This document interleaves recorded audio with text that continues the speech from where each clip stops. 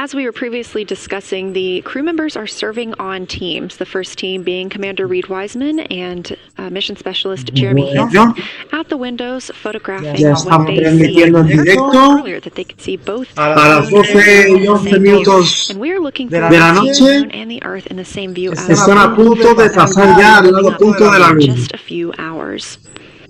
Lo vamos a dejar ese directo toda la noche encendido para que la gente podáis ver todo el trayecto desde ahora, pasando por el lado oculto de la luna, donde van a hacer fotografías los de la misión Artemis II. Y bueno, cogerán la órbita lunar para empezar a volver hacia la Tierra. ¿Vale? Y van a mostrar fotografías de la cara oculta de la Luna. ¿Vale? One will begin taking pictures and the other will be making annotations on their PCD, that's portable computing device. Sí, hablando both of those crew members at the windows are recording audio of what they see, putting on headsets and recording audio into their portable computing devices. Obviously, we are not hearing this right now. This is going to be sent down to the science team and they will analyze that at a later time. Y hacer vídeos What de we la are cara hearing, though, oculta. and we'll continue to hear, are those science sit reps a few times every block. Once this block is complete, about 40 minutes from now, we will have the teams switch. That means Pilot Victor Glover and Ya no digo nada, dice. Looking out of window one, I think I may have misreported earlier saying that it was Tycho going over the horizon. That was Copernicus I was referring to. Apologies. It was Copernicus is what is farthest bounding to the east, and that is now like on the horizon, just past it. And Korolev is now getting ready going over the horizon. And then, next it'll be Aristarchus Plateau. And so on the west, we are getting a much better view of the Terminator. Looks like we have about 80% illumination of the moon. And Vavilov and one Vavilov diameter to the west is where the Terminator is right now. And so other features are starting to peek out there. The center of the illuminated part of the moon is to the lower part is Oriental, and just around Oriental, a lot of light structure is starting to show up. A lot of high albedo, similar to the feature I cannot remember, Burgess Alpha and Aristarchus type high albedo in the ring. So when you look at the interior ring and the external ring, it's almost as if the edges are starting to dry up and turn white. If it was something that was wet and got dry, the edges would be the part to dry first. You just kind of outline all the topography in the interior of that wall is like it was dusted with chalk or started to dry, or maybe dusted with snow. If this was the Earth, I would say there was snow dumped on some of the ridges on the interior of the rings of Oriental. Also, an interesting part of the discussion that I heard between Reed and Jeremy is that from Glishko to Grimaldi, there are two dark features there that look like commas, but in the wrong direction. But there's also a lot of interestingness, just a lot of geometry and squiggles and dots and lines that are starting to stand out as more small features come into view. And there also is a lot of variation in albedo. In some of those, the two dark features, for example, have on the southern edge of the larger one, the one that's further to the the one albedo, like the southern and western part of Grimaldi, and the one to the north, closer to Glishko, is also that same dark albedo. And then around them there are some very high albedo spots just to the north of the southern one, and just to the west of the smaller one to the north. Very high albedo, almost approaching the 10, a 9 or a 10, like Aristarchus. and lots of little bright spots are just starting to pop up on in this view. To the north, as you look up at the North Pole, there is a very distinct crater with a lot of very defined central peak that is also 3 in albedo, and all of that area past it, going to the horizon, gets lighter and lighter, and is very, very high albedo. And I will go look and find the name of that feature if I can look that up. And then to the south, really getting some interesting geography and topography in the South Pole Aiken Basin. And the view of the South Pole is quite amazing. We've got some Terminator there, as well as the limb view, and there is a very distinct crater right at the South Pole. And I'm going to go look up, I don't believe that is Aiken, but I'm going to go look up the name of that one because it's also giving a lot of good topography due to the shadows that I'm seeing. But that's, I was trying to bound the view that I'm seeing for it and got distracted by all of these interesting albedo variations that are popping up in the interior. But that's the view that we see just a Vavilov diameter to the west beyond is where the Terminator is. Just beyond, I think Copernicus is the easternmost feature that we can see. A very nice ringed, very nice structure crater to the north with a great high albedo central uplift to the north, and the south is dotted by a very characteristic crater with a lot of terrain, shadow features, and I will go try to find some landmarks to put names with those. Any questions for the observation team? Integrity Science, love the descriptions. You're definitely looking odd up there. Appreciate seeing the training being implemented. Especially interested in your descriptions of the dark patches. You compared the comma-looking features to the albedo you see in Grimaldi and notice that you're starting to see those color differences popping out. Any observations you want to make, especially when you get on, the PCD in a little bit, would really help us tease out the differences in those dark Mare deposits.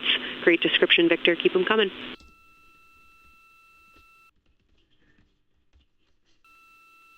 Absolutely will do, and I know you've got descriptions on both of the window observers right now as well. Keep them coming.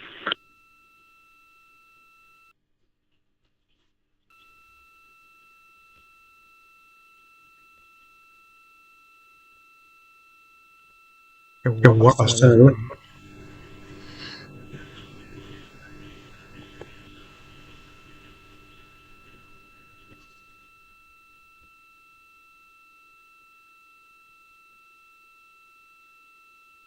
Tres personas en directo. Buenas noches.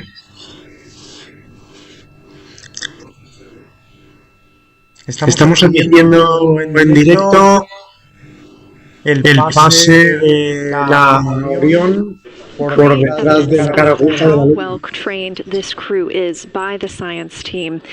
NASA astronaut and pilot of the Artemis II mission. Es la mayor distancia hecha por el ser humano en la historia de la several humanidad. different features on the moon and such descriptions, even saying that it looks like snow on some of the peaks. Obviously, we do not expect that to be snow, but referencing that as some of the lighting on how it looks to the Artemis II crew from their current position.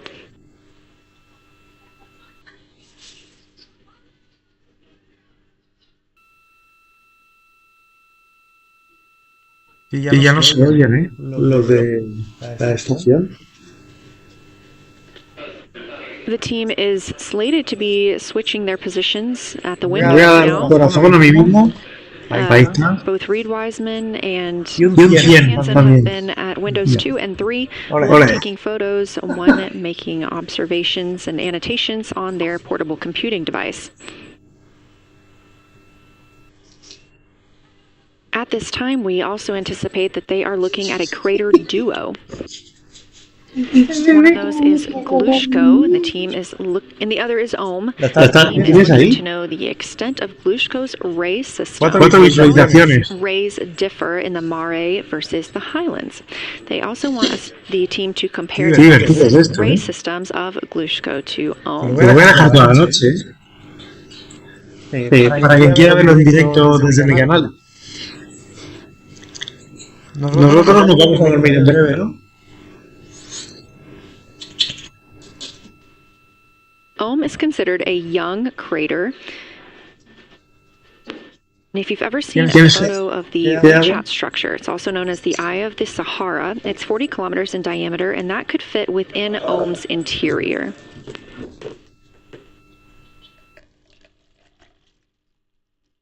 The team is specifically interested in descriptions of that ray visibility, including the color, albedo. Remember, albedo is the brightness or the surface reflection, and the reach.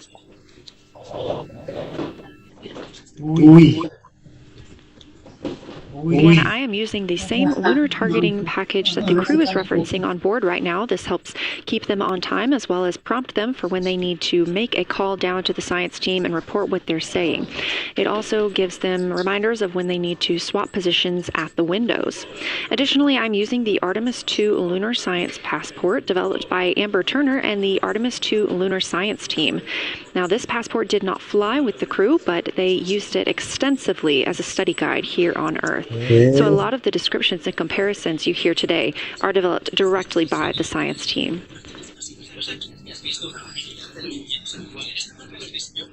We are now 4 days, 20 hours, and 43 minutes. Science, integrity, that crater to the north, that is like we've got one in the north that looks like just a textbook crater, and one on the South Pole as well. The one on the north, I think, is Pythagoras. And what I wanted to highlight about that is it is either a very distinct central uplift or just a very defined area of high albedo. If a majority of the crater, especially the floor of the crater, is, say, an albedo of 5, this center, and only a tenth of the diameter of Pythagoras is an albedo of 2, maybe 3, but it is very bright and it stands out. And then between that crater and the actual what is the horizon from here, there seems to be another crater right on the horizon, and right on the edge of that is another patch of that albedo. It seems to be between the two craters. It's hard to tell from this grazing angle, but there is another spot just further north beyond Pythagoras. Between the two, I can draw a picture of this one and show you where that very high albedo, again, another 2 albedo surrounded by 5, and most of the area bounding it.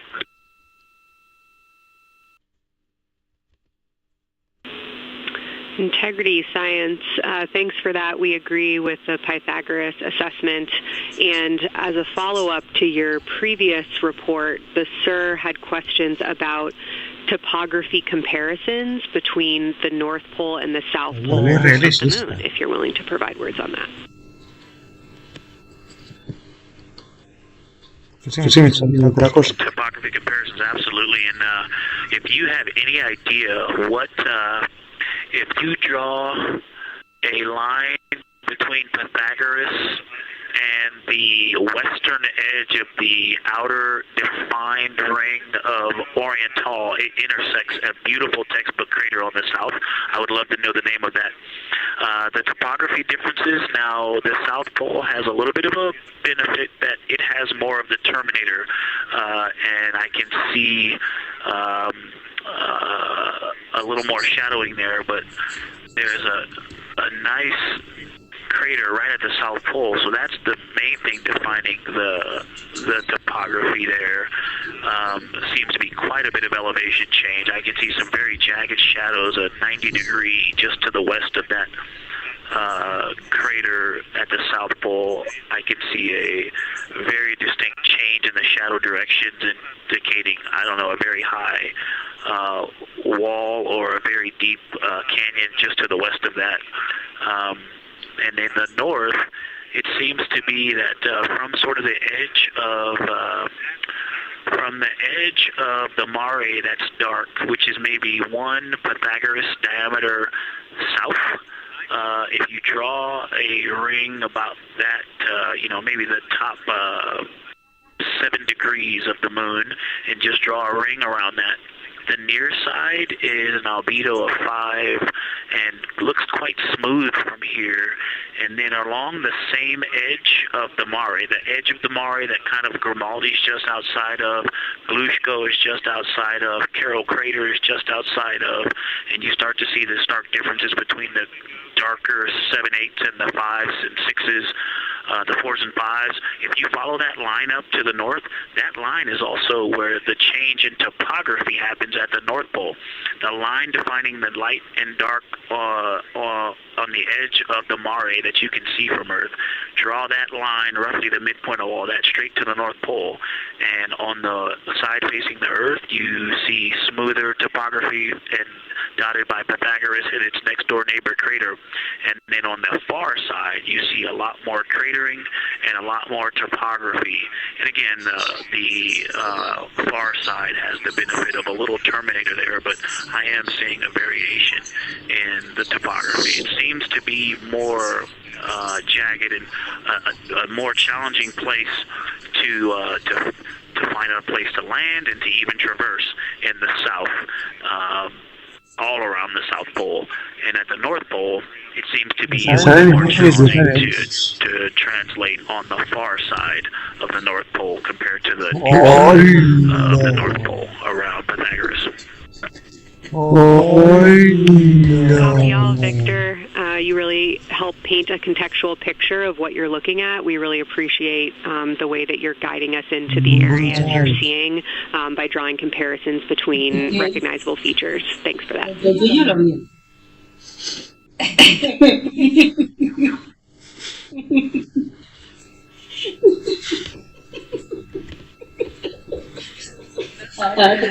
And you'll see another little science moment. Something I just heard from the window team is the more I look at the moon, the browner and browner it looks. I thought that was an interesting observation. The 2 observers have been on timeline, no hardware issues. They did start to talk a little bit about another feature that you'll hear more about on the recordings that they call the handprint. That was at the end of their Glushko and before they moved into their current target. They thought that was worth chatting a little bit more about. And they're preparing to switch after this. Houston copies and concurs. Vea mejor esto.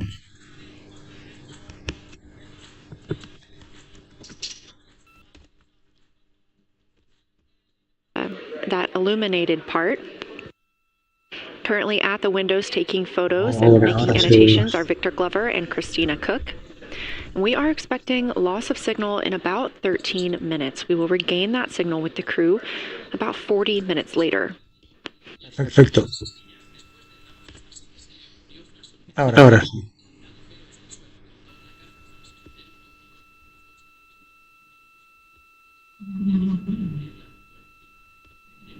A milestone worth mentioning that this day marks the first time in more than 50 years that humans will observe the moon directly, a critical opportunity to practice how lunar science will be conducted during future Artemis missions.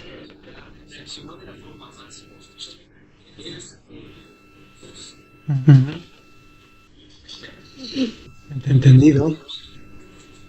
I've continued to reference the lunar targeting package throughout this broadcast, which is the primary tool guiding the crew observations, and that consists of 2 key components.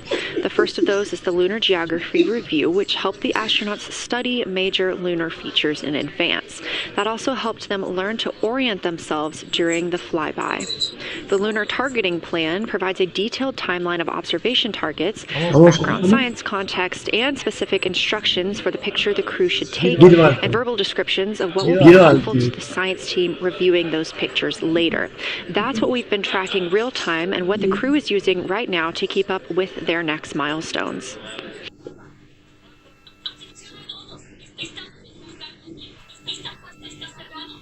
Se está oyendo lo tuyo, ¿eh?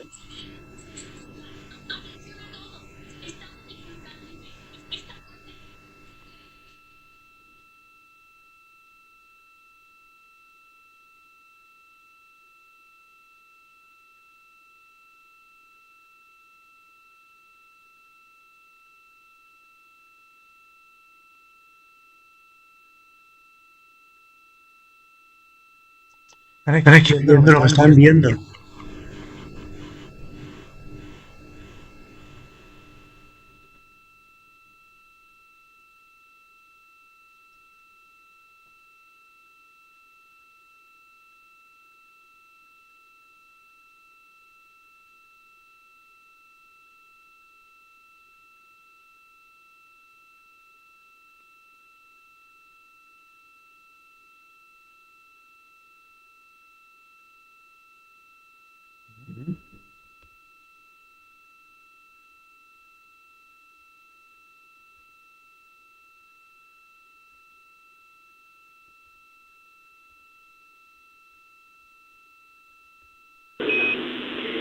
Integrity Houston, 10 minutes till the LOS. We'll take a snappy sit rep from the cabin if you have one.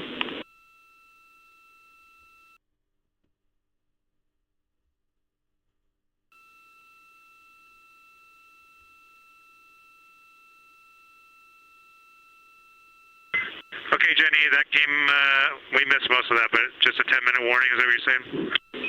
10-minute warning for the LOS, and I'll take a quick sit rep from the cabin, please.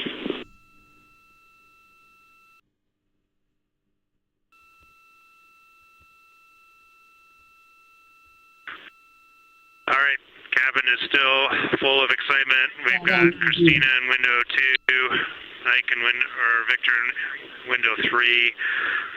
Reed's actually been trying to get some images out of the docking tunnel. We can see the Earth and the Moon and part of the Moon out of the docking tunnel, which is pretty good. And I'm just grabbing some footage right now with our interior cameras.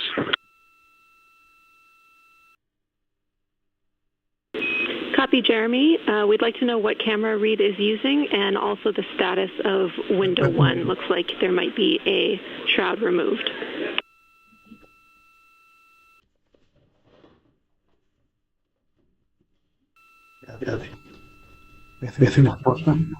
Okay. Reed was using the Z9, and the T-shirt shroud is still on window 1, but we took the camera out of it. So maybe that's what you're noticing. But when I looked in there, I saw a lot of sunlight reflecting around. Copy. That makes a lot of sense to us, Jeremy. I want to remind you, coming up on this LOS, that we'll take sit reps in the blind. And as more and more of the moon is in darkness, we will take any report you have on impact flashes.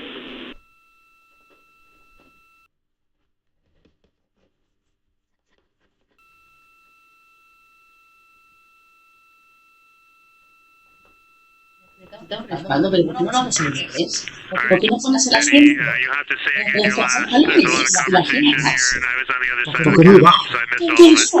¡Arriba! Look out for impact flashes and we'll take sit reps in the blind.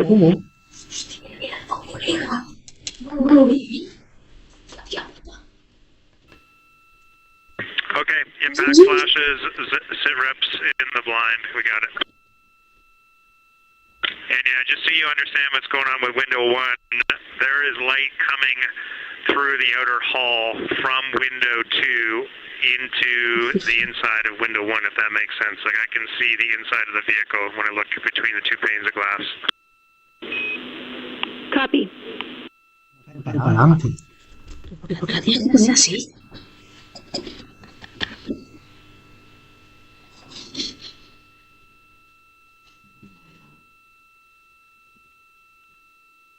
You're getting your first live look at Orion, the Moon, and the Earth. Everyone in this picture.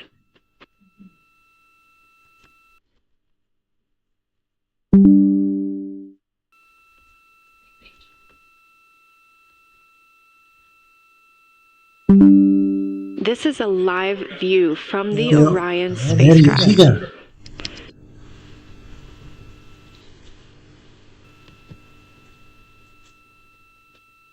Currently aboard Orion, 4 crew members, Reed Wiseman, Victor Glover, Christina Cook, and Jeremy Hansen.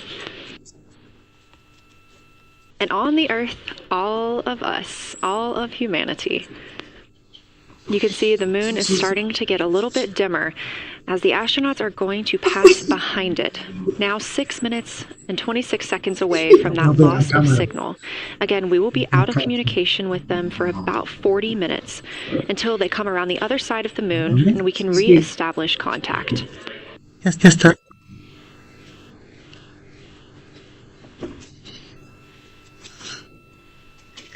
Me cojo una Integrity Houston, you are 6 minutes from your 40-minute lunar flyby LOS. From all of us, it's a privilege to witness you carrying the fire past our farthest reach. Thank you. Godspeed.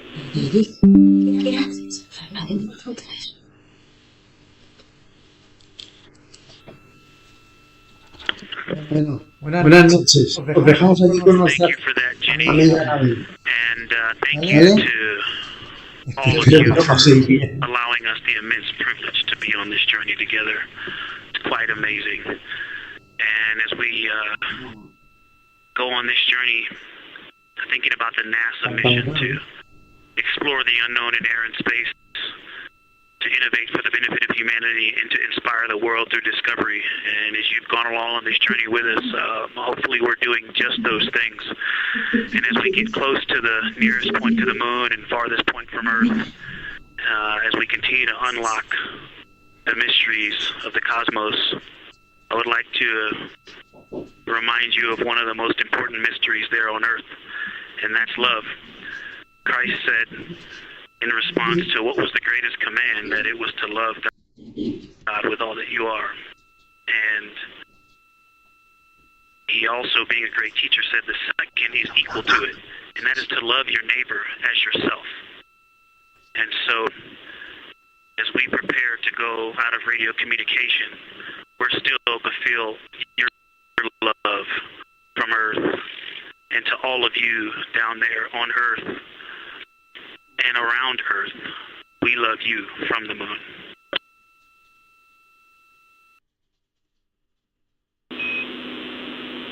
Houston copies. We'll see you on the other side.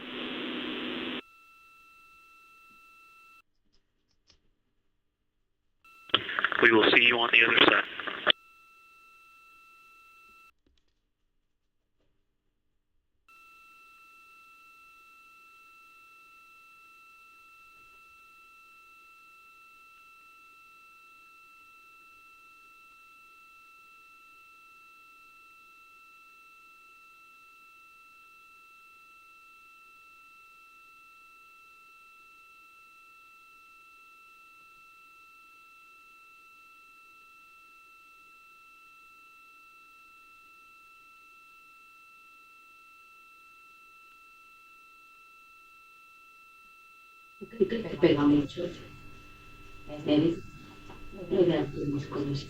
Poignant words from NASA astronaut Victor Glover, and a little bit of a love letter from the other side of the moon all the way to Earth.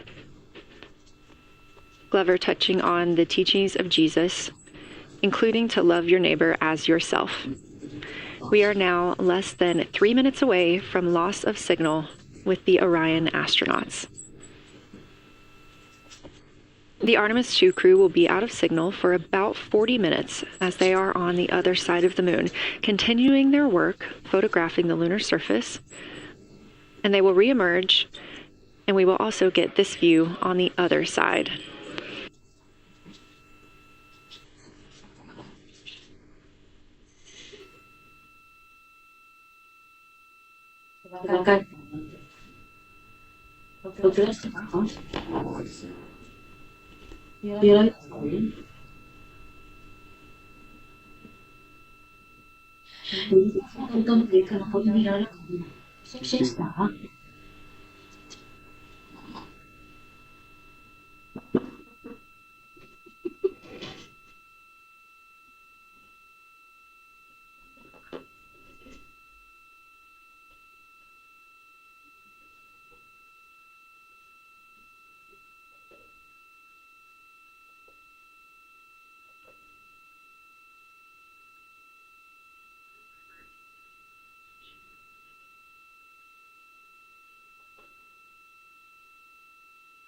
Just about a minute and a half now until we lose communication with the astronauts aboard Orion on the Artemis II mission. Now 5 days and 6 minutes since their launch on April 1st. Again, we'll be out of communication for about 40 minutes. And this really beautiful view of a crescent moon and a crescent Earth. How great thou art.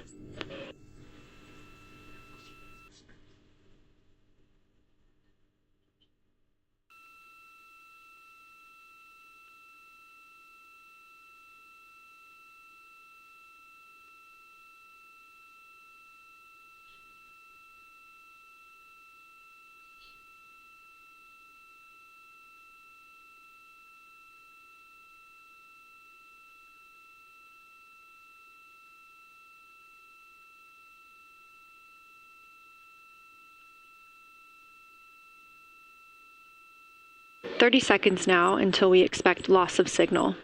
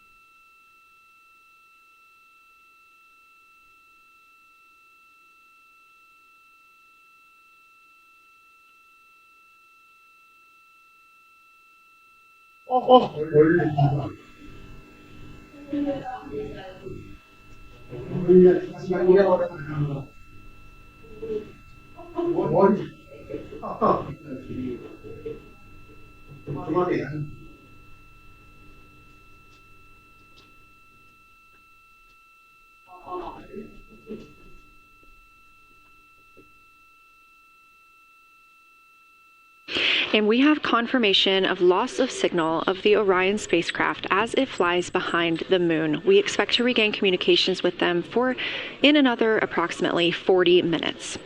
This was expected as their spacecraft is now out of direct line of sight with Earth and behind the moon.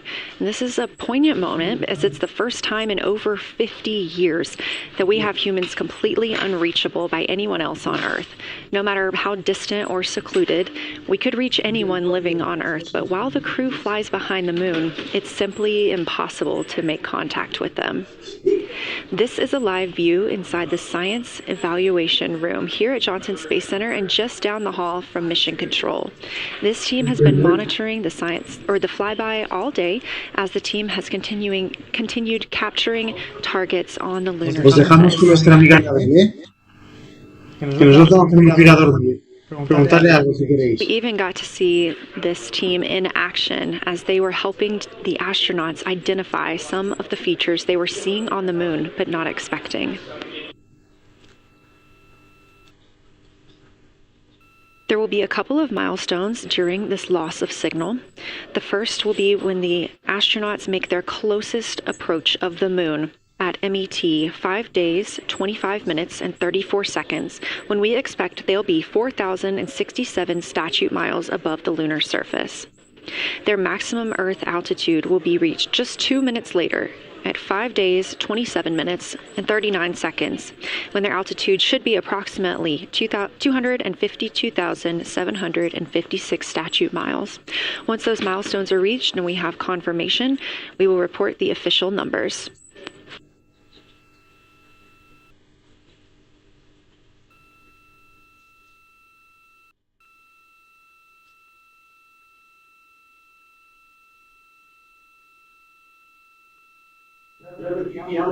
Throughout the Artemis II mission, astronaut voice, images, video, and vital mission data must traverse thousands of miles, carried on signals from NASA's powerful communications systems, the Near Space Network and the Deep Space Network. Let's learn a little bit more.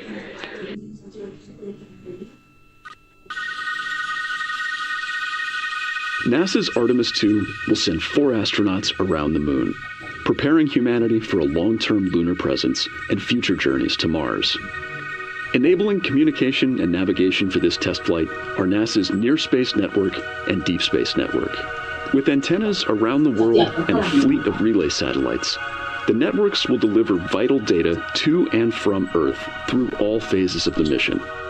The networks are seamlessly integrated at NASA's Johnson Space Center in Houston, Texas, where Mission Control coordinates the network handovers. These transfers represent a delicate dance between the two networks, exchanging support as the mission shoots toward the moon.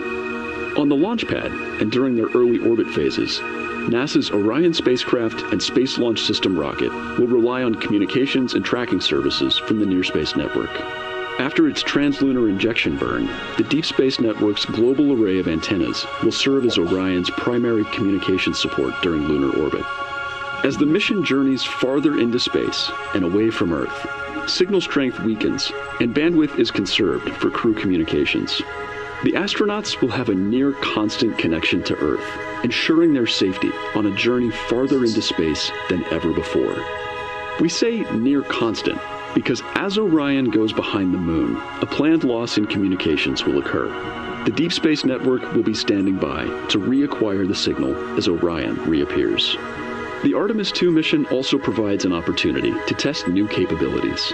Using laser links, NASA will periodically transmit Orion data to showcase the benefits laser communications could have for future human spaceflight missions. The data from Orion, sent by radio signals or laser links, is massive. The mission is gathering images, data, and video, while also generating details about mission health and crew voice files. All of that data gets processed here on Earth, where systems compress it for efficiency. In the future, we'll upgrade these systems on Earth so that image and video clarity improve with each moon mission. With the Artemis II test flight, we're evaluating the communications infrastructure that will help carry us into the future as we explore the moon and journey forward to Mars.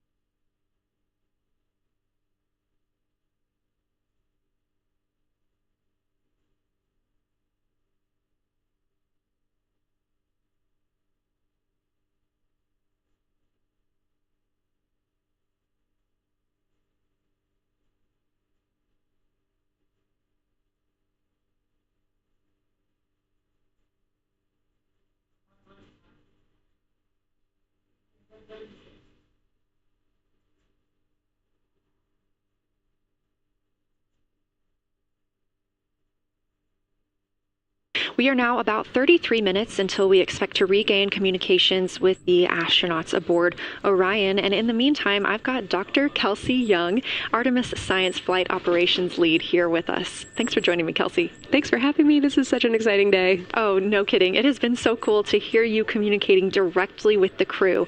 And I know that you have been preparing for this for years, so I am so excited for you and for your team. So just to get into that background a little bit, tell me about your background and what you've been doing on console. My background is as a field geologist. Actually, I studied impact cratering in the field for my PhD, so all these descriptions of impact craters have me just absolutely swooning. How I got into this, though, is, during my PhD, I got an internship at NASA and ultimately never left to integrate science into flight operations. So we developed the Science Officer Console, for which this is the first mission we're supporting. We developed the Science Evaluation Room that's right upstairs, and so it's so gratifying to see this operation structure come to fruition, especially on a day like today. I would have to imagine so. And we've got a great view of the Science Evaluation Room right now. Is there anything that has stood out to your team so far? Absolutely. So as you might have heard in some of the press briefings and content that, we've been putting out, color and albedo were really exciting targets for us. We've heard several amazing color descriptions so far. Just to highlight maybe one of them, we heard about greenish and brownish hues near Aristarchus, which is actually a feature that we can see here from the near side. And those greenish hues could actually tell us something about the volcanic evolution of that area. So you can bet that the science team is going to be prioritizing downlinking those images and the crew audio that we didn't hear that went into those recordings to learn a little bit more.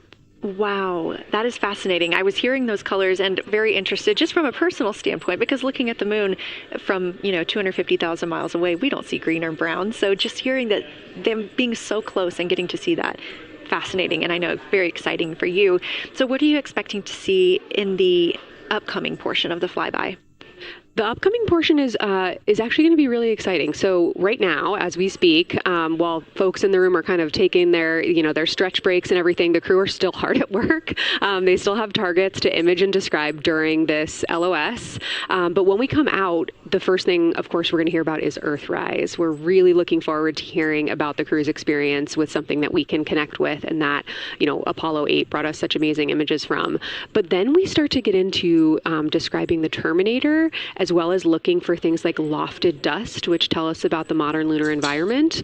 Then the vehicle's going to orient away from the moon for an hour and then pivot back for the eclipse observations, which is a whole different set of science observations that we're really looking forward to. It's kind of nice that the crew will get a little break in there, because they have been hitting it hard today with photos and videos and annotations. What are you hoping that the crew sees coming up? Is it that lunar dust? Oh my goodness, that's a hard question to answer. I mean, we've already gotten such great descriptions. I mean, the Terminator seems to just be like one of their favorite things to look at and describe. So I feel like, that was something we were looking forward to. I feel like we've really gotten some great descriptions. So absolutely, I'm looking to the human moment of Earthrise. Lofted dust is an exciting one, and lofted dust will be a target for them in the right around the time of Earthrise, but again in the eclipse period.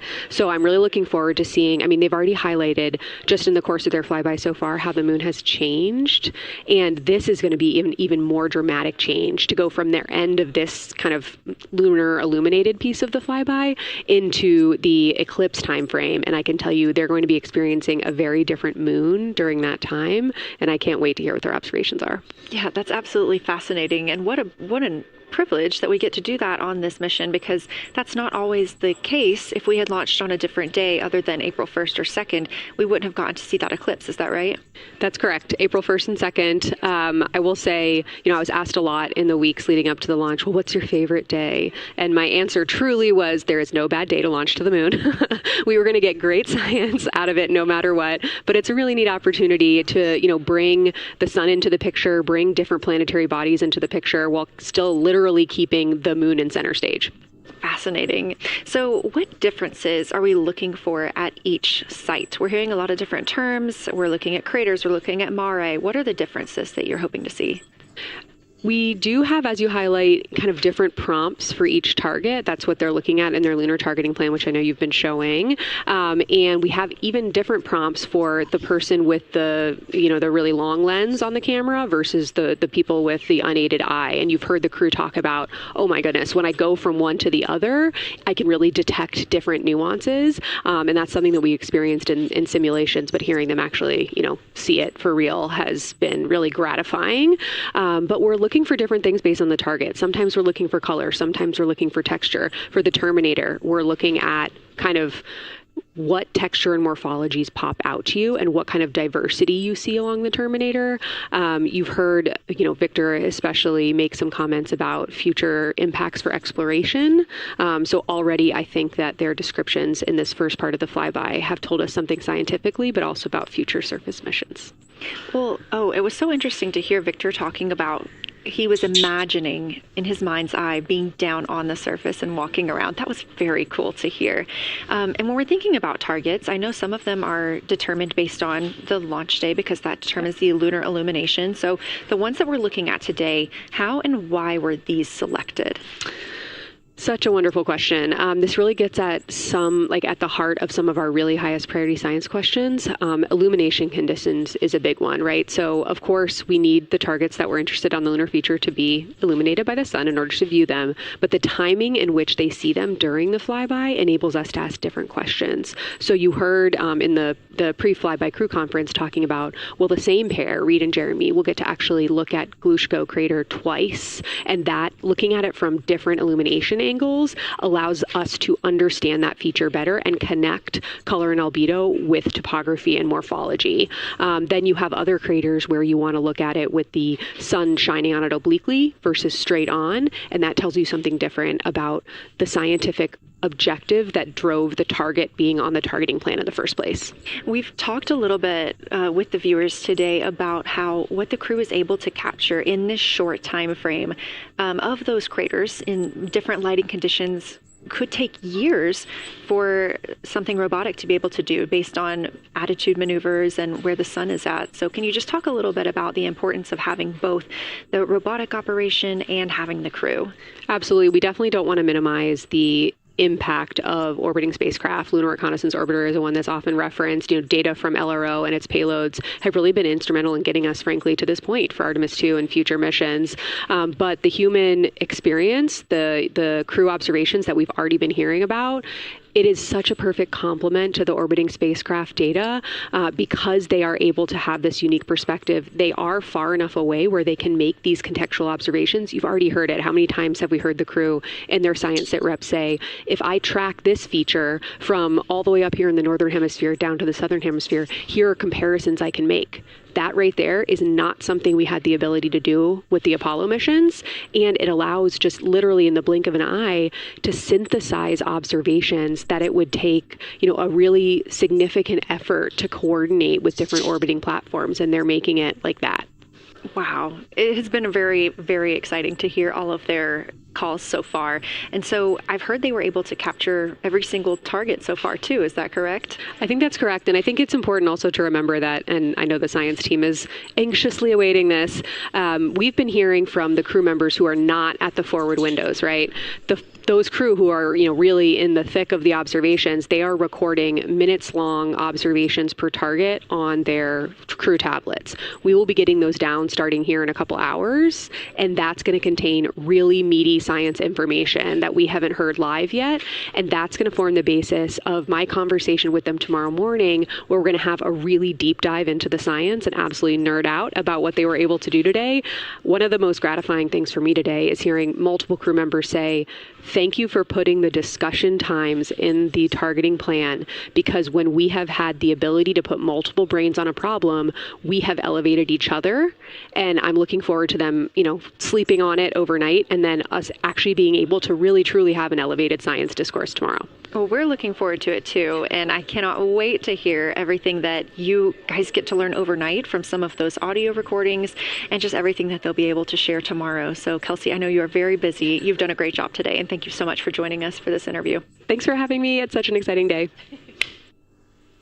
We are now expecting acquisition of signal in about 24 minutes. As a reminder, the Orion spacecraft has flown around the other side of the moon, where they are out of contact with our deep space network.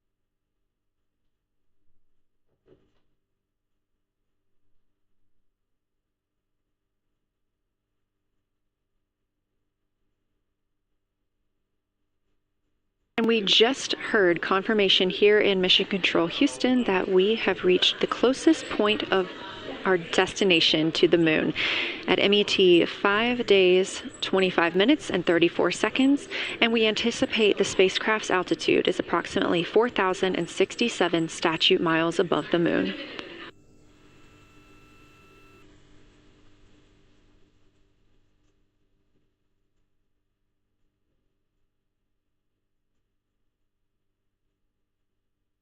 We're continuing to track what the crew is doing while around the other side of the moon.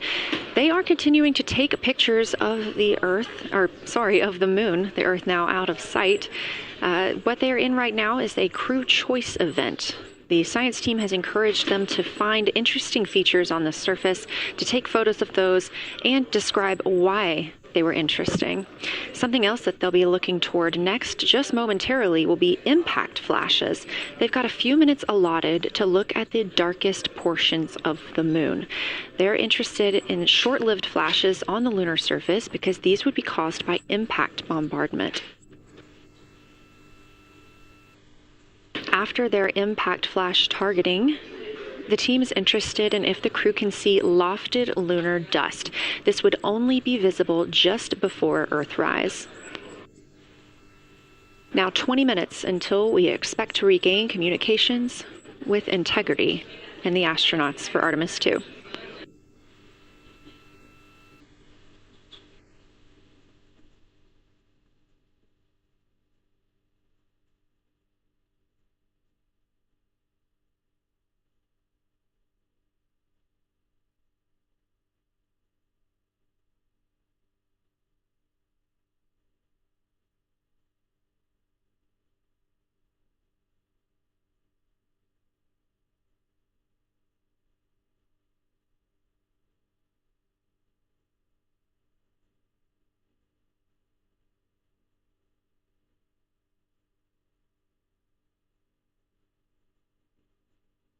We're live in Mission Control Houston at NASA's Johnson Space Center, but there's a team over 750 miles away also monitoring today's operations. And of course, just like us, they are in LOS, or loss of signal, with the spacecraft. This is LUCA, the Lunar Utilization Control Area, and it's joined by LISA, the Lander Engineering Support Area, which are twin control rooms that will support missions and operations in lunar orbit or on the moon's surface in real time at NASA's Marshall Space Flight Center in Huntsville, Alabama. The LUCA and LISA are right next to each other and just a short walk away from the SLS Engineering Support Center, which is used during launch, and the POIC, where science on the International Space Station is monitored. LUCA primarily supports Artemis science operations, while LISA will provide engineering support for landing astronauts on the moon. During this mission, Artemis II, teams in the LUCA will use the facility to support first-of-its-kind science operations to better understand the deep space effects of microgravity and radiation on the crew's physiology, immune systems, and ability to complete various tasks. The data from these science operations will inform future crewed flights to the moon. For future crewed missions to the moon, members of the NASA Human Landing System Mission Insights Support Team, a group of engineers, safety leads, flight operations experts, and technical authorities, will work in the LISA. There, they will monitor lander systems in real time and be involved in key decision-making processes throughout the mission. Teams are using the LISA during Artemis II to observe mission operations and using the opportunity to inform and prepare for future crewed landings to the moon's surface.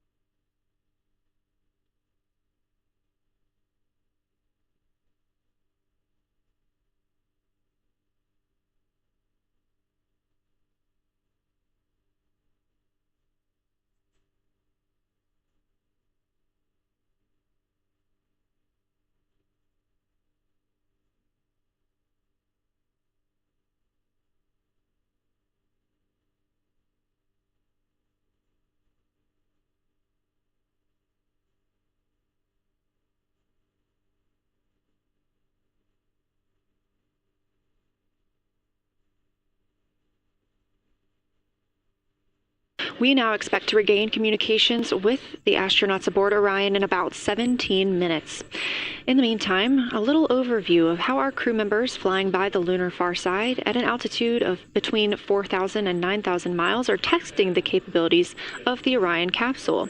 Artemis II visualization lead Ernie Wright has simulated views of the flyby using detailed topographic maps of the lunar terrain and photorealistic lighting scenarios.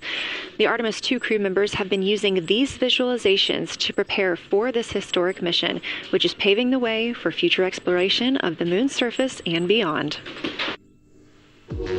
So the most exciting thing to me about Artemis II is just the return to the moon. We haven't been there in 50 years. Human eyes are going to see parts of the moon that haven't been seen by anyone before. It also recommits us to exploring the solar system in a way that we haven't in a long time. And I think it provides an opportunity for younger generations to understand the excitement of doing that kind of exploration. Artemis is our return to the moon after 50 years. The emphasis of Artemis is going to be, first of all, science, but second of all, learning to sustain a presence on another world. First on the moon, but we're hoping that that's a stepping stone to Mars and other destinations in the solar system eventually. Artemis II will be a flyby mission. It's not going to land. We're testing all of the technology that we've created for flying to the moon since Apollo. A lot of systems have been modernized, and we need to make sure that all of those work.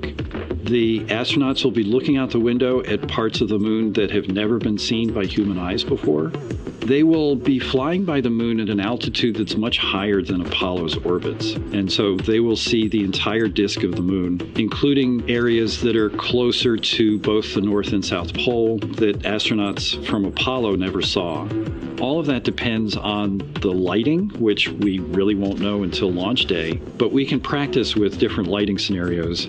It's hard for people to sort of picture that in their mind. If you can make a visualization of it, show them a movie, that helps everybody choose the targets and also practice aiming at those targets.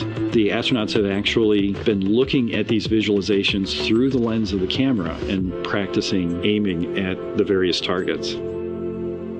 This is a map of the surface of the moon, obviously, but it shows what the Apollo astronauts could see in sunlight while they were in orbit. The brighter parts are the parts that they could see. The darker parts, like this entire area here and places that are farther north and south, are places that they couldn't see in sunlight, either because it was nighttime there or because it was beyond the horizon of the astronauts.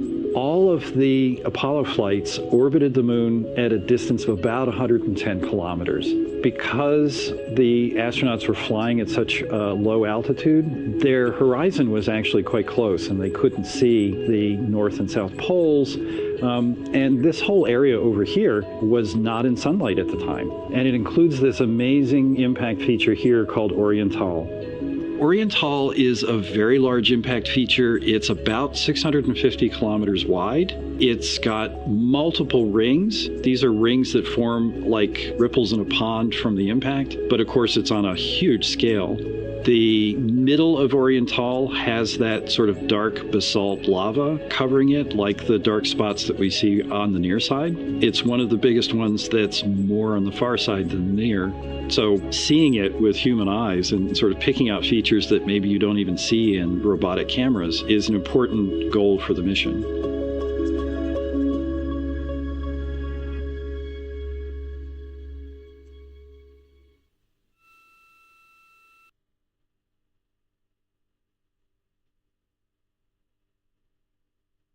This live view in the Science Evaluation Room, or the SIR, here at Johnson Space Center in Houston, Texas, just down the hall from where we're at in the Artemis Mission Control Room. Teams continuing to monitor the flyby.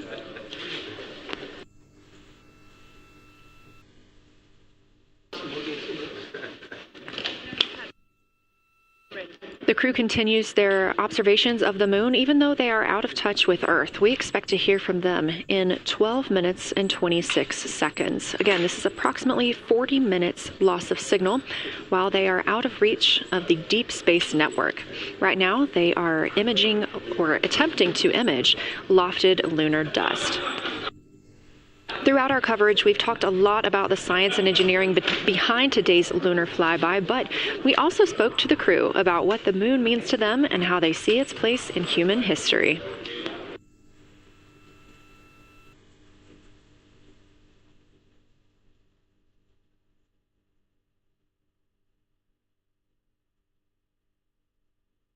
I remember being a little kid lying in bed at night and just looking out at the moon in whatever phase it was in, and I was thinking, man, my friends that live like 20 miles away, they can probably look out and see that same exact moon. And then when I was in the Navy and I would look out at the moon and I'd be halfway around the planet, and I would think, man, my brother can see that moon where he is, and he's halfway around the planet from where I am. And it's a connection of life on Earth. We can all look up and see that moon. It represents history. It is a witness plate. Everything that's ever happened to the moon is still written on the moon. There's no processes of wind or change in the Earth, geologic processes like we have here that change it. And something that's been telling and can read out the story of its own evolution, there's something beautiful about that.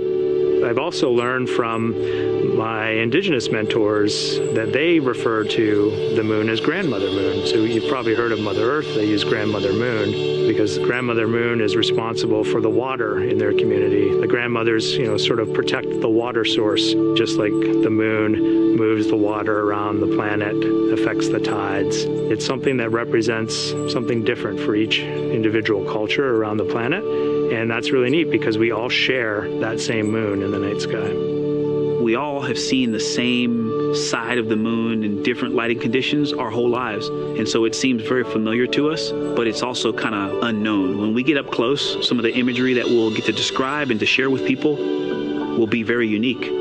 And that nature, both of those things being true about this one entity that we all know, just is really special. It's just the epitome of a symbol of both something that's in each of our hearts, but that's also represents exploration and reaching.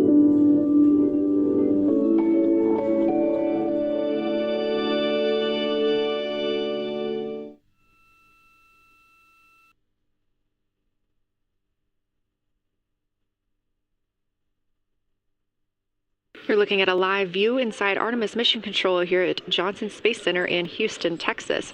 We are currently out of contact with the Artemis II crew. This was a planned, or not really a planned, but a tracked loss of signal that occurs when the crew flies behind the moon. We use the Deep Space Network to communicate with the crew, and when they are behind the moon, they are out of reach of that Deep Space Network. And when you consider our nonstop communications during the time in which we live, this is even more striking. For the Artemis II crew, they're only currently communicating with each other. Now, we expect to regain those communications in under 9 minutes from now, and we also are hopeful for a view of Earthrise. Despite being out of communication, the crew is continuously capturing imagery of their predetermined lunar targets.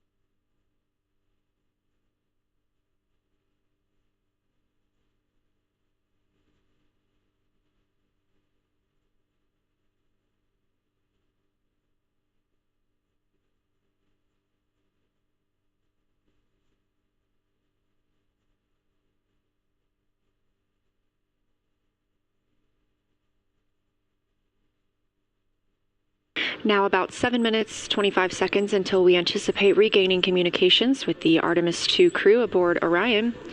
In the meantime, Artemis II Lunar Science Deputy Lead Marie Henderson is training trained these astronauts to capture and document their views of the lunar surface for all of us to enjoy back here on Earth. I cannot wait to hear their voices when they get to the far side of the moon and I can hear them talk about seeing the moon out their window. I try to imagine it now and I tear up thinking about it. Ooh, now I gotta hold on a second. We have human eyeballs connected to wonderfully smart brains our astronaut friends have. They are going to be able to observe the moon in multiple different ways. They can use their eyes, they'll look through their camera and snap pictures, and just looking out the window getting that human experience. But during Apollo, the astronauts were so much closer to the lunar surface. Our astronauts are going to be doing a flyby at a higher altitude, so they're going to be able to see the whole moon as a lunar disk on the lunar far side. That's a brand new, unique perspective that humans haven't been able to look at before. We are doing a lot of lunar geography training with them. They have study sessions and quizzes they can do that are assigned to them. You know, even if you're an astronaut, you still get homework. We actually get in the mock-up. In that enclosed physical space, we have to think through the hardware that they have, the cameras, the computers, their microphones to make these observations. There's 4 windows up front. Through one of those windows, one of our astronauts will be using a Nikon D5 camera with an 80 to 400 millimeter lens. So something that allows them to zoom in really far and actually take more detailed observations of the surface. It's almost like looking through a pair of binoculars as well. It's just like being a geologist out in the field. They're telling us what they're seeing, looking for colors, textures, different morphologies, and comparing the region that we're having them look at to the regions that are around them. We have a science team that is planning the targets that are going to be observed, putting them all on the timeline of how they're going to be observed, and then taking the first look at the data when it comes down. The Apollo astronauts were only on the moon for 300 hours total, and they only went to the equator. That's like going to places that were safer landing sites, and they only saw so little, 300 hours total. And so we have so much more to explore and so much more to learn, and we are the beginning of the next generation that gets to start being a part of these discoveries.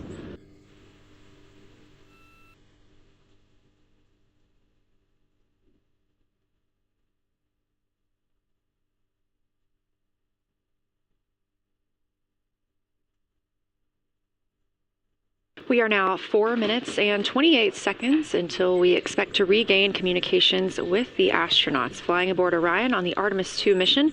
They are now flying behind the moon. While behind the moon at an MET, or mission elapsed time, of 5 days, 25 minutes, and 34 seconds, we expect this was the point in which they made their closest approach, 4,067 statute miles above the lunar surface.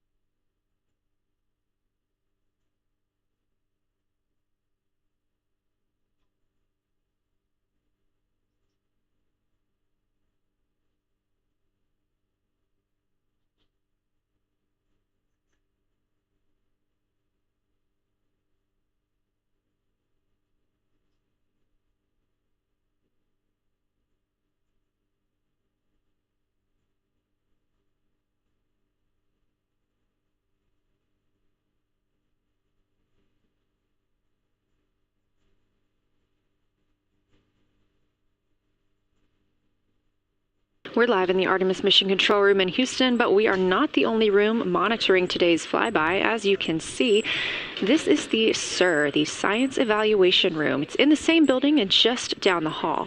It's a multidisciplinary science team supporting the Artemis II crew in real time, including experts in lunar geology, impact cratering, volcanism, polar science, imaging, and visualization.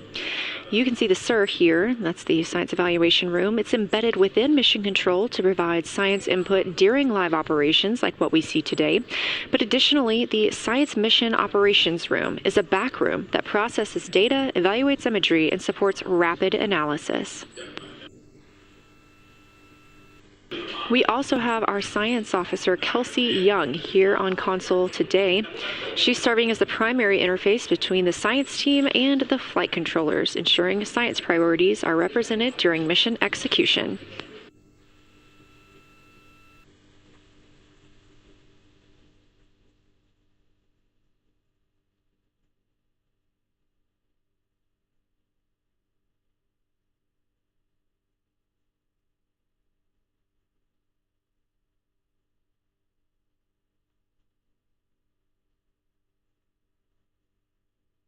Coming up on 1 minute and 36 seconds until we contact Orion.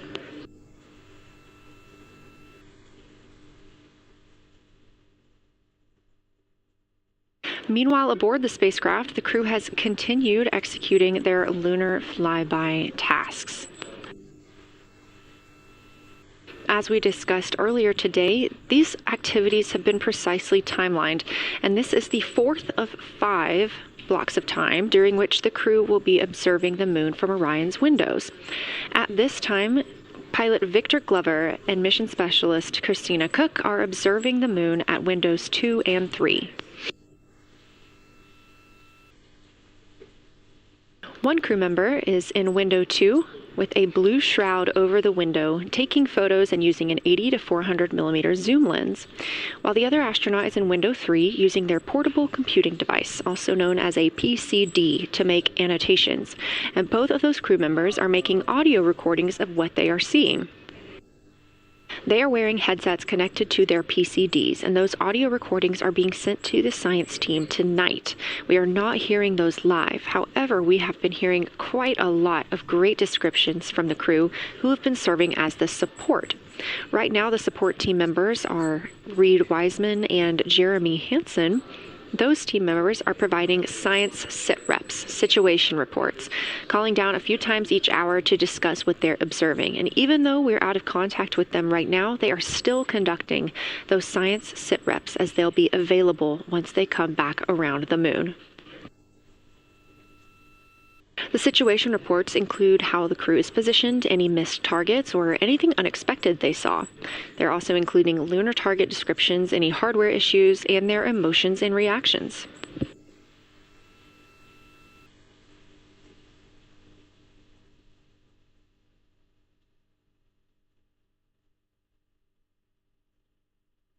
Again, we are standing by to acquire signal from the Orion spacecraft.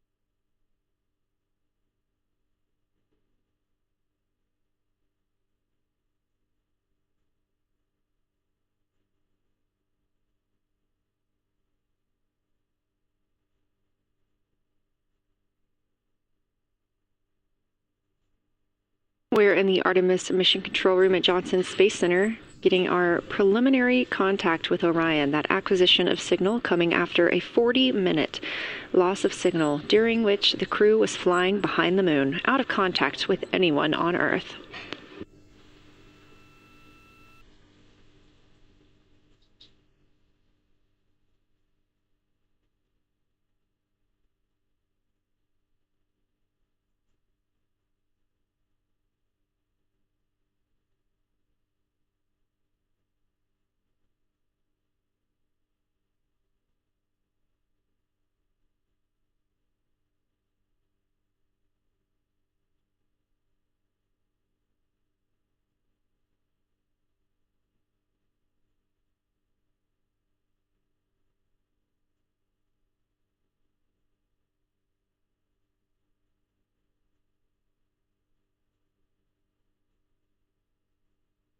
We are getting our first views from Orion after the loss of signal. Orion has come back around the other side of the moon, and that little crescent that you see is Earth, over 252,000 miles away.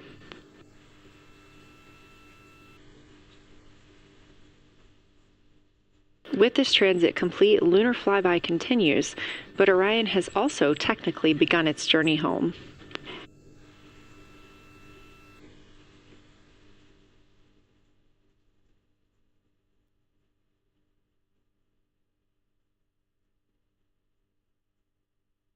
Right now, the crew are getting a few moments to enjoy and take photos of Earthrise for themselves, and we expect to contact them shortly. But we do have good signal coming from Orion.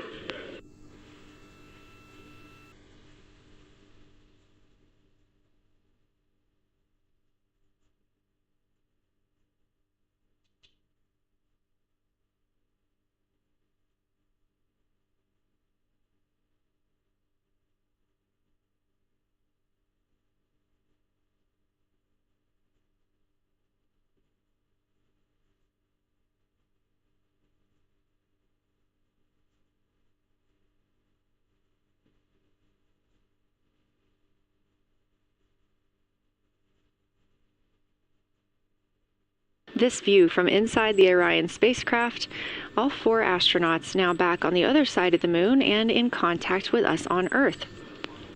Their tasks for lunar flyby did not stop as they went behind the moon and out of contact with us. We anticipate during that time they were attempting to image some impact flashes, short-lived flashes on the lunar surface, which would be caused by impact bombardment and potentially even lofted lunar dust. Right now, of course, they are getting pictures of Earthrise. After this target, they will get a short observation break. It's about an hour long, actually. Houston, integrity, comm check. Integrity, we have you loud and clear. How many?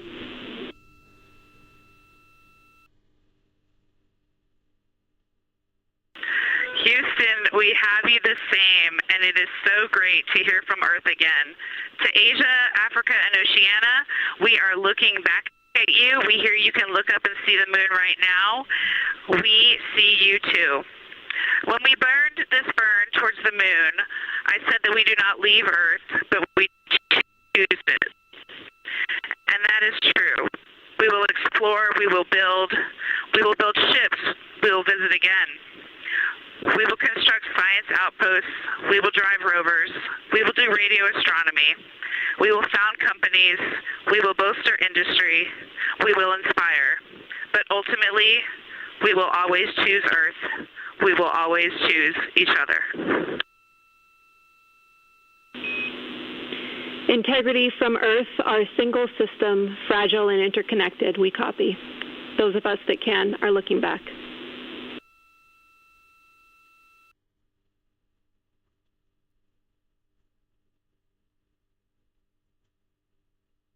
We are happy to say we copy.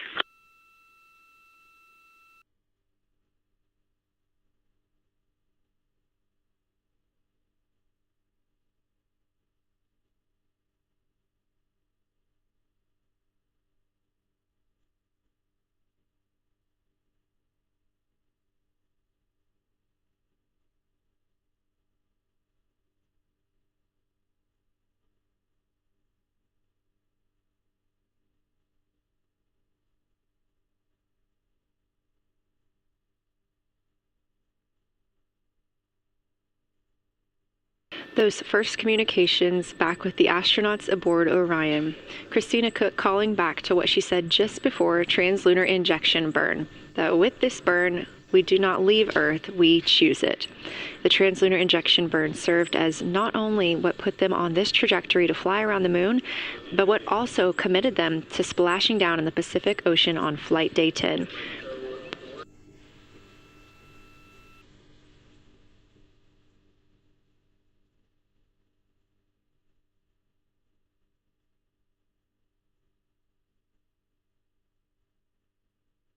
At this time, the crew is entering an observation break.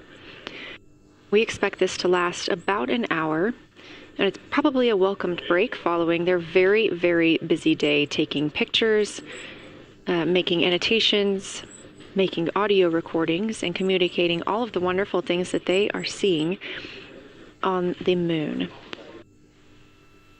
This observation break is also partially due to the fact that we will be entering an eclipse later. This will be the first solar eclipse that humans have seen from the moon. The astronauts will need to wear eclipse glasses for the first 2 minutes until the sun is completely covered by the moon, and then they have additional targets that the science team is hoping that they will photograph. We will have communications with them during that eclipse time frame. Because of that eclipse, Orion's attitude must be changed right now so that its solar arrays are in the sun. This will help it charge the batteries needed to power it through that eclipse time frame. This view on your screen is a visualization. The spacecraft now 4,224 miles away from the moon, and that number will now continue to grow, while the number of distance from Earth, 252,699 miles, will continue to shrink all the way until our crew is back home.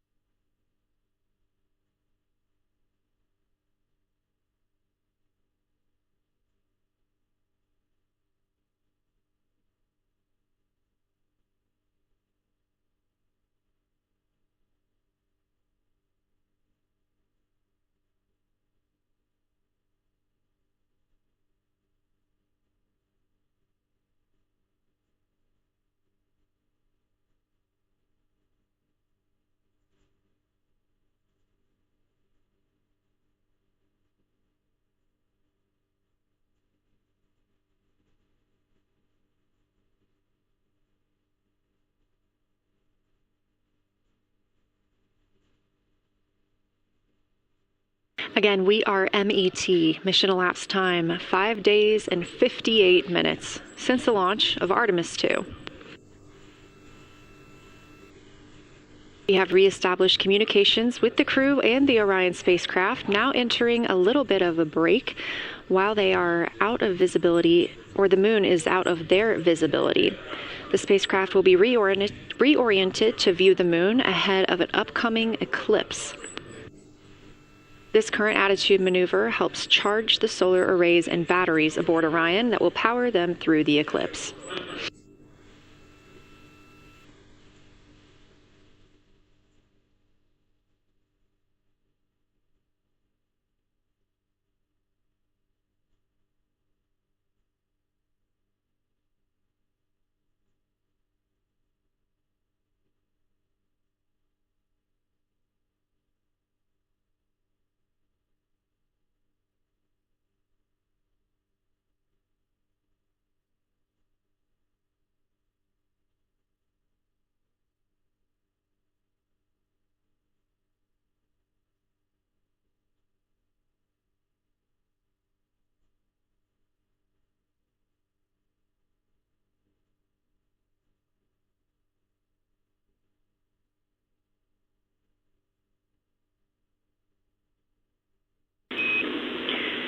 Integrity, Houston. In mission control, all of your flight controllers and your flight director have flipped their Artemis II patches around. We are earthbound and ready to bring you home.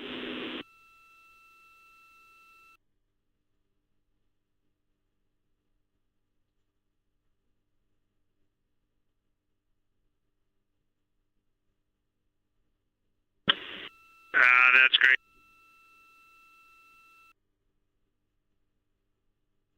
See the light of day as we head back to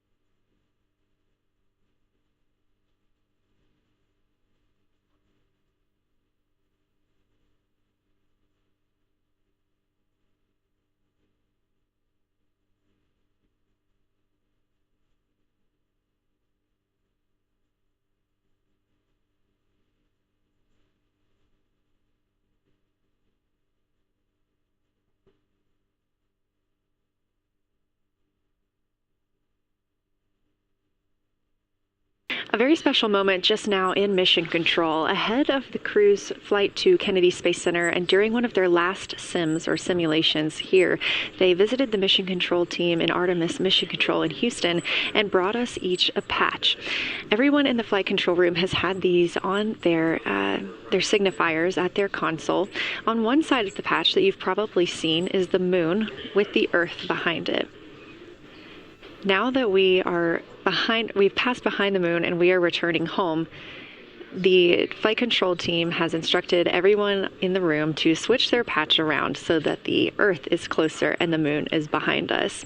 We are really looking forward to seeing the Artemis II crew, and the Capcom Jenny Gibbons did call that update up to the crew that the flight control team here has turned their patches around as was instructed by the crew during that last sim, and we are counting down the days until they get home. They are now 5 days, 1 hour, and 3 minutes mission elapsed time into the Artemis II mission.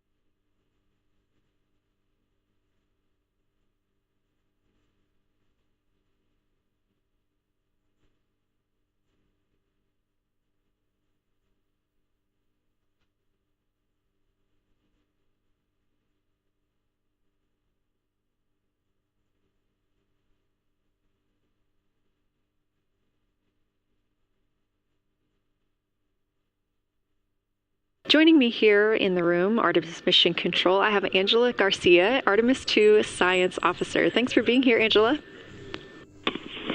It is an honor to be here. What a day. Everyone's been buzzing. I can't contain myself. So it's been a really awesome day. So you're sitting on console at the science console now. Have you been in the SIR earlier today?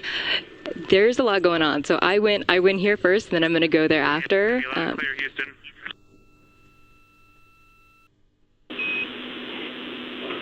All right, Integrity, we hear you. That was a little clipped, but I think we have a better link now. We experienced some blockage from a solar array. We moved it, and we are in bias tail to sun.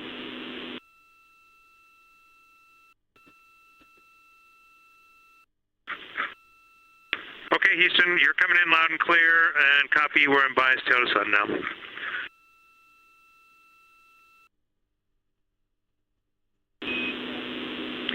Affirm and Integrity, just so you know, we did not hear your response once we flipped our patches.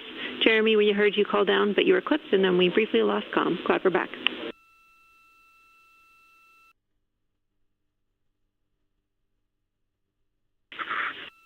Okay, copy that. We were just excited that we got to share in that you, the MER, and Mission Control flipped your patches around, and that side of the patch is getting to see the light of day. Thanks for sharing that with us. Our pleasure.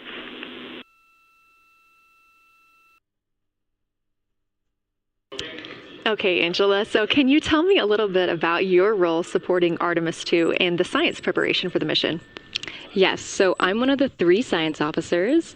So Kelsey's been on console all day. I'll take over kind of closer to the end of the day. And then Trevor Graff is on the planning shift. And so it's the 3 of us in this 24-hour cycle supporting the mission. And so the science officer console is a brand new console to Mission Control. And it's not every day that you get a new discipline incorporated into mission control. So it's been such a significant milestone for us. And it's just a testament to like the commitment that the Flight Operations Directorate and NASA have, that they're going to be integrating science and maximizing science throughout Artemis. So it's really exciting. And then the science preparation. So I'm on the operations team, but I'm also on the training team. So all the incredible training and shout outs that you've gotten today, it warms my heart. It warms everybody's heart in the science evaluation worm. I promise you that. But so all the classroom training, the field training, the mission simulations, right? We were part of all of it. And, that is what we did to get the crew to be, they are a part of the science team. And they are the forefront, that nice edge. And they're just been doing such a great job today. I know. I imagine that you have to be pretty proud of them. Their reports have been fantastic. So I would like to know a little bit about how you have developed procedures for this crew. What kind of science activities are they carrying out inside the spacecraft? Yeah, so the procedure development has been a unique challenge. I would say the exploration science that we're doing is inherently pretty flexible, and operations is, I'd say, inherently has more structure and rigidity. And so to marry the two and to operationalize the science that we want to get done has been a challenge. But I think we've been able to go through these processes and create good products at the end and have a good plan. And yeah, it's been really great. What was the second part of your question? Just what kind of these science activities that they're performing, which of those have you really had a hand in? Yeah, so a lot of the procedures help organize what the crew is doing in the cabin. And I know we've talked a lot about, what they've been doing, and they've been doing a lot, and it's been a little dark, so I can re-explain what some of those things that they're doing. So the observation blocks are about an hour long, and the crew is organized, the 4 crew members are organized into 2 pairs of 2, the window team and the cabin team. And the lunar targeting package that you've been showing up and that the crew have on their handheld tablets is really the instructions for the window team. So the window team, the 2 crew members are looking out the window. One has the camera with the long lens. One has, they're just looking out the window with their unaided eye, and they're taking these detailed observations. And then halfway in that observation block, they do the window team position swap. So that's what Capcom's been calling out, and they'll switch positions. So each crew member has a chance to have that long lens. And then that's just what the window team is doing. There's also the cabin team, where they also have duties that they're doing. We're asking a lot of the crew in this time. And then the cabin team, they have the interior camera, and they're taking images inside the cabin. They're also supporting the window team, where, you've heard some call outs where looking out at the bright moon and then looking inside the dark cabin and looking at their LED screen is a lot. So the cabin team is also helping support, target, and guide the window team into specific targets on their plan. They're also helping call out these science situational reps. So they're looking out a different window and listening in to what the crew who are really down and in the science on the window team are doing, and they're giving us insight. And those recordings that the window team is doing are going to be uplinked or downlinked overnight, and we're going to be able to chew on that data. But yeah, they're helping. They're doing a lot. And so making sure we have a plan that's flexible, but also make sure that we check off all those boxes was really important. So tell me a little bit more. You talked earlier about the analogs that the crew has done. What kind of analogs or environments were really useful for this? Yeah, so for procedure development, right, you have so many different environments that you can do. You have classroom, like we said, you have the Orion mock-up, you have simulations, and at least for developing the plan, we kind of did it in a tiered approach, because each of those different analog environments helps us answer a slightly different question and has a little bit of a higher fidelity. So we would start with the classroom. So we would we would just get into a classroom, we would put all the hardware on the table, and then we'd almost role play of like, you be Victor, you be Reed, you be Jeremy, and I'll be Christina, and like, let's just do the plan how we think we should do it. Write that down, and then just keep iterating on that, and then Integrity Houston for a tag up pre-forward link LOS in place of the Flight Director Conference.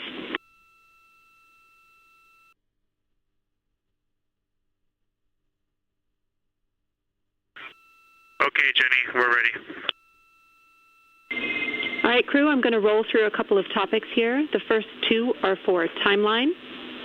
First of all, read for your toilet maintenance. It is a shortened toilet maintenance where you do not have to do the oxone changeout. That portion of the procedure is canceled. Victor, you have an HHP stop activity on your timeline. We need you to perform that as scheduled for bandwidth reasons. For your next portion of the flyby, in particular the eclipse, we want to remind you that you can take off the eclipse glasses when the sun sets and you are simply looking at the corona.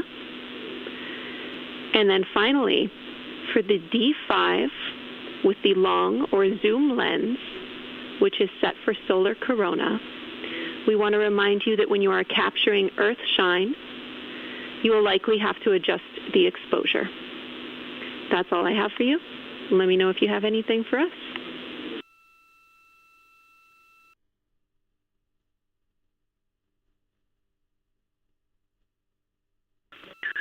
Okay, Houston, we copy y'all. Thanks for those words, Sydney.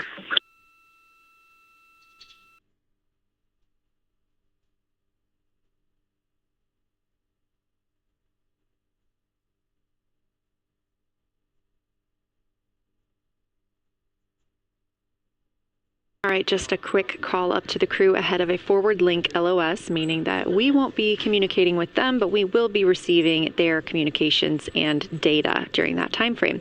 So, Angela, we were talking about analog environments. You were telling me about the classroom and getting in there and pretending who's Victor, who's Reed.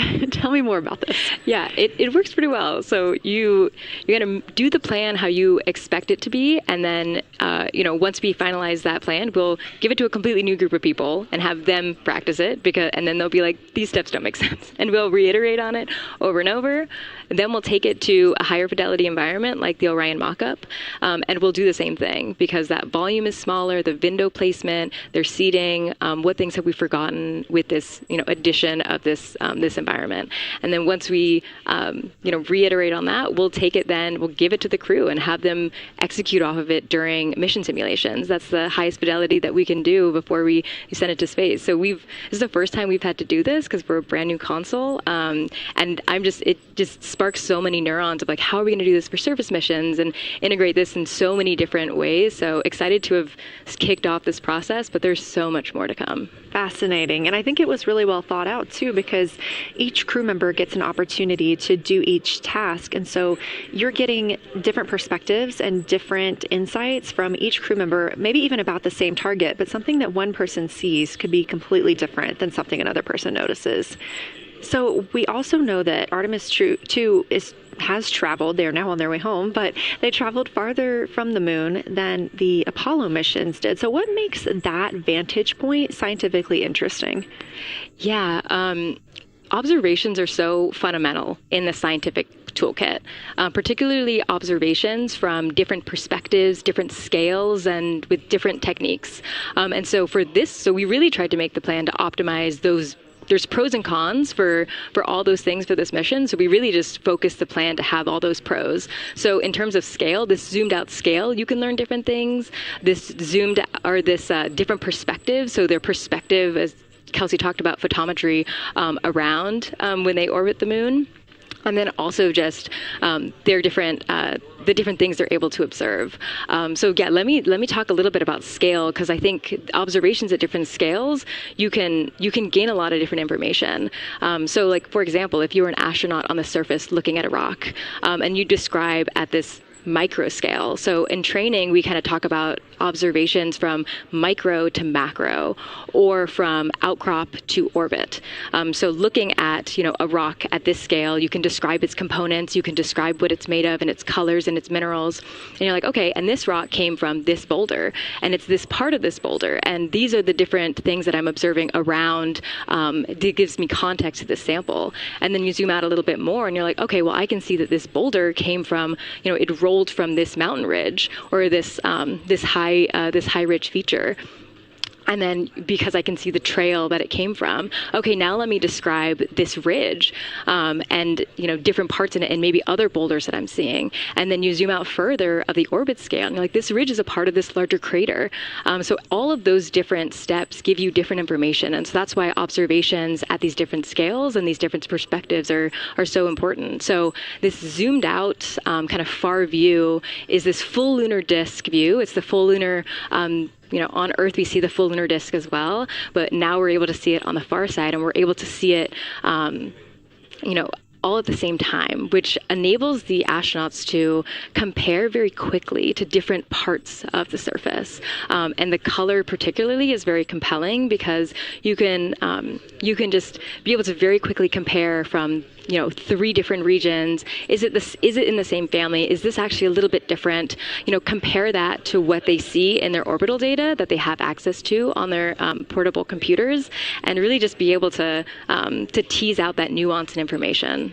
Yeah, we heard them make a lot of those connections today, and especially the color. We talked with Kelsey about this a little bit, just how exciting it was to hear the browns and greens and things like that. I cannot wait to see those pictures. So one last question. We are coming up on the last lunar flyby observation block, and this is when we are going into a solar eclipse. So can you tell me what you're interested in the crew learning during that time frame? Yeah, so the data set. So yes, there's so many things. How to pick one. So I'd say the thing that I'm most interested in seeing is some of their annotations that they're taking. So in this opportunity, it's a very dynamic type of experience in that we don't normally see this activity. And so being able to have crew observe the solar corona and then also annotate it in their on their portable computing device is just such a unique thing that humans can give to missions, and also particularly being able to annotate what they're observing while they're talking about it is also unique to being able to have astronauts in orbit as well, because we won't be able to have annotations on the lunar surface because the astronauts will be in suits. They're going to be collecting samples, they're going to be deploying instruments. And so personally, I'm really excited to see some of these annotations and to see how that develops over time, because you've heard a lot of descriptions. And I think, when people are describing something that's unique and different, you can interpret it differently. But if you're drawing and you're marking, particularly just going back to like the color provinces, for example, and those boundaries, you know exactly what they meant. And really, I'm just very excited about those annotations. There's been some famous annotations that the Apollo crew have made, particularly about solar coronas and the structures that have, and lofted dust that have given a lot of debate within the scientific community of they're observing this phenomenon, and now it's our job to hypothesize of like, why are they observing this? Like, what is going on? So I think that's just a really cool part of exploration and science and, this beautiful thing that we're about to do. Well, now you've got me excited about the annotations too. I mean, I've been excited about the pictures and the audio, but now... Don't sleep on the annotations. I am very excited to see these little sketches that they're able to draw out. And we have pictures that they can just draw right on. It's like, this particular thing is different than what we've seen. So I'm excited about that. I'm excited too. Angela Garcia, thank you so much for joining us today, and have a great time tonight on Console. Thank you, and you've been doing a great job, and it's so excited to see where we go from here. Thank you so much.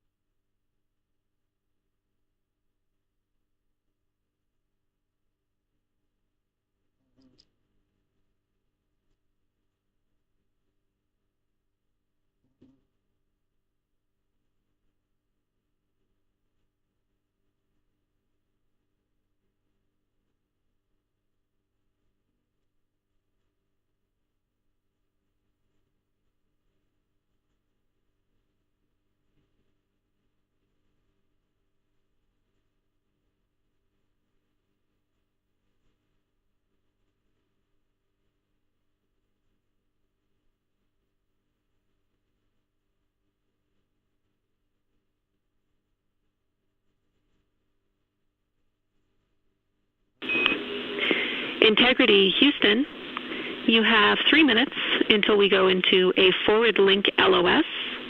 We will be back up with you in about an hour during the eclipse on Madrid.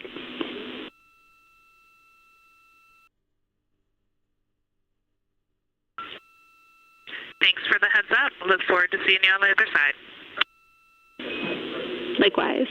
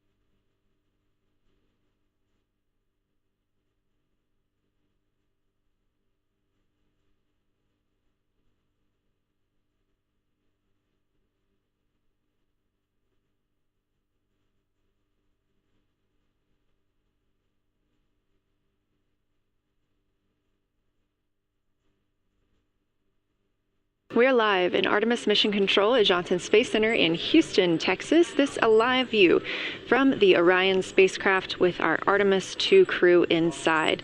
That's Reed Wiseman, Victor Glover, Christina Cook, and Jeremy Hansen.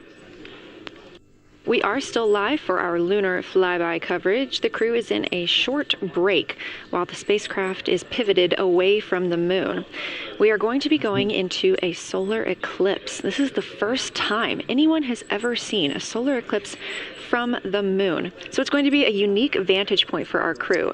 But ahead of heading into that solar eclipse, we need to charge the batteries on the Orion spacecraft. Therefore, we have positioned the solar arrays into the sunlight to allow time for those batteries to charge.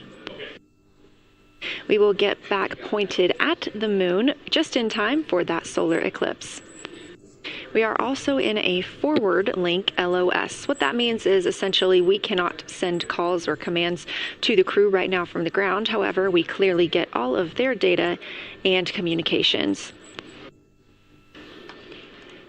The spacecraft is now 4,632 miles away from the moon, and that number will only continue to grow as the distance from Earth shrinks, now 252,523 miles away.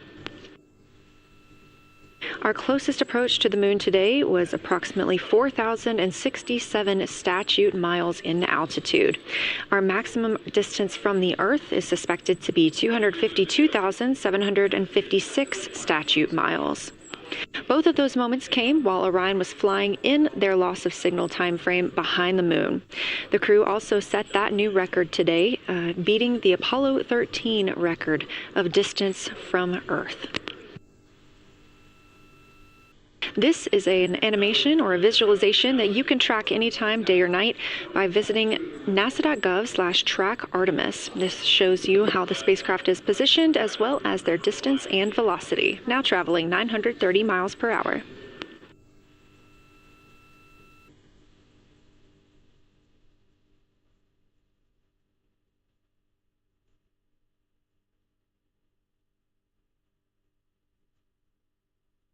During this break in their time today, the crew is working on a couple of other tasks.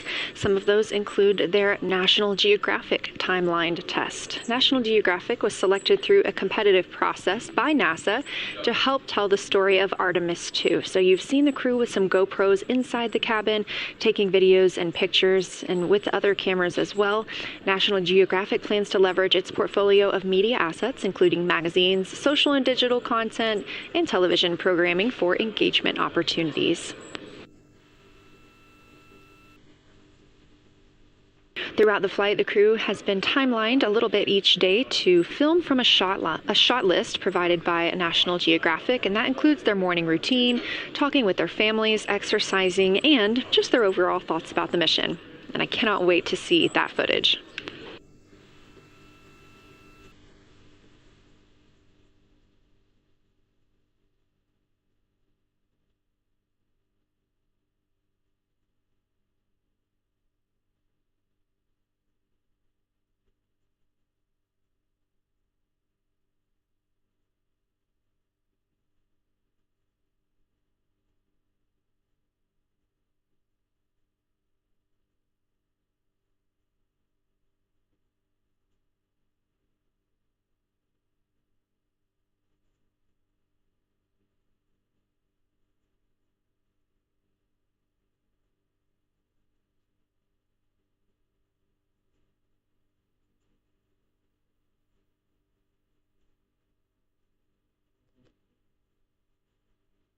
Teams on the ground reporting that the spacecraft is looking good and that the power aboard is good as well, all setting us up in a proper position before eclipse.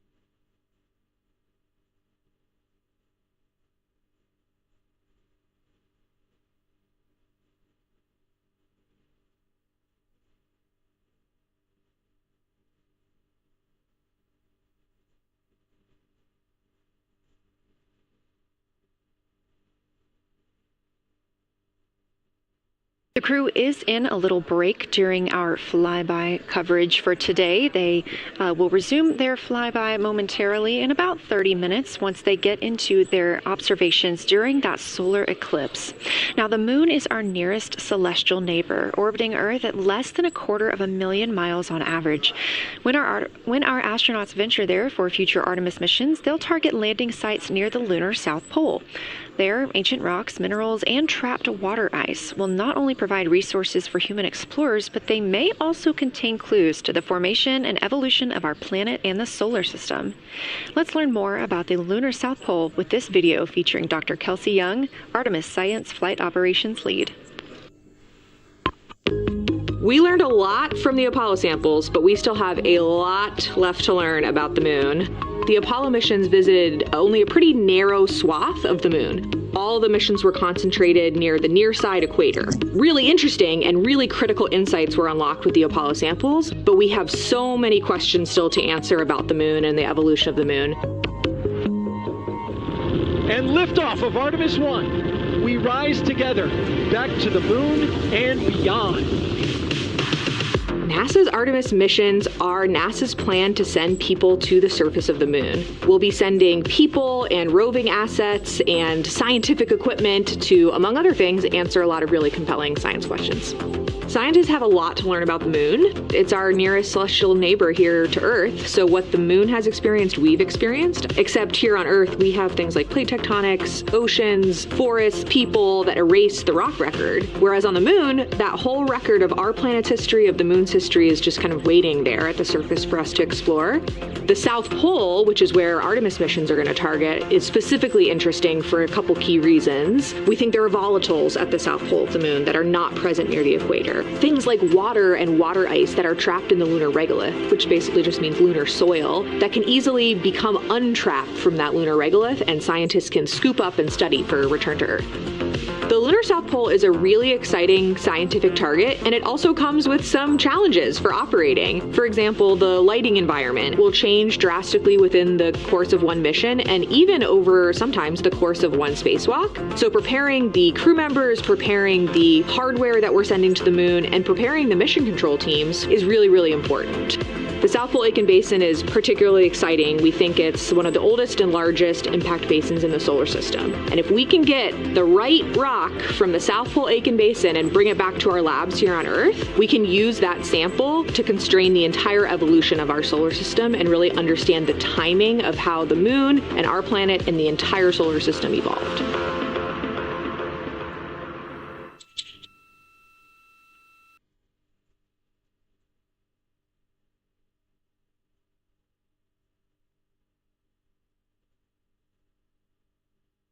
You're looking at a live view aboard the Orion spacecraft of the Artemis II crew, working in the middle of one of their breaks, or really their only break today, during this lunar flyby period. Coming up next will be that solar eclipse.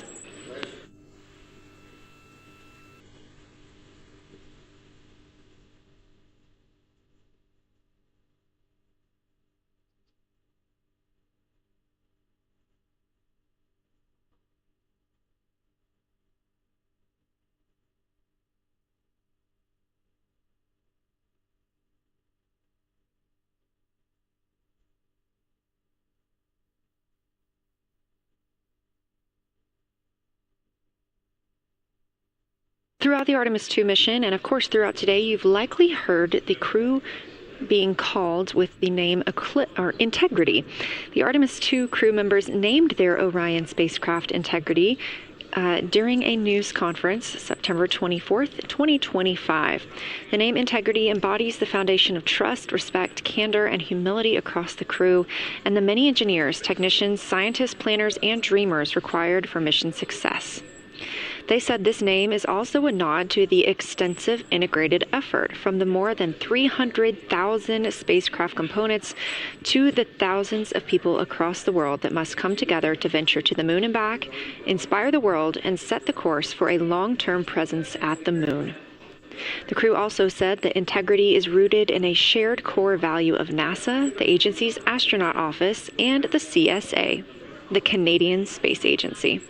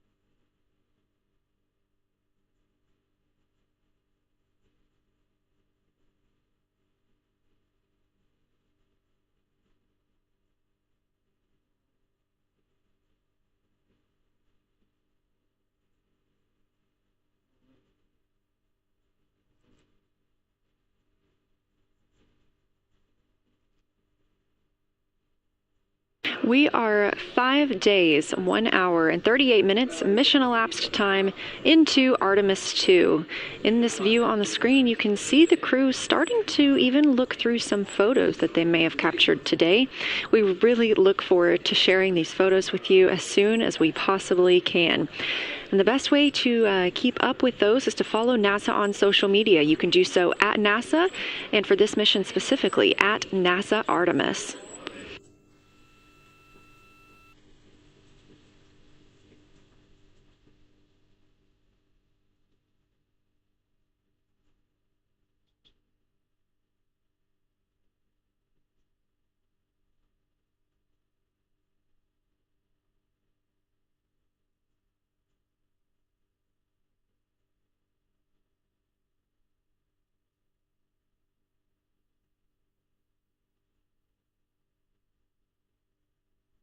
Again, we are in a forward link LOS, or forward link loss of signal with the crew, meaning that we're not able to communicate or send any commands to them right now as they were. This is a tracked event that occurs at times, but they could still provide communications down here to us, and we are obviously still receiving their video and their data.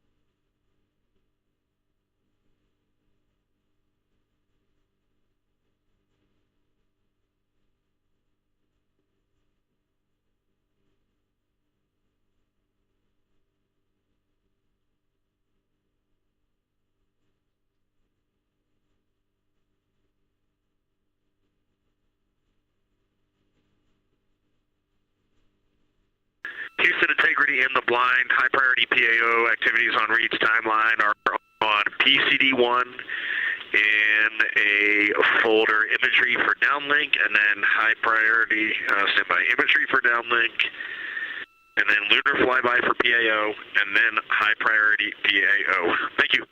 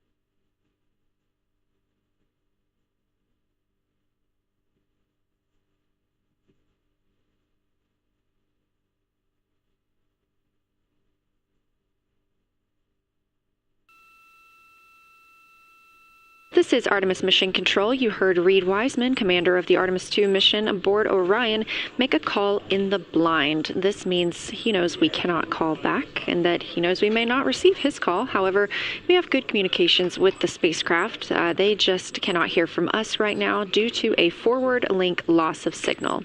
Again, we were tracking that this would occur, and we will regain that momentarily. But that call that came down from Wiseman mentioned some imagery, so we are very much looking forward to getting pictures taken from the moon today. Again, to see those images, make sure you follow NASA on our social media at NASA and at NASA Artemis.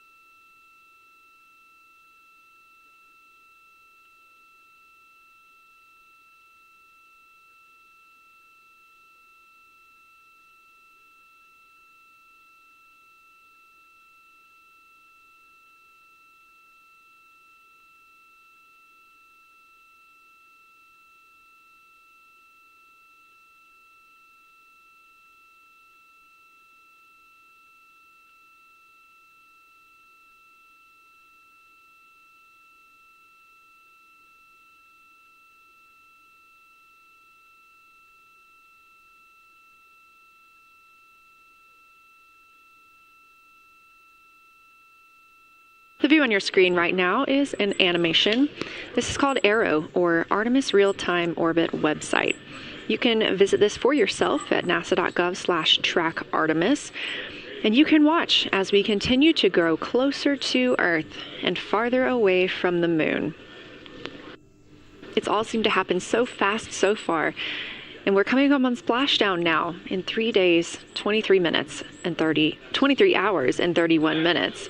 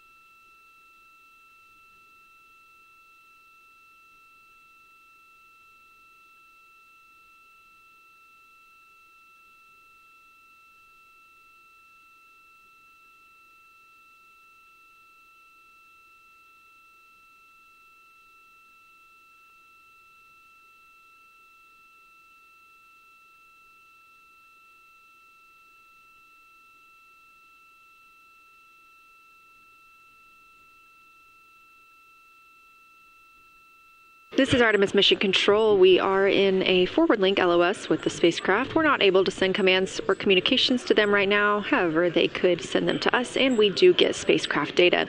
This is tracked as we are on the Deep Space Network.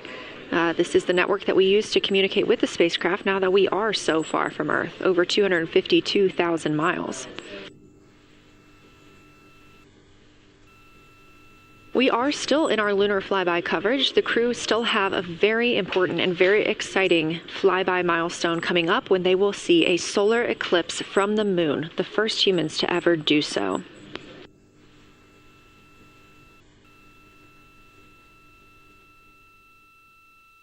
Something that we also have to consider when it comes to our missions and launches is space weather. So since the Apollo 16 and 17 missions, there were some solar eruptions near that time frame that could have been dangerous to our explorers. Over those 50 years since those storms, the data, technology, and resources available to NASA have improved, enabling advancements towards space weather forecasts and astronaut protection, which is key to NASA's Artemis program to return astronauts to the moon.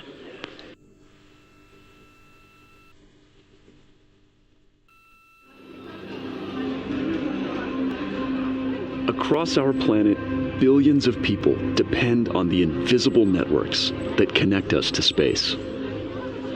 Every day, those networks are at the mercy of our temperamental sun and the space weather that it unleashes across our solar system. That's why NASA's space weather program tracks solar storms from the moment they erupt, modeling their paths, anticipating their impacts, and leading the research that the world's industries rely on. NASA's space weather research and modeling is driven by the needs of society and enables critical decision-making that equips pilots to reroute around high radiation areas, farmers to adjust GPS-based precision planting and harvesting plans, and power grid operators to mitigate the impacts of potential surges.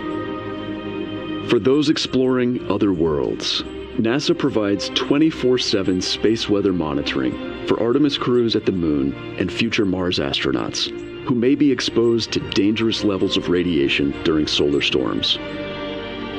Whether you're a pilot or a passenger, a farmer or a consumer, a power grid operator or energy customer, a satellite controller or GPS user, space weather impacts us all.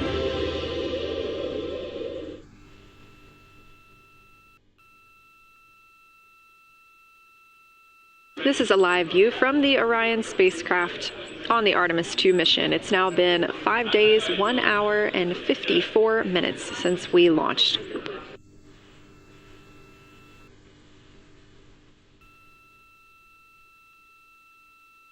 We are still in our flyby coverage, and the crew is on a short break right now as we have changed the attitude of the spacecraft to help charge the batteries aboard. We use the solar arrays to gather energy from the sun and store it in the batteries. That way, when we are not in the sunlight, we have those batteries to continue powering Orion.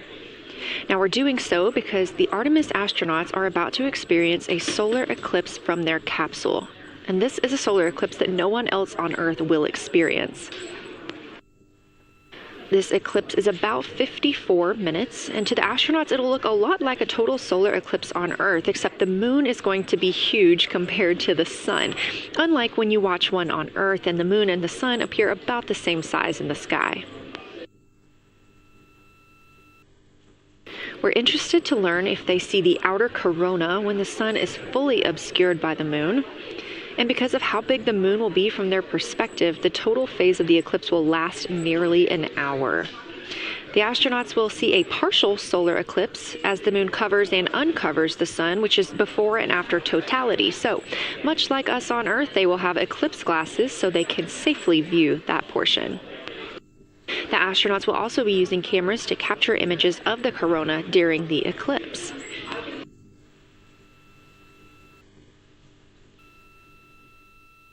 There also may be some other planets visible during the eclipse, including Venus, Saturn, Mars, and Mercury.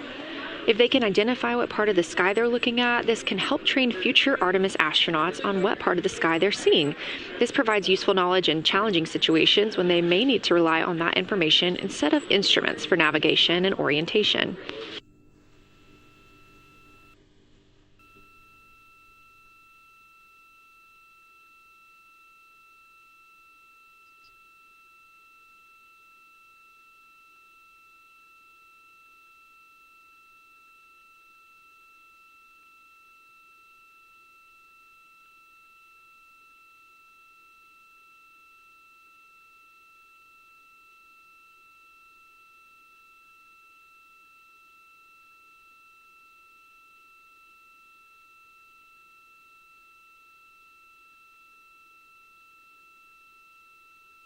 Confirmation from teams here in the ground that we have reached the eclipse attitude, meaning Orion is in the proper position to observe it.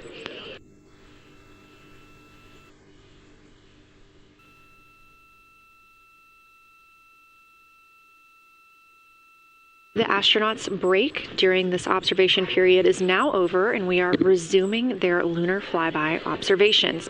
The first of these is sunset. This is the solar corona that we'll be looking for. It's the outer atmosphere of the sun. The science team is also interested in if the astronauts can see polar plumes. These are thin streamers that project from the sun's north and south poles. Additionally, they're interested in seeing if the crew can witness coronal loops. These are arcs close to the sun's surface. And something else that we've previously mentioned is lunar dust. This is dust from the moon that is lofted above the lunar surface and illuminated by the sun. It was reported visible by Apollo astronauts.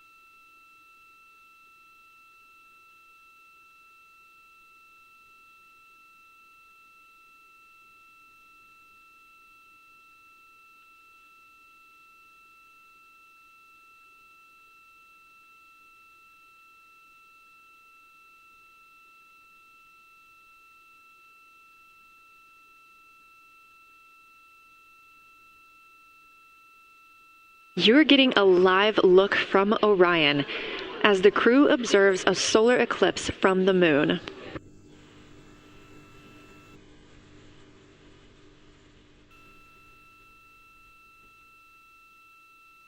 Again, this solar eclipse is only visible to the crew on the spacecraft. It's not visible to anybody on Earth. The science team is interested in several different targets for them during this time frame.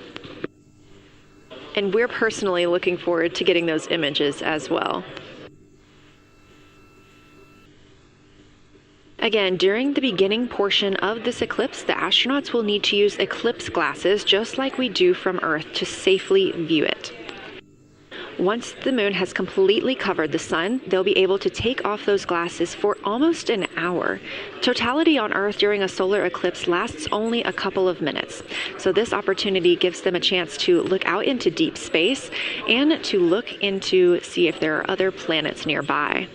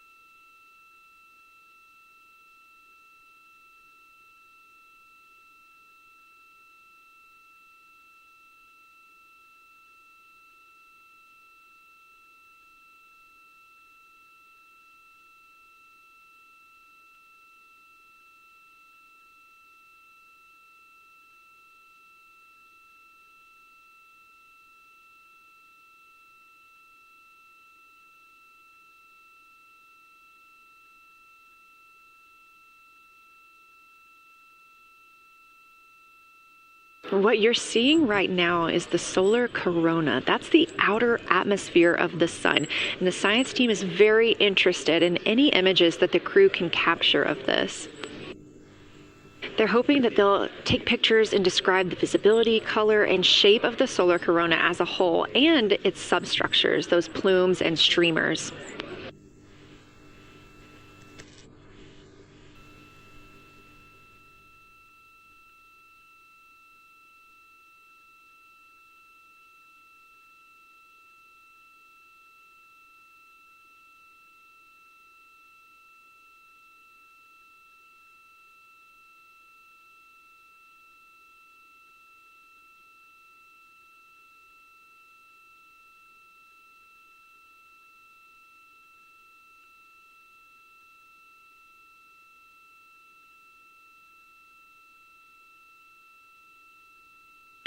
Science, integrity in the blind.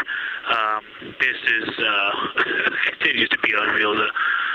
The sun has gone behind the moon, and the corona is still visible, and it's bright, and it creates a halo almost around the entire moon. But when you get to the Earth side, the Earth shine is already shown. I mean, almost seconds after the sun set behind the moon.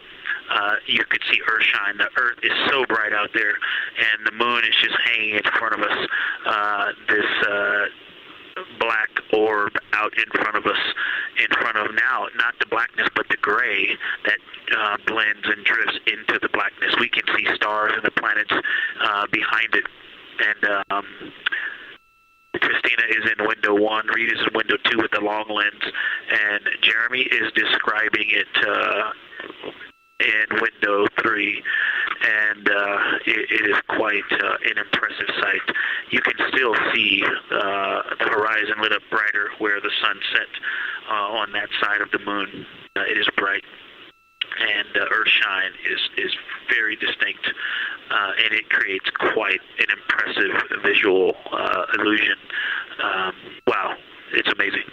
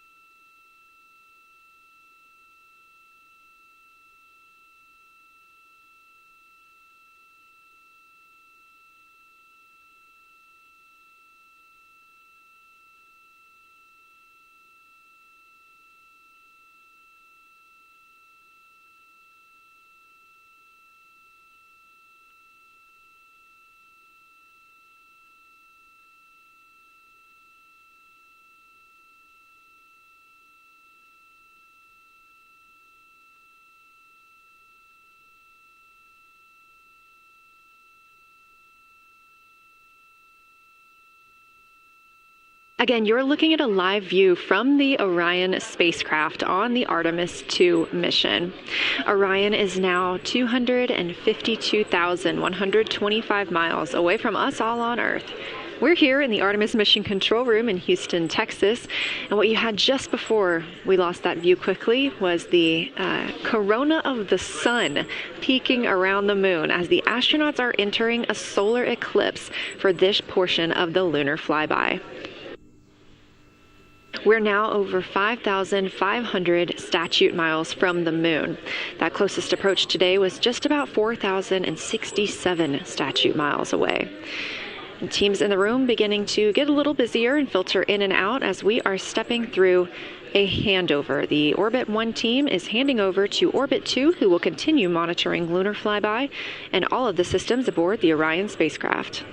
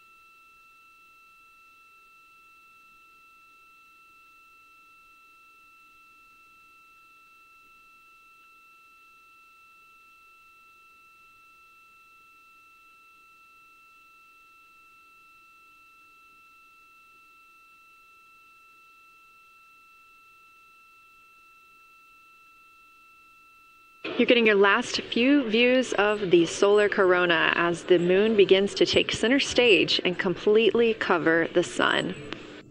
If you see that bright dot up near the top left of your screen, we think right now that may be a part of the spacecraft, but we'll be sure to correct that if we end up figuring out later that it is something else entirely.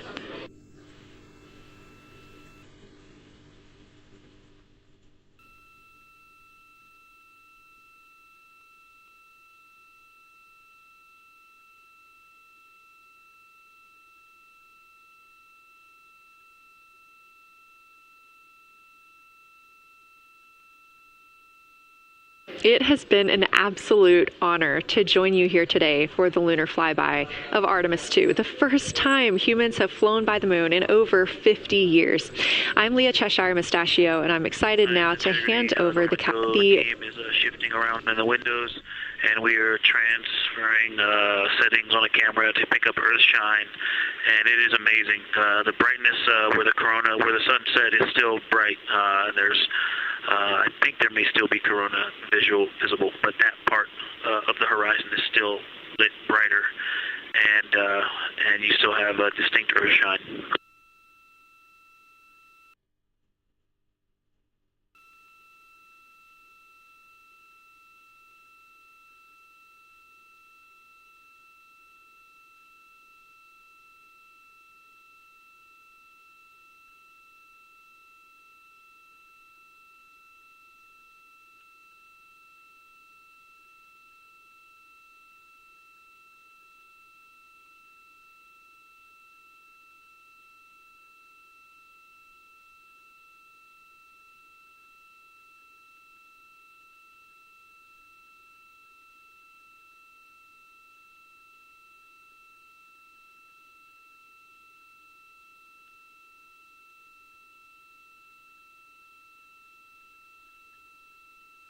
You know our rules that we don't talk when the crew is talking, so wanted to give Victor Glover a moment there to call down what he was seeing now that the moon is covering the sun. A really amazing time during today's lunar flyby. Again, thank you so much for letting us help tell this story today. I am Leah Cheshire Mustachio, handing it over to my friend Anna Schneider at the PAO console as the Orbit 2 team comes to join us. So thank you so much, and I hope you all enjoy tonight. Anna, you can take it away.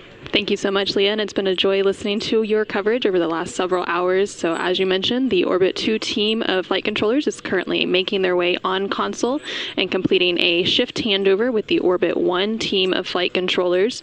The Orbit 2 team tonight will be led by Flight Director Diane Daly, and she is currently handing over with the Orbit 1 flight director there on your screen, who was Flight Director Jeff Radigan.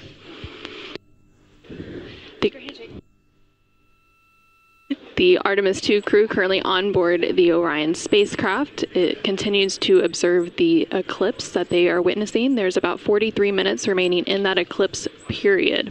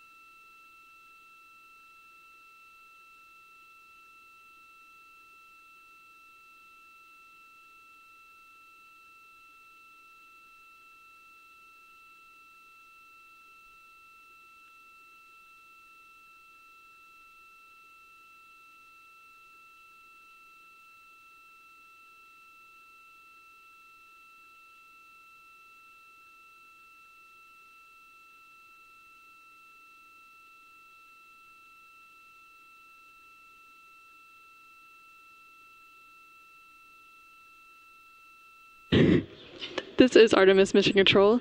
You are currently seeing a live view of the solar array wing cameras on the Orion spacecraft. We spoke with our science team, and they did determine that that dot in the distance is Venus.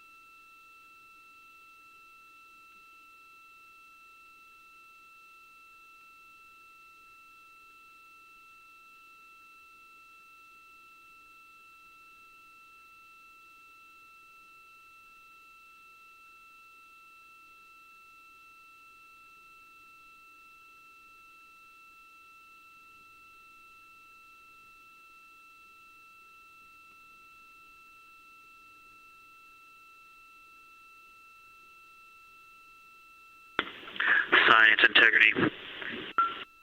Let's see, not a huge change in here, just an update. The camera settings for Earthshine are challenging. This one's challenging to capture. What we're seeing, we're just not picking up on the cameras. And after all of the amazing sights that we saw earlier,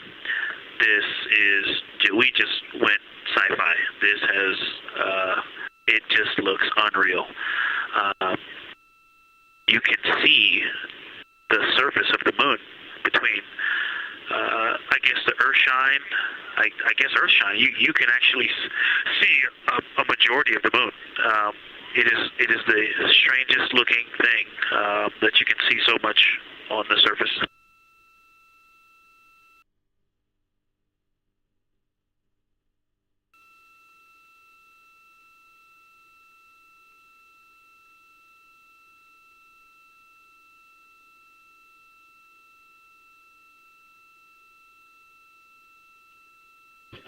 This is Artemis Mission Control. You were just hearing some communications called down from NASA astronaut Victor Glover, currently on board the Orion spacecraft. They are currently observing an eclipse. There's about 39 minutes remaining in that eclipse period. Currently, we are in a forward link LOS, or loss of signal, so the crew can communicate down with... He's seen 2 meteors, science.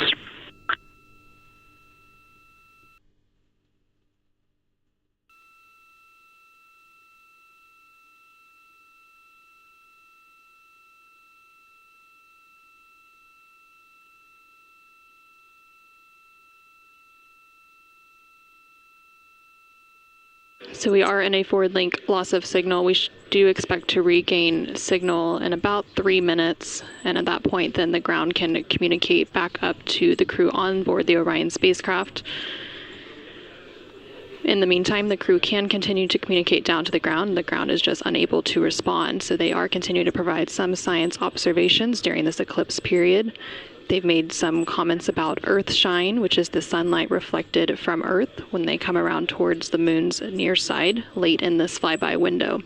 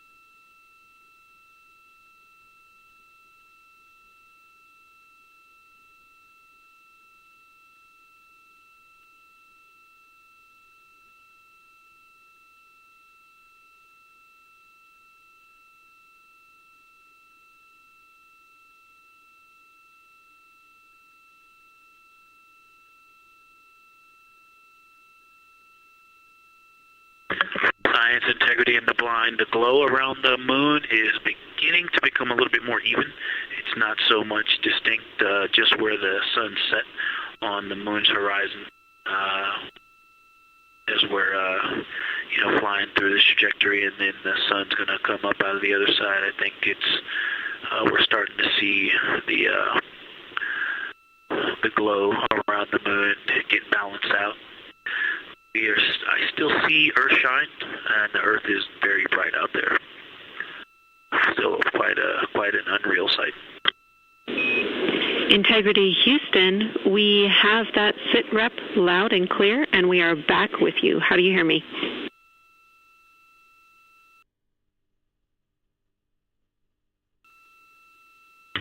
Hey, Jenny, we have you loud and clear. Thanks. Copy. Victor, we're handing you over to Science for some critical questions. Thanks for your report.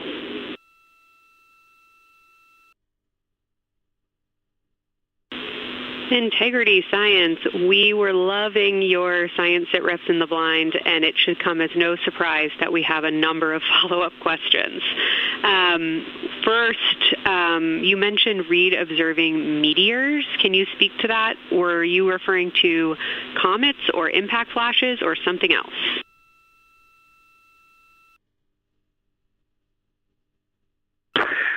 Yeah, there was a little bit of giddiness. We have seen 3 impact flashes so far. I saw 2, and Jeremy has seen 1. Undoubtedly, Jeremy saw 2, so that's 4 total. Undoubtedly, quick impact flashes. It was not sun glint off of particulate from the thrusters or the purge tanks. It was definitely impact flashes on the moon. And Jeremy just saw another one. Go ahead with your next question. Amazing news. I literally just looked over at the SIR and they were jumping up and down literally. If you could describe where on the moon you saw them, please.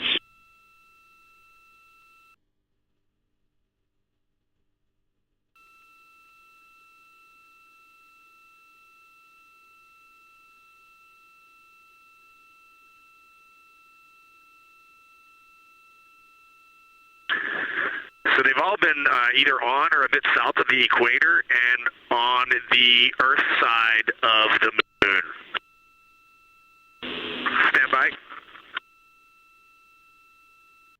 All right, so Jeremy has seen them kind of on and south of the equator, kind of spread across the moon, and mine were both south of the equator and just a little bit left of center of the moon.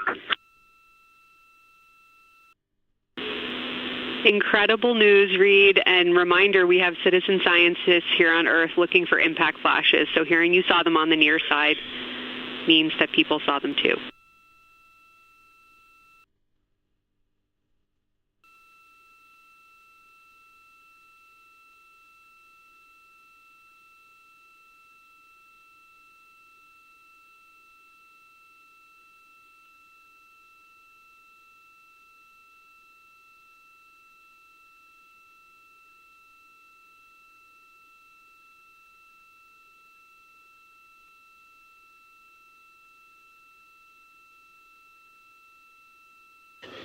This is Artemis Mission Control. We have regained that signal, so the team here in Mission Control was able to call back up to the crew on board the Orion spacecraft as they continue their lunar flyby. Specifically, they are now in that eclipse period.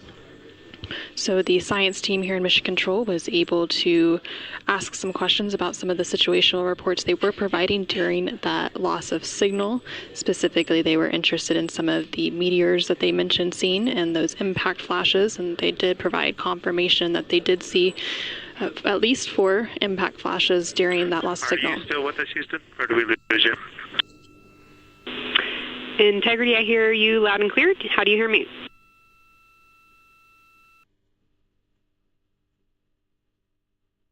Okay, we got you loud and clear. One of the other things I wanted to describe, which was surprising to me, but the entire moon is lit up. It's glowing behind the entire moon. I thought it would look, dark against the black sky or deep space, but the sun is lighting up the entire limb of the moon. You can see the entire perimeter of it, and even now with the sun far behind the moon, you can still make out little bits of topography around the entire limb, just bumps as you go around it. And there's about the glow around the moon, once your eyes adjust, is easily 10 widths or diameters of the sun around the entire moon.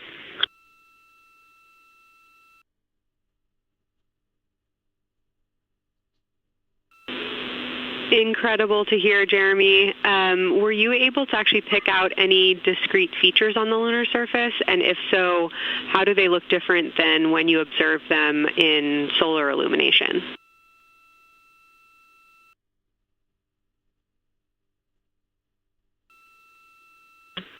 No, we really haven't been able to identify features on the lunar surface yet. We just see, the topography on the limb. For the Earth glow, we're about a quarter moon, waxing quarter moon, if you will, from the Earth glow perspective, and it's just at a very, just the sight angle. I'm just not able to tell what I'm looking at yet in the Earth glow. Understood. Thanks, Jeremy. One other question for you on the solar corona. Were you actually able to see any structure or color in the corona before most of it disappeared behind the moon?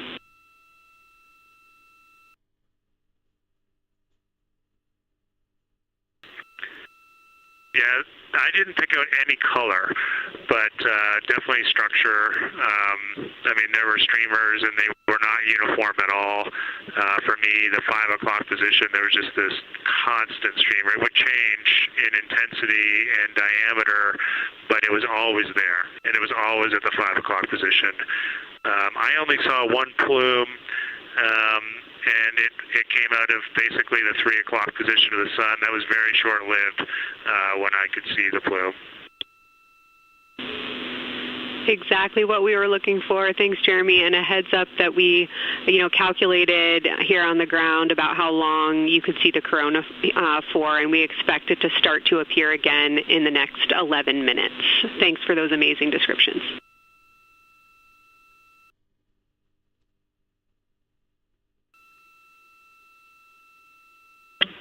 Okay, we're excited to see it all again. Integrity Houston, we're following along as well. That was outstanding. If you haven't already, just reminding you to swap positions at the windows. And that brief LOS we had previously was due to a data rate change expected.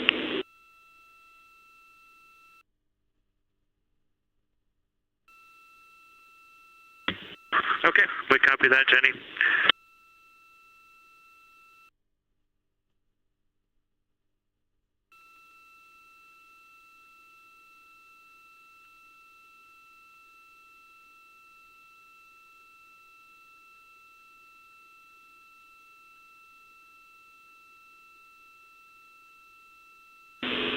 Integrity Science, one more request for you. While it's still fresh in your mind, any annotations or sketches you want to make of what you're seeing either around the corona structures you just mentioned or even on Earthshine would be so appreciated.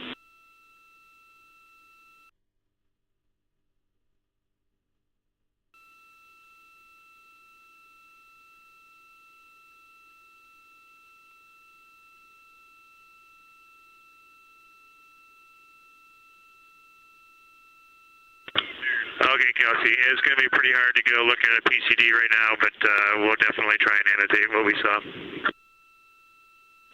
And if the annotations come in the next block where you're cleaning up your documentation, that sounds like a good plan to me.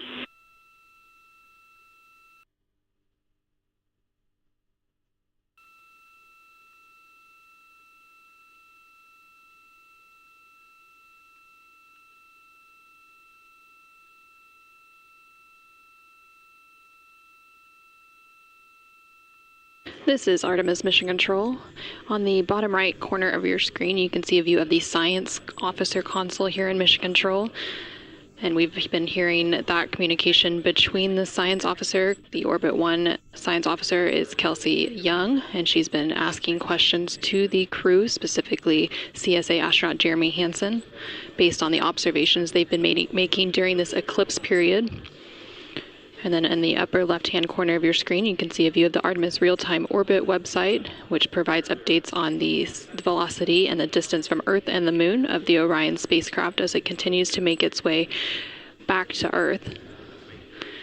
The distance from the Moon will continue to increase at this point. So right now, Orion and its crew are about 6,300 miles away from the Moon and about 251,000 miles away from the Earth.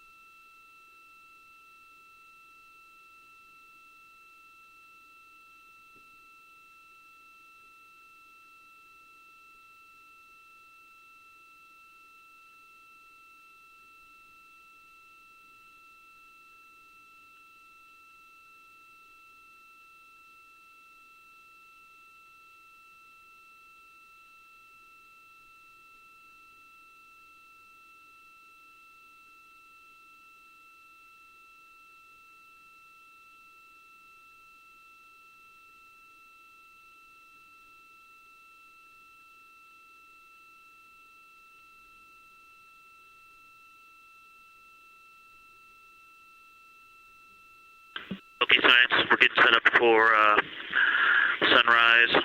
The window teams are, Christina is supporting, and also Xena 9 in window 1.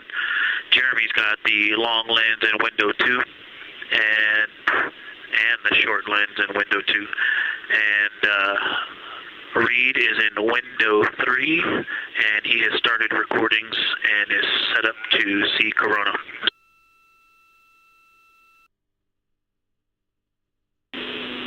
Great sit rep, Victor. That sounds like a good config, and we're showing coronal effects start to appear on your video camera. So in the next few minutes, we should start to hear your observations.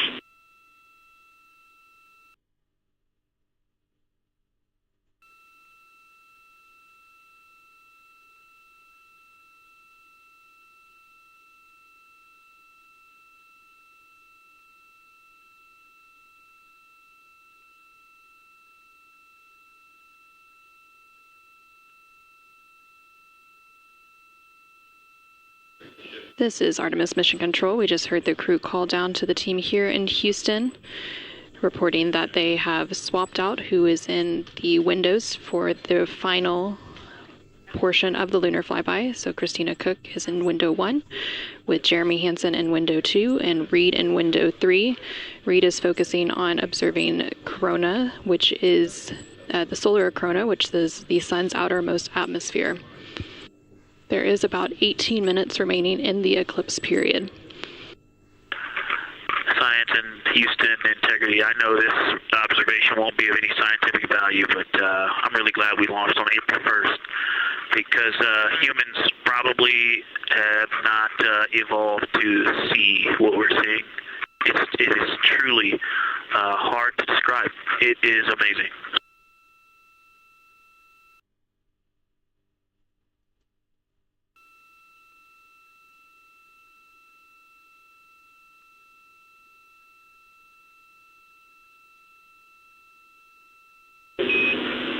Amazing. Thank you, Victor.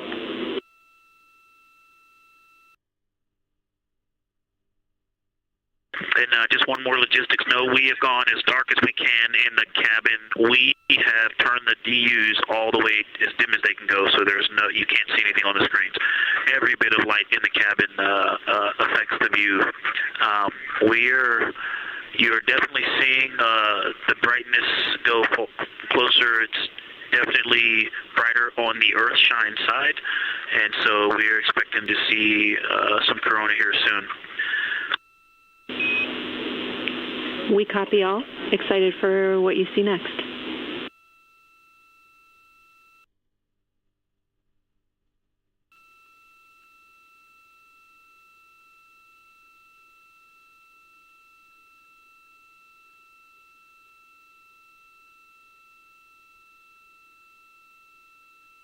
I'm not sure if we talked much about the star field, but we've got lots of stars.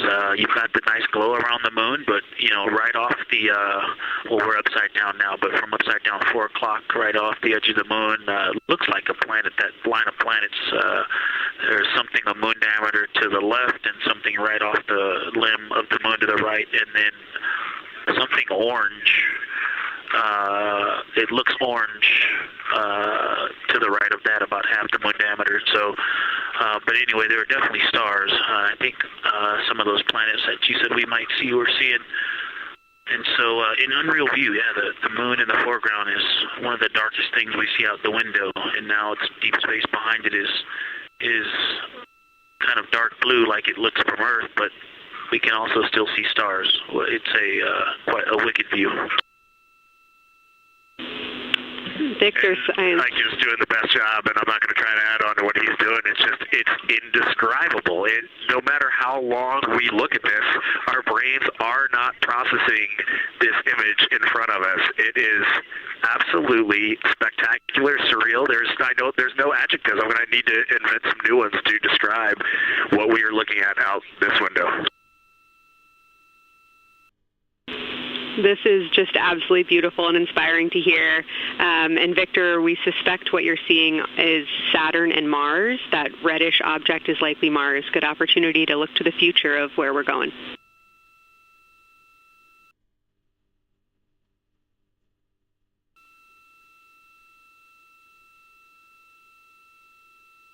Yeah, we can absolutely see the color of Mars. That's awesome.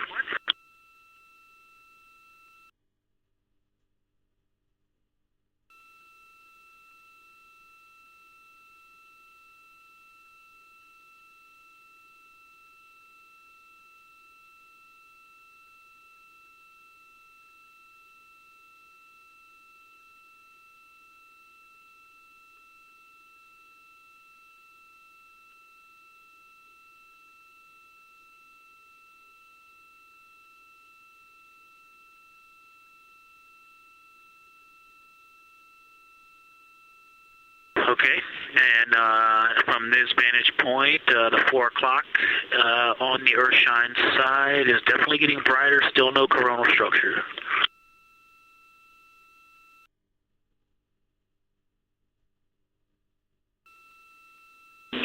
Houston copies.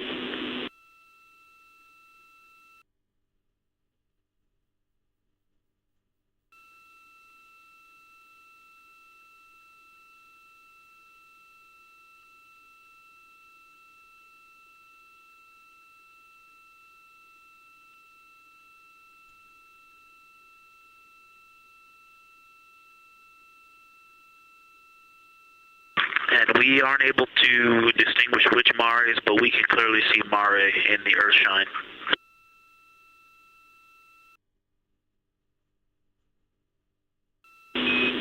We copy.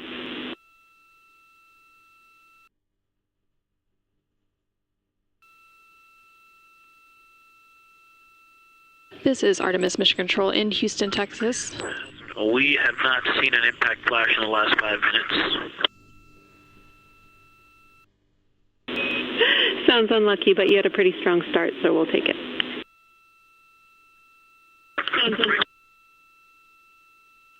And actually, right after I said that, right at the South Pole, near the South Pole on the Terminator, Reed just saw one. Amazing.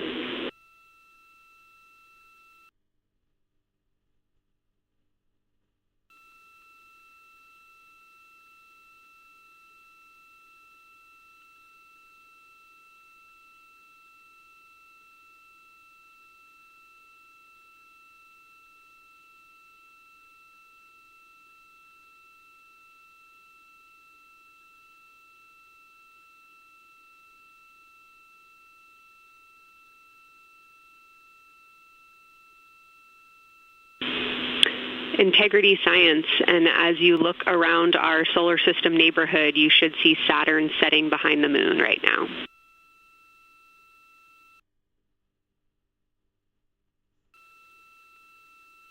We do. We've been watching it track close to the horizon, and it's right tangential to the moon at this moment.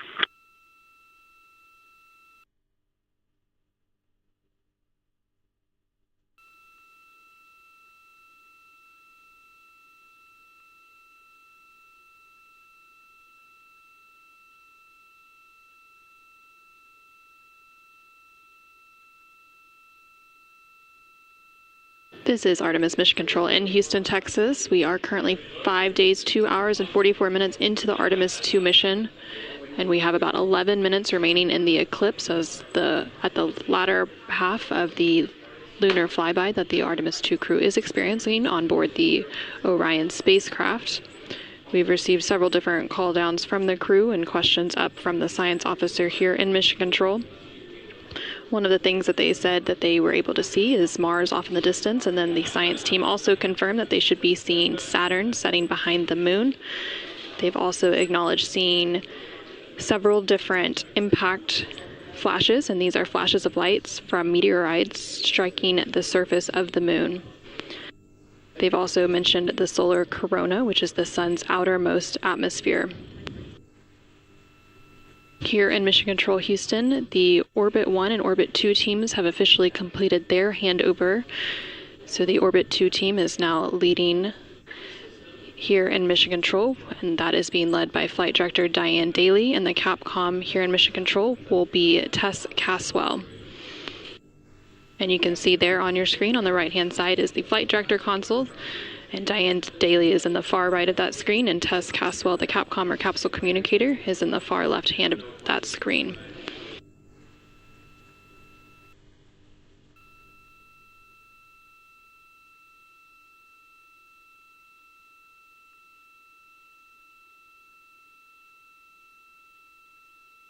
Okay, the light is continuing to grow in intensity. At about the 4 o'clock position on the about the 8 o'clock position on the Earthshine side. Saturn has set. Mars is tracking towards the moon's horizon.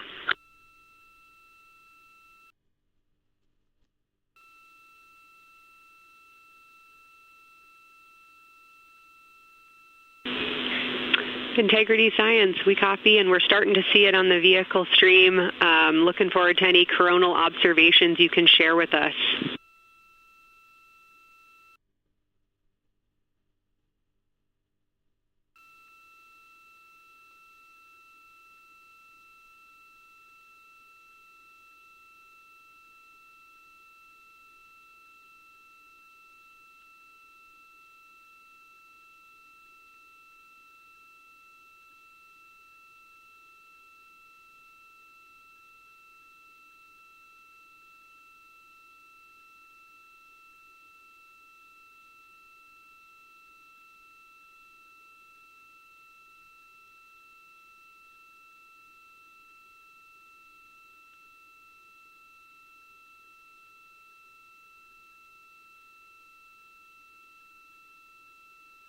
This is Artemis Mission Control. That view you're seeing on your screen is coming from the solar array wing cameras outside of the Orion spacecraft.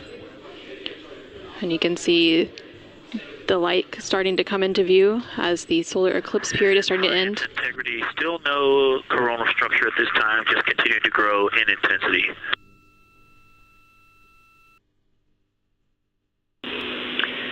Copy, Victor, and reminder, you still should have several minutes before the eclipse classes need to go on, and we can send you up a reminder when you're getting close to take your eyes away from the D5 viewfinder, but you should be good for several more minutes.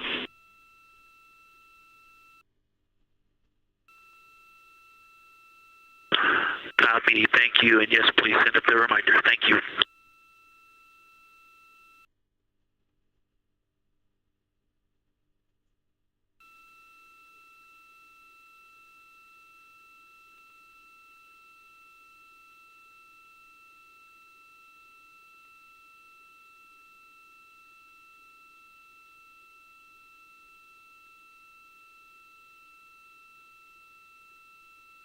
Okay, we all think we're starting to see something. I believe the most popular term is baby hair.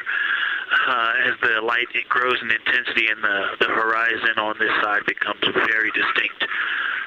You can still see Earthshine, even though the sun's brightness is definitely growing in intensity.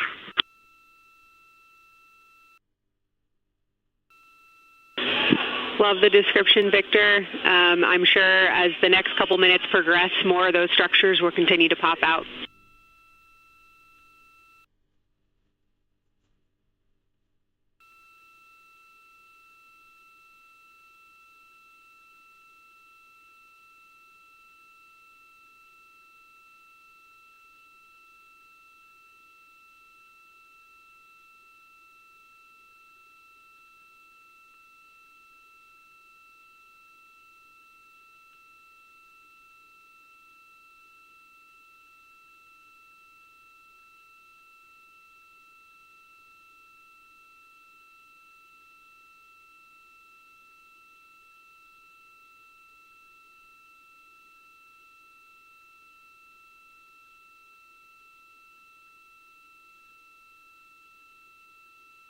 This is Artemis Mission Control in Houston, Texas. The Artemis II astronauts on board the Orion spacecraft are currently observing an eclipse.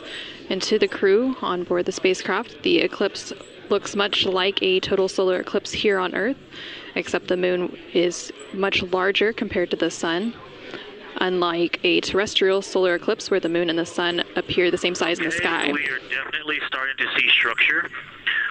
That baby hair is rapidly growing out toward the 9 o'clock and the 8 o'clock.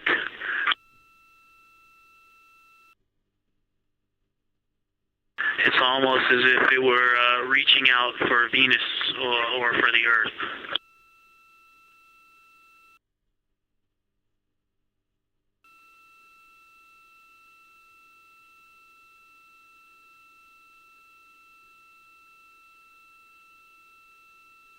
If you've ever seen the spotlight off the top of the Luxor at night in Las Vegas, this looks like what that wants to be when it grows up.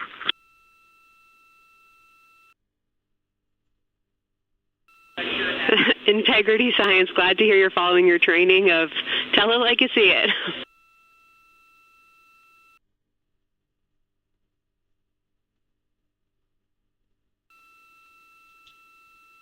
So far, it's pretty symmetrical. There are 2 or 3 streamers that are growing in intensity and in magnitude, and it's slowly starting to widen, starting to spread out across the horizon.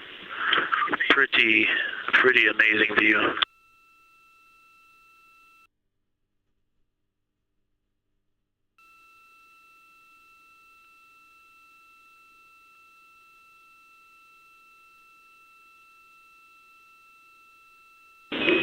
And Integrity Houston, great words. Reminder for you, we are approaching the brightness level at which You should no longer be using the viewfinder on the D5.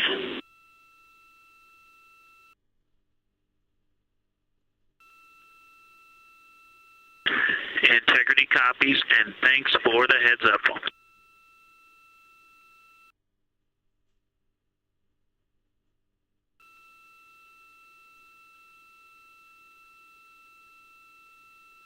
This is Artemis Mission Control. And I think we're seeing some directionality. Some of it is going in different directions because it appears to be moving and combining and recombining as it moves. It's pointing in different directions, and some of it appears to be going like down toward the south pole of the moon, but it's and then coming back together and going out towards Venus and the Earth. And depending on how I stare at it, it looks like one large structure, but then it definitely has wisps, and you can see 3 or 4 structures inside of it. It's like watching a flame. It's like looking at a flame, and stand by. And so it has some inherent movement. Now there's a very bright spot. There's a very bright spot in the center of it. There's a towering light of. There's a towering light, and then there were like 2 streamers that were going 30 degrees out from it, and now it is just extremely bright.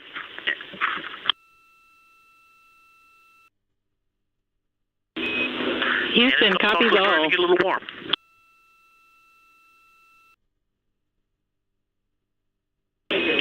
And we copied all. We wanted to remind you at this point on the eclipse glasses. Should be about time for those.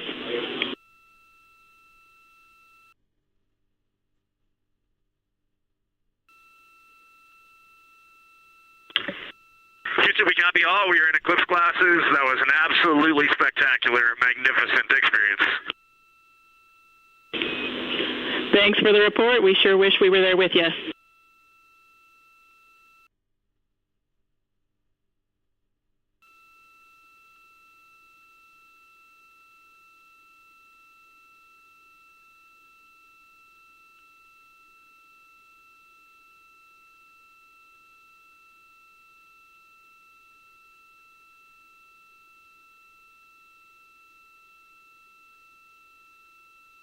This is Artemis Mission Control.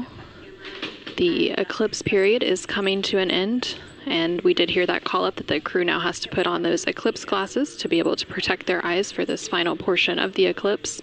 And these views coming to you from the solar array wing cameras on the Orion spacecraft. And Houston, if you could give me about 20 new superlatives in the mission summary for tomorrow, that'll help my vocabulary out a bit. Thank you. We will solicit input from the team.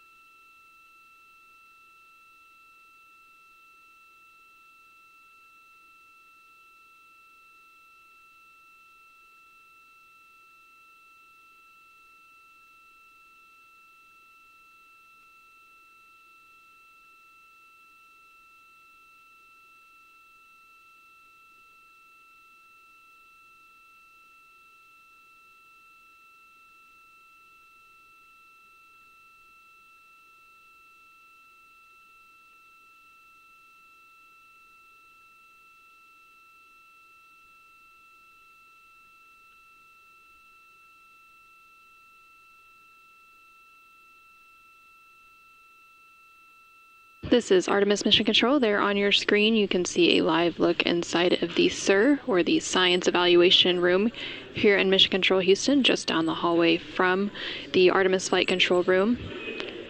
Integrity Houston, back with you after a data rate change. Regarding the SAW-3 camera T low caution, no action for you. It just got a little cool during the eclipse.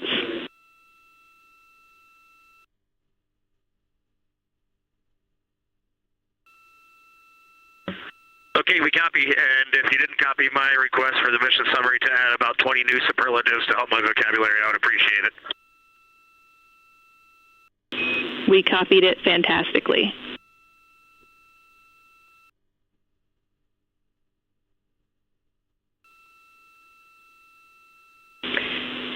And integrity science, this is basically wrapping up your fly-by-day observations. I can't say enough how much science we've already learned and how much inspiration you've provided to our entire team, the lunar science community, and the entire world with what you were able to bring today. You really brought the moon closer for us today, and we cannot say thank you enough. And science signing off, and can't wait to talk to you tomorrow morning.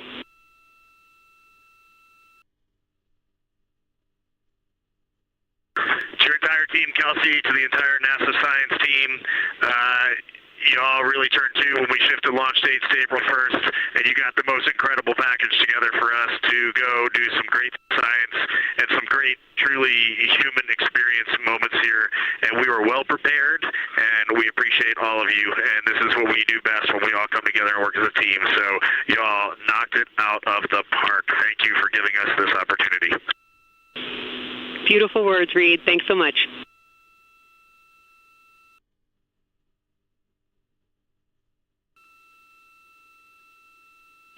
And this is Artemis Mission Control. The lunar flyby observation period is starting to come to a close following that eclipse. And there on your screen you can see a look into the Science Evaluation Room, or the SIR, which is embedded within Mission Control to provide science input. And they provided that input throughout the live flyby operations today. They also have a back room called the Science Mission Operations Room that processes data, evaluates imagery, and supports rapid analysis. And then, of course, we have the science officer on console here in the Artemis Flight Control Room, which you can see a view there on the bottom right-hand corner of your screen. The science officer throughout the flyby operations today has been Kelsey Young, who is the Artemis Science Flight Operations Lead. And then to her left is Angela Garcia, who will be the science officer taking over for Orbit 2.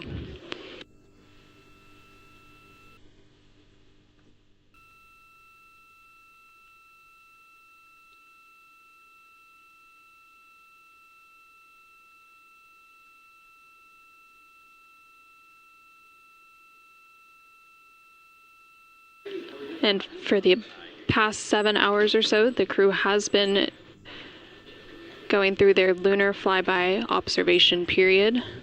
And now they will wrap up that period and complete some final tasks and begin downlinking some of the amazing imagery that they've captured throughout the day, as well as some of the observations that they've recorded. And now on your screen, you're seeing a live look from the Orion spacecraft from those solar array wing cameras. The solar eclipse period ended just a few minutes ago, and during this eclipse, towards the end of the flyby window, it lasted about an hour, and it was when the sun was hidden from view behind the opposite side of the moon from the perspective of the Orion spacecraft and its crew. And during that time, the crew saw a mostly dark moon, and they used the opportunity to analyze the solar corona, which is the sun's outermost atmosphere, while it was visible.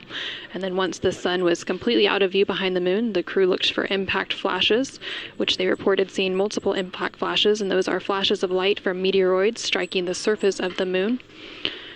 They also looked for dust lofting above the limb or the edge of the moon, along with some deep space targets, including planets, and they noticed Mars off to the distance, and we also saw Venus on one of the solar array wing cameras early on in the eclipse period. The crew also looked at parts of the moon illuminated by Earthshine, which is the sunlight reflected from the Earth when they come around toward the moon's near side at the very end of that flyby window.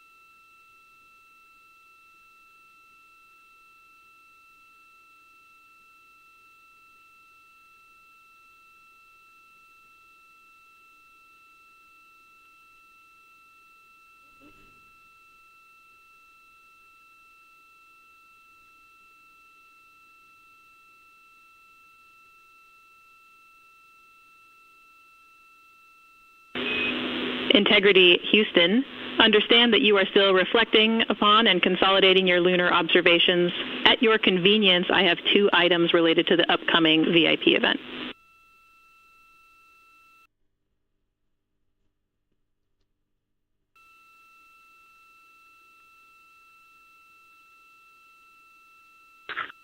Go ahead.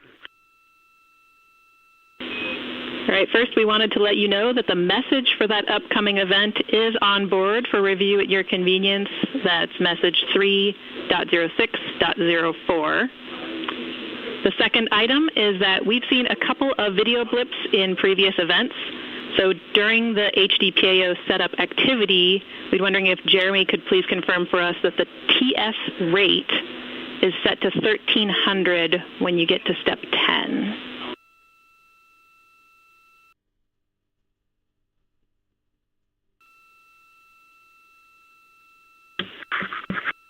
Okay, Jenny. Yeah, we're pretty sure we've been in 1300 for all the PAO events. We've been tracking that when we swap between the HHP and the D5. We copy, Jeremy. Thanks. And for the record, the phenomenal Jenny has gone on to her next appointment of the day, and you've now got Tess with you.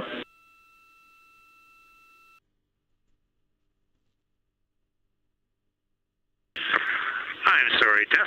Great to have you on board Integrity. No worries. Happy to be here.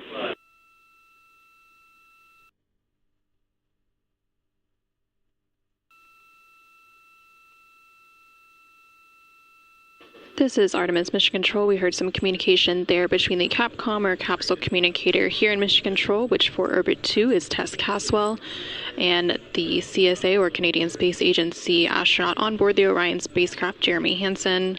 They were discussing an upcoming public affairs event.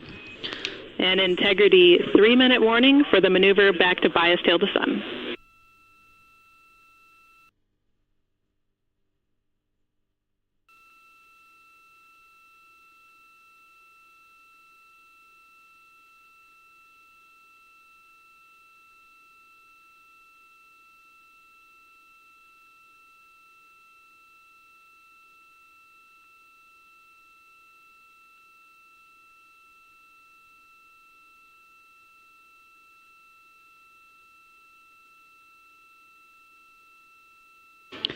The crew on board the Orion spacecraft recently completed their lunar observation period.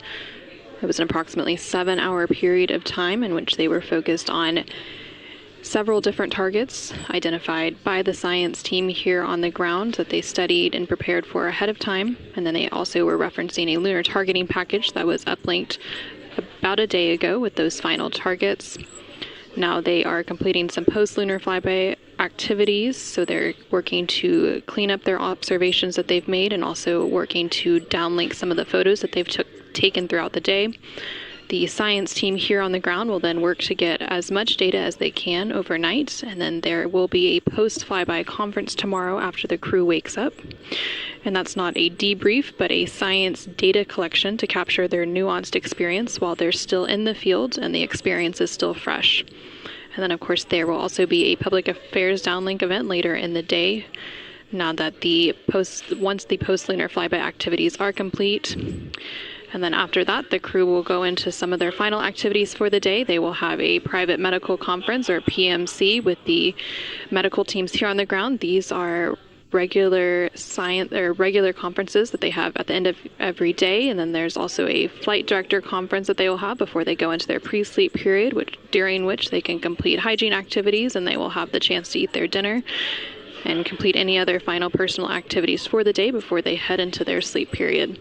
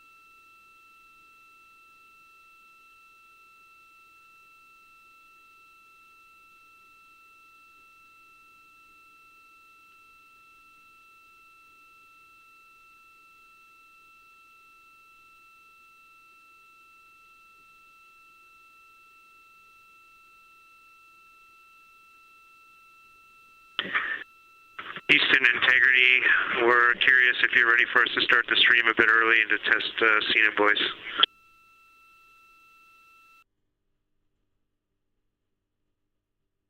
Checking.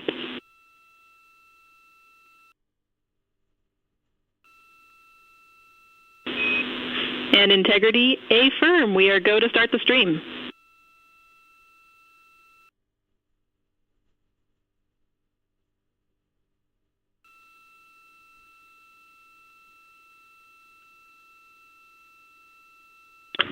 Okay, Houston, the stream has started. We checked the TS rates 1300 and audio is true. So I will give you a voice check now on the mic.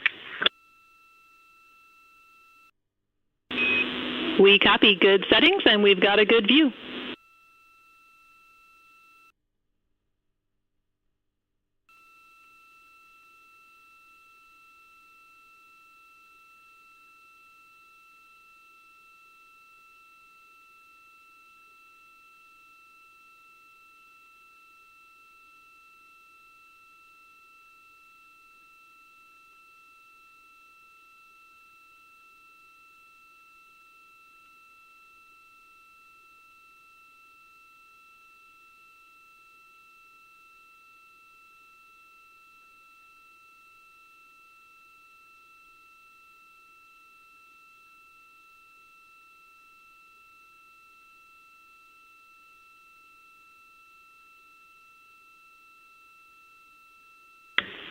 In test, I sent an audio check down on the handheld mic. Did you get it? Sorry for the delay, Jeremy. We were talking that a bit, but it was a bit broken, so please repeat for us.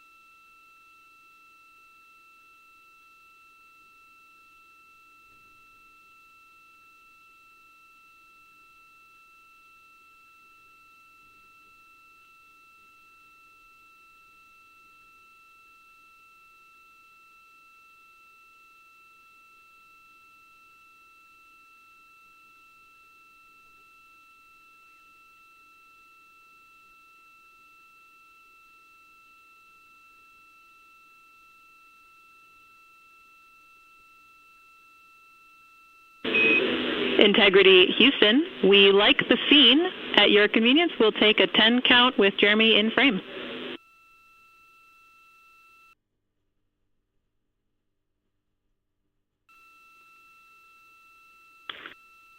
Okay, copy that. Give us 2 minutes and or 1 minute and we'll do that. Copy.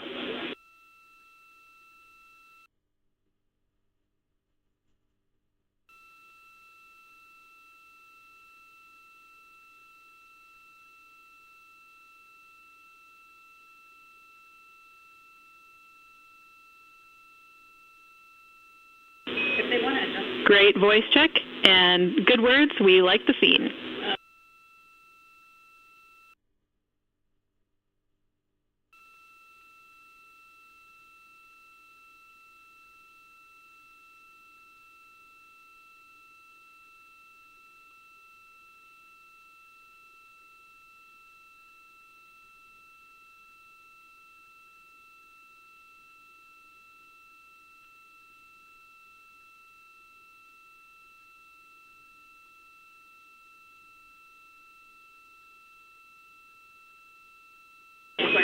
And Integrity Houston, we are seeing a black cable going right through the middle of the scene. At your convenience, if you would please move that, PAO would appreciate it.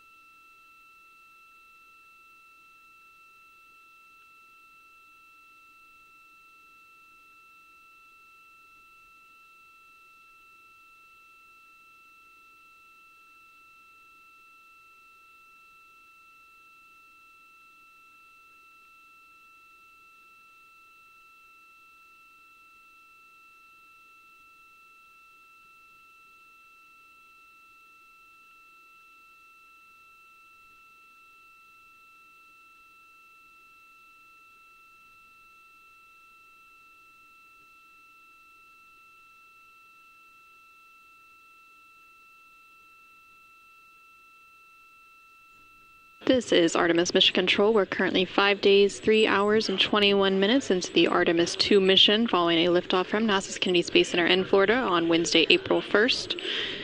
The crew on board the Orion spacecraft is currently wrapping up their lunar flyby cleanup activities. They're making final... Houston Integrity, high priority PAO images from the eclipse are on PCD1 in a so-named folder. We copy, Christina. Thanks.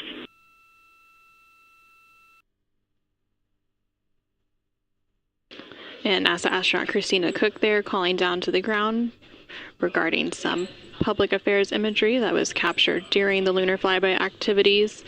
She referenced a PCD, that is in reference to their portable computing devices, which are basically tablets that they're able to transfer files and also follow along on processes and procedures and their timelines for the day. No.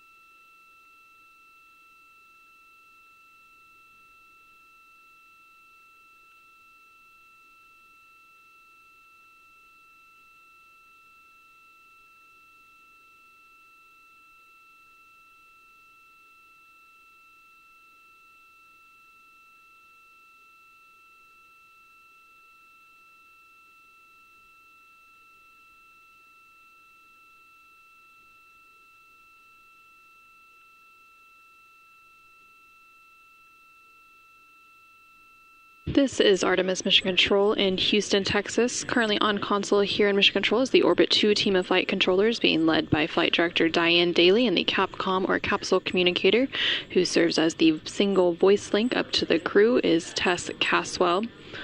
The crew on board the Orion spacecraft recently wrapped up their lunar flyby observation period, and now they are completing some cleanup activities and transferring some data and files down to the ground following that lunar flyby. Many of these files will be analyzed by the science team overnight in advance of a post-lunar flyby conference tomorrow once the crew wakes up.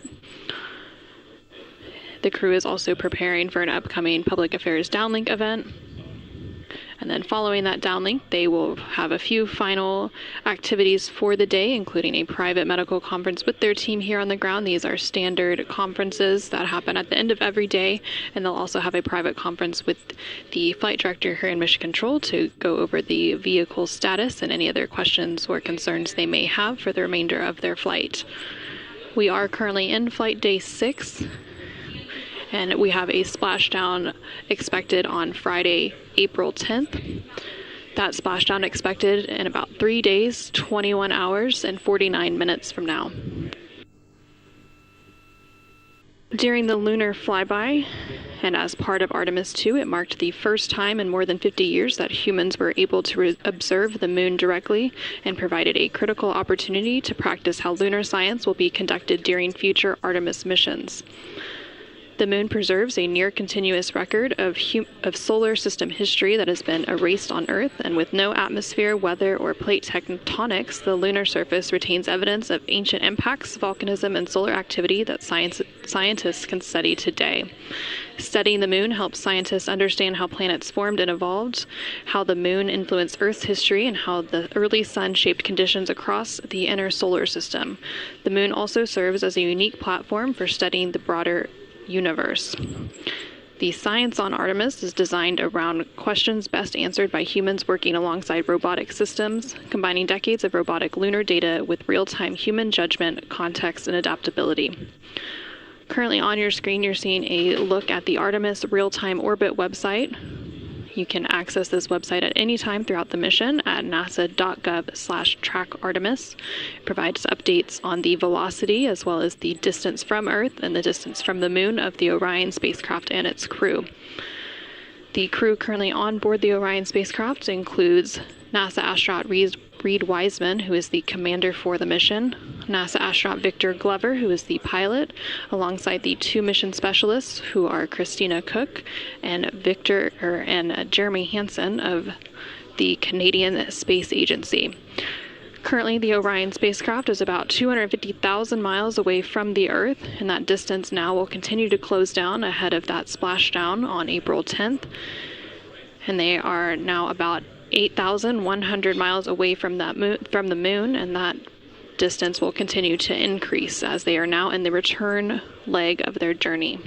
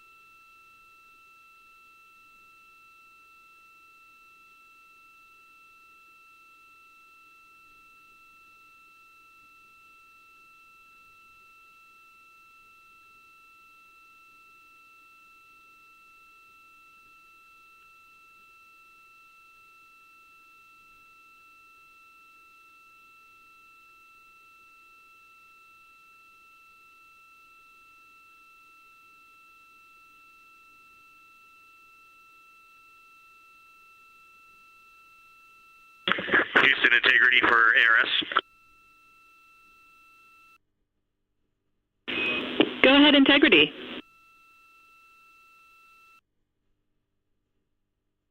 Hey, Tess, great to talk to you.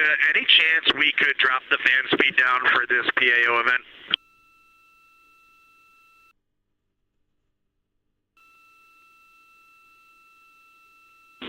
We will put that in work. Great to be talking to you, too.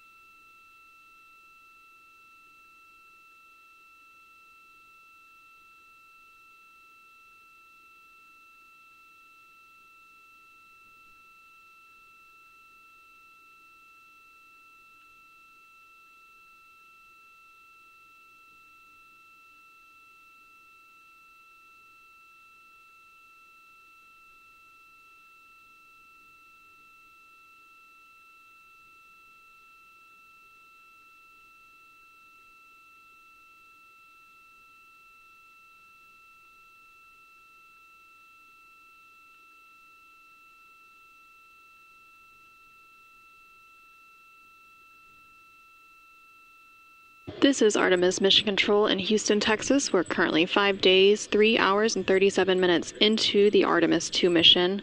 The crew on board the Orion spacecraft has recently concluded their lunar observation period during the lunar flyby. As part of that lunar flyby, the Orion spacecraft and its crew made the closest approach to the moon at a distance of 4,067 miles away from the surface at approximately 6 p.m. Central Time, 7 p.m. Eastern Time. Now, although the Artemis II mission is a new opportunity to study the moon, teams are also conducting other scientific experiments, including on the crew themselves. Here's a little bit more about the science of the mission. Artemis II is our return of humans to the moon, flying around the moon on board Orion. But along with that, we're doing a lot of great science. One of the exciting things about the Artemis missions to the moon is that science is actually a fundamental pillar of why we explore, why we're going, what we're doing in Artemis. I think it's incredibly exciting that not only are we testing the vehicle, but we're testing science on board. Science where the astronauts are conducting experiments, science riding along with the astronauts. We have astronauts looking outside the window and really observing the lunar surface. It will help us understand the deep space environment. It will help us understand how that environment affects our astronauts, our systems, and life in general. So deep space is a challenge for us because you have to leave Earth's protective magnetic field. Here in low Earth orbit, the crew members are protected from some of the harmful radiation. Going to the moon, they'll no longer be protected, so they'll have a higher radiation exposure. Much like Artemis I, we have so many radiation sensors and detectors that are inside the capsule so that we can fully understand and appreciate the radiation environment for protecting our astronauts. In my hand here, I'm holding a tissue chip model. This is the exact design that's going to be flying alongside the astronauts. We'll be collecting samples from each of the crew members, and we can make these organ chips out of the astronauts themselves. So every crew member will have their own avatar on board, and then upon return, we can evaluate that deep space radiation environment and what that compares to the astronaut themselves. Not only are they going to help change the course of medicine for the astronauts, but revolutionizing that on Earth as well. We're looking at sleep, we're looking at team dynamics, we're looking at how you interact with the environment. We're also looking at the immune system, so what are the biomarkers? We're using saliva as a method to study hormones and different things in your body that may change during a mission like this. And then finally, how do we function after microgravity, being close to the moon, then returning to Earth? Which will ultimately help us achieve our goal of getting humans to Mars. And then on top of that, we have an opportunity to look at the moon from deep space on the far side for the first time in over 50 years. Having human eyeballs and brains back around the moon is going to unlock a new generation of lunar science discovery. The human eyeball is capable of taking in so much data in just a split second. They'll be able to tackle impact history, volcanic history. They'll be able to look at how the albedo, or kind of the shade and hue of the moon and the color of the moon, can tell us something about how that terrain evolved over time. We're integrating science in ways that have never been integrated into human exploration before. We have a front room mission control flight controller position called the science officer. We have a brand new science back room where it's basically our brain trust of lunar scientists and geologists supporting the crews of the future. And Artemis II will allow us to really test how this works so that future missions are really set up for success. We'll also be deploying some CubeSats. They're small shoebox-sized spacecraft of their own. They're each provided by another country, one of our partners. As they conduct their research, they'll complement what we are doing at the moon with Orion. It is so incredibly exciting to be a part of this mission. It has been, really one of the privileges of a lifetime. I can see the work I'm doing benefit crew members right now and benefit the crew members in the future. So it's incredibly exciting and it's very rewarding. As this rocket launches humanity off of the Earth, we'll be setting the stage through our science to prepare humanity to leave Earth and explore the solar system.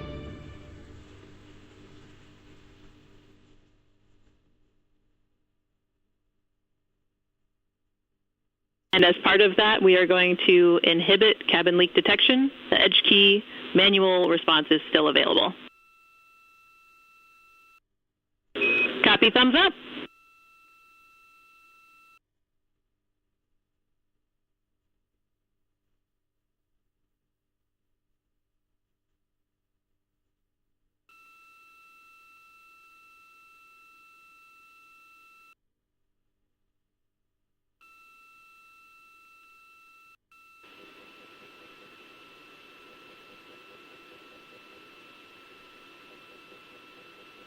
This is Artemis Mission Control. Again, we're hearing some communication between the ground here and the Artemis Flight Control Room in Houston, Texas, specifically the Capcom or Capsule Communicator, who for Orbit 2 is Tess Caswell, and the crew on board the Orion spacecraft, that spacecraft named Integrity by its crew.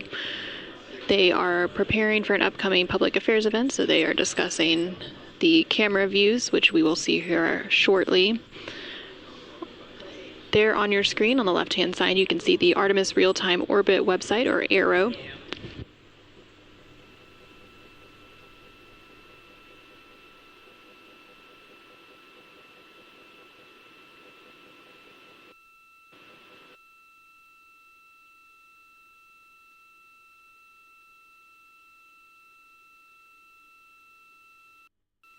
The Artemis Real-Time Orbit website there on the left-hand side of your screen provides updates on the velocity of the Orion spacecraft during its journey around the moon. Following a lunar flyby earlier today, which concluded about an hour ago, the crew has been conducting some cleanup tasks, so they've been transferring some of their documentation, their photos and data that they captured during the flyby to the ground to be evaluated by the science team, and of course some of that imagery will also be evaluated by the public affairs team here at NASA and then shared with the world once it's available. The crew will also have a post-lunar flyby conference with the science team tomorrow following their sleep period to go over some of their observations while it's still fresh and at the top of their mind. On the bottom right-hand corner of your screen, you can see a look into the Artemis Flight Control Room here in Mission Control Houston, specifically the Flight Director Console and the Capcom or Capsule Communicator Console. The flight director currently on console for Orbit 2 is Diane Daly, and throughout the Artemis II mission, there are 3 shifts or orbits of flight controllers who provide 24/7 coverage and support to the Artemis II crew and the Orion spacecraft and its systems during its journey around the moon. We are expecting a splashdown on Friday, April 10th. That splashdown, it will take place in about 3 days, 21 hours, and 33 minutes.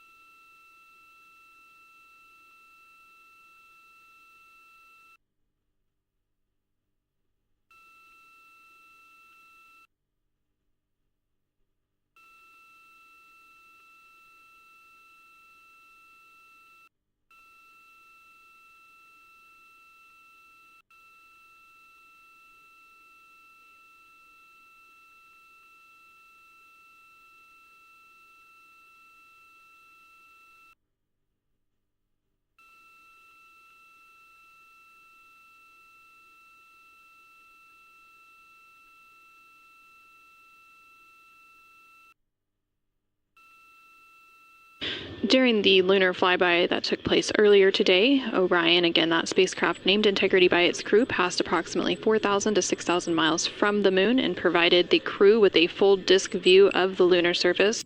And from that higher vantage point, much farther than Apollo's lunar orbits on average, the astronauts were able to observe both poles and large-scale geological features in a single view.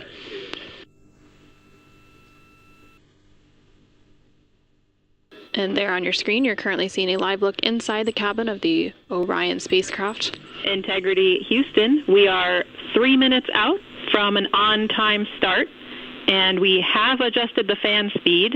We'll take a thumbs up if you're happy with it.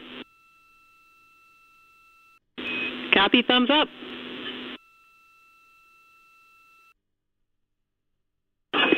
Superlative thumbs up.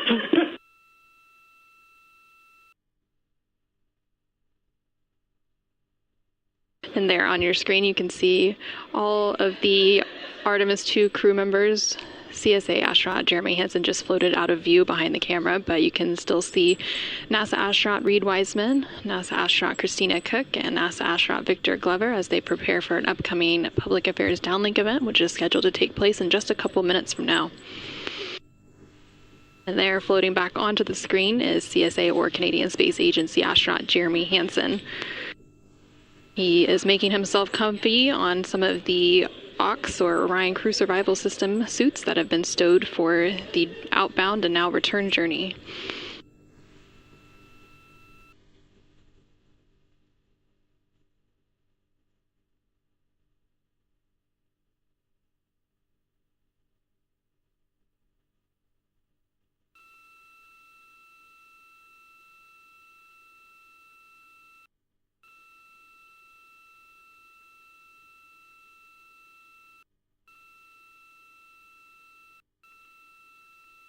Shortly after the completion of these couple of public affairs downlink events, the crew will begin winding down for their day, and they will have the opportunity to eat dinner. Some of the items on their menu today for dinner include chicken with corn and black beans, sweet and sour pork, rice pilaf, spicy green beans, citrus fruit salad, and maple cream cookies.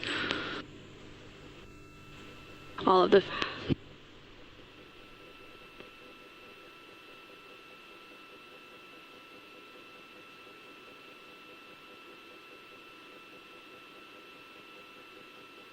And now we will go ahead and stand by for that public affairs event beginning in just about a minute.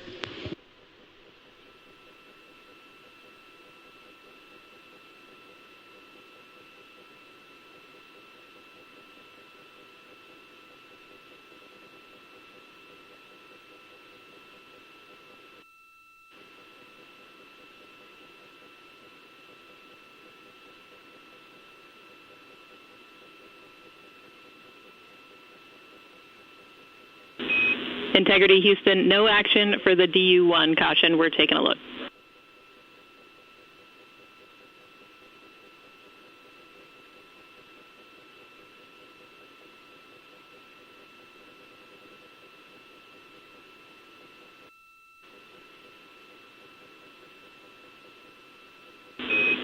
Integrity, this is Houston. Are you ready for the event?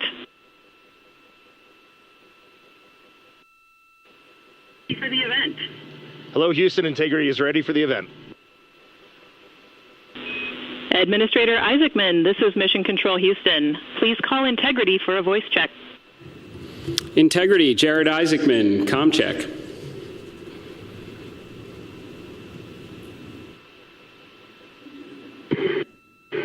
Administrator Isaacman, we've got you loud and clear, sir. How us? I've got you loud and clear. Artemis II crew, we have a very special guest who wanted to be the first person to greet you after your return from the far side of the moon. Reed, Victor, Christina, and Jeremy, it's my honor to introduce the President of the United States of America, President Donald J. Trump. Over to you, sir. Well, thank you very much, Jared, and you are doing a fantastic job. And hello, very special hello to Artemis II. Today you've made history and made all America really proud, incredibly proud. We have a lot of things to be proud of lately, but this is there's nothing like what you're doing, circling around the moon for the first time in more than a half a century.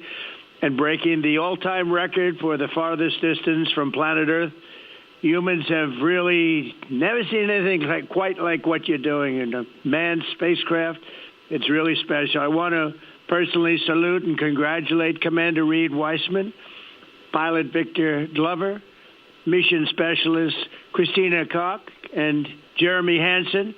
And I also want to thank the entire amazing team at NASA, headed by Jared, who's a very special guy, by the way, and you all made this day possible, and you've really inspired the entire world. Really, everybody's watching. They find it incredible. I just watched you go to the back of the moon, and people haven't been there in a long time, we can say, but it's going to be more and more prevalent because we're going to be doing a lot of traveling, and then you're going to ultimately do the whole big trip to Mars, and that's going to be very exciting. So you look at, we had no astronaut has been to the moon since the days of Apollo program. The Apollo program was also very special, but that was 50 years ago, and at long last, America is back, and America is back in many ways stronger than ever before. We're the hottest country anywhere in the world. The Artemis crew flew in the most powerful rocket NASA has ever made, ever launched, traveled over 250,000 miles, broke the distance record set by the legendary Apollo 13.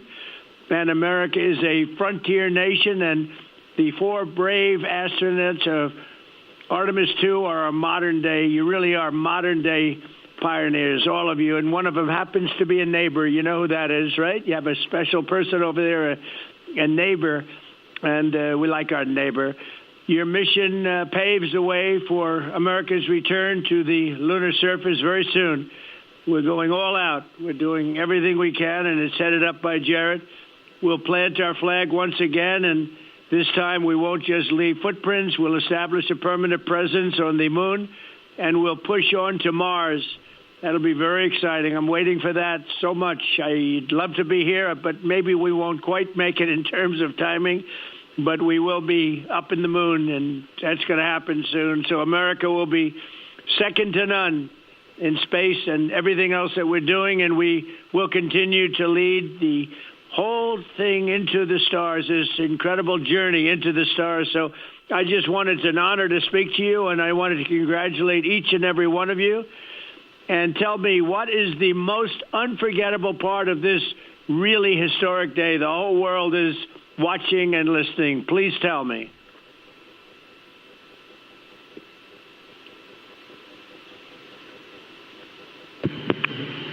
President, this call is certainly special to all of us, and we really have a lot of faith in our administrator, Jared Isaacman, who is with you. We appreciate his leadership in NASA and in the international community. We are doing great things, and we are proud to be a part of it.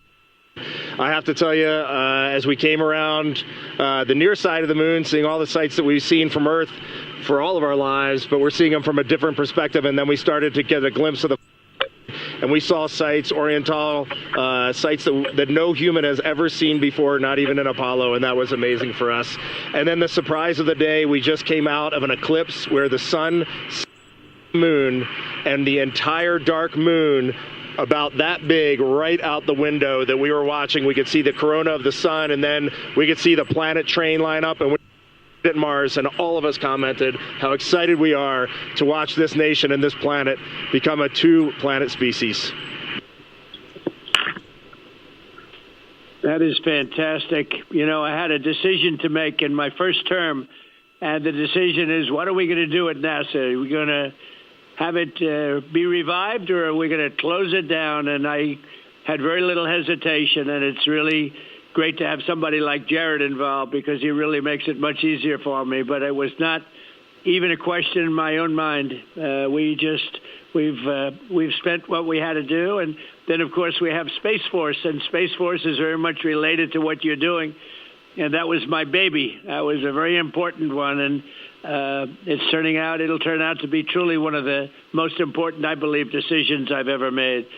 So we're very proud of Space Force, and we're very proud of all of you. Does anybody else have anything to say? A lot of people listening.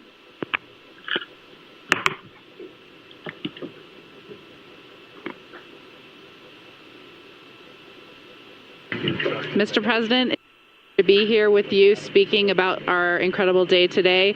I think one of the biggest highlights was coming back from the far side of the moon and having the first glimpses of planet Earth again after being out of communication for about 45 minutes. It really just reminds you what a special place we have and how important it is for our nation to lead and not follow in exploring deep space.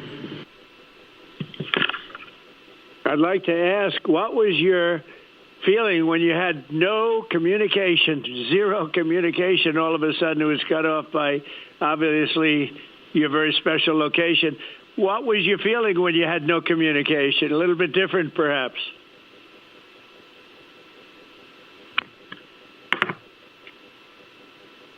Yes, Mr. President, it was I said a little prayer, but then I had to keep rolling. I was actually recording scientific observations of the far side of the moon. You know, that is actually the time when we were the farthest and the closest to the moon. And so we were really able to make some of our most detailed observations of the far side of the moon up close. And so we were busy up here working really hard. And I must say, it was actually quite nice.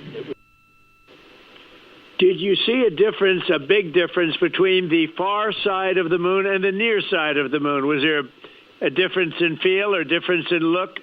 What did you see?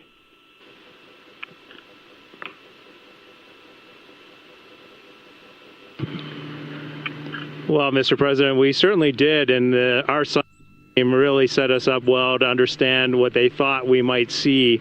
And the gravitational pull of the Earth has had a profound effect on the near side of the moon, changing all those dark mares, those dark patches of the moon you see from Earth. It's very different on the far side.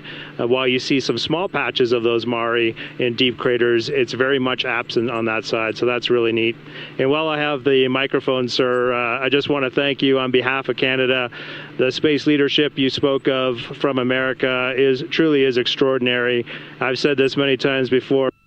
A nation that leads like that and creates and sets big goals for humanity that brings other countries along with it is truly incredible. And I know that's a very intentional, not a necessary decision, intentional decision to lead by example and to allow other countries like Canada to share our gifts and help you achieve these mutually beneficial goals, like establishing a presence on the moon and eventually going to Mars. And Canadians are so proud to be a part of this program. Well, I have to say I spoke to a very special person, Wayne Gretzky, who I think you know, the great one. And I spoke to your Prime Minister and many other friends I have in Canada. They are so proud of you. And you have a lot of courage. I'm not sure if they'd want to do that. I'm not even sure if the great one would want to do that, to be honest with you. But you have a lot of courage doing what you're doing, a lot of bravery and a lot of genius. But they're very, very proud of you.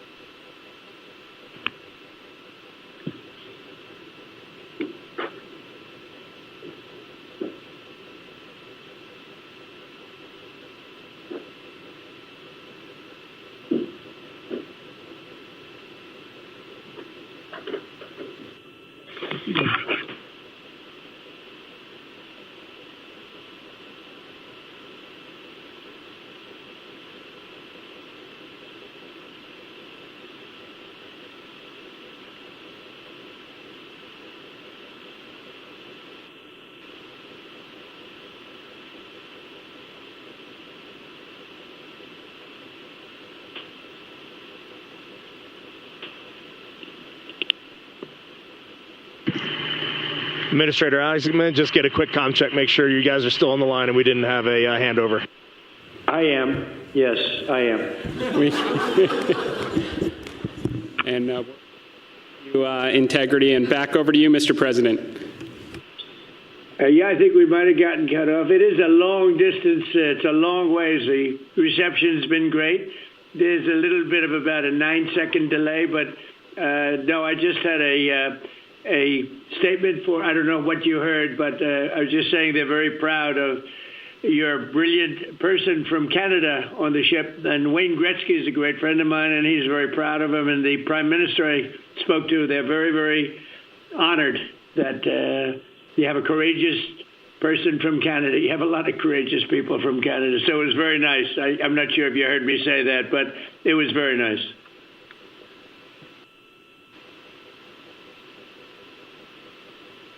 Yes, Mr. President, we heard that, and we do love our Jeremy Hansen. We love all our Canadian astronauts, Jenny Gibbons, Josh Kutrick. They're just great people, and they're such a welcome addition to our Corps.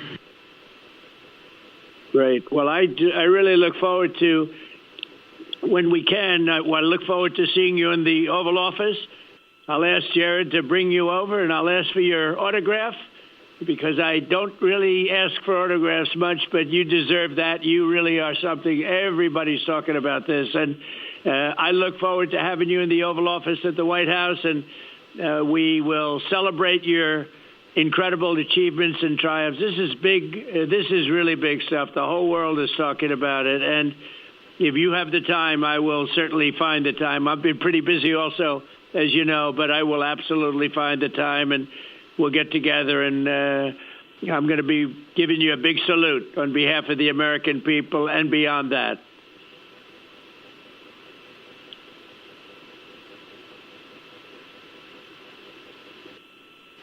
Thank you for that, Mr. President. And when you want us, we will be there.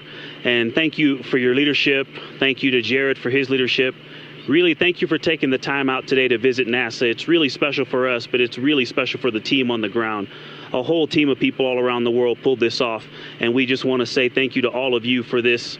It is the thrill and honor of a lifetime to have been on this journey. Today was amazing, but this 3-year journey has been amazing, and it was made possible by the American people and the Canadian people, and we're so grateful to you all. Thank you very much.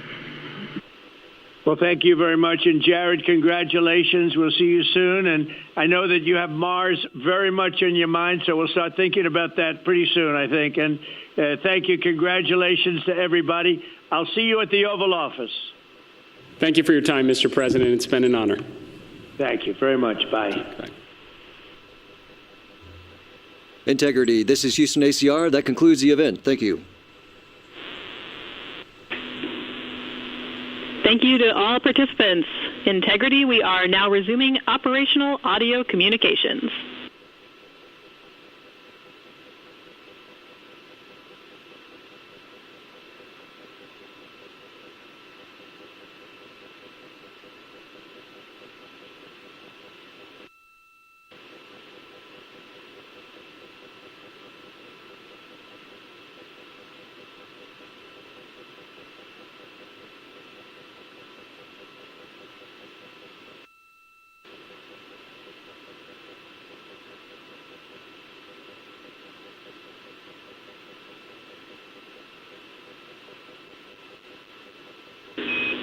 Integrity Houston, great job on the event. Just a heads up, we are on track to start the next event on time at 4:15.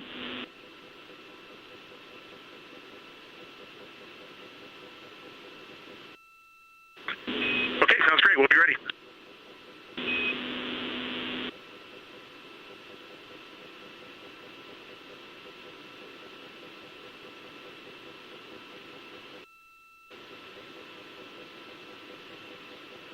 This is Artemis Mission Control in Houston, Texas. We just had that public affairs event with President Donald Trump and the crew on board the Orion spacecraft. And coming up in about 10 minutes, there will be another public affairs event. That event taking place at a mission elapsed time of 5 days, 4 hours, and 15 minutes. Currently on your screen, you're seeing a look at the Artemis Real-Time Orbit website, which provides updates on the velocity as well as the distance of the Orion spacecraft from both Earth and the Moon. The Orion spacecraft and its crew, that crew including Reed Wiseman, Victor Glover, Christina Cook, and Jeremy Hansen, are currently about 250,000 miles away from the Earth, and that distance is starting to become smaller as they are now on the return leg of their journey. And they are about 9,300 miles away from the Moon. They made their close approach to the Moon. Integrity Houston with a question about fan speed.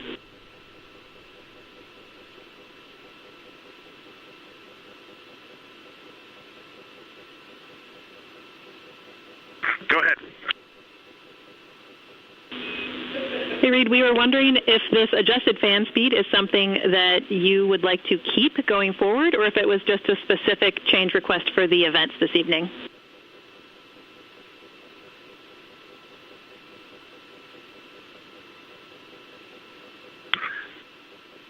Certainly for PAO events, this is an ideal fan speed. If you're willing to give us this fan speed for routine habitability, I think we would take it and try it for a while.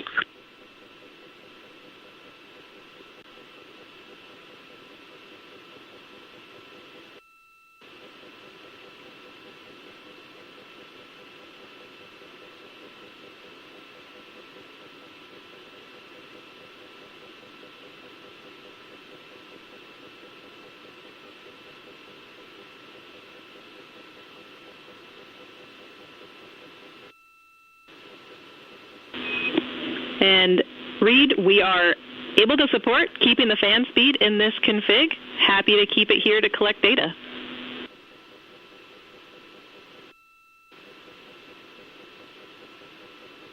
Okay, you got 4 happy astronauts up here. We'll take it. Obviously, when we go to exercise, we'll need to bump it up, but I think for quiescent living, this will be great. We copy, and we love seeing those smiles.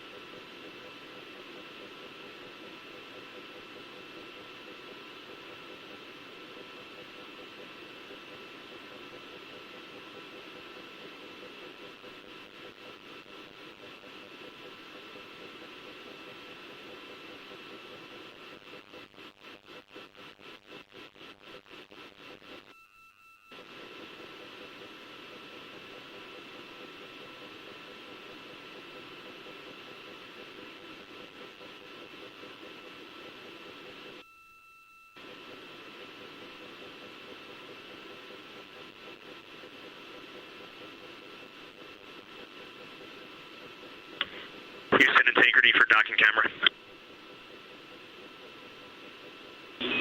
Go ahead.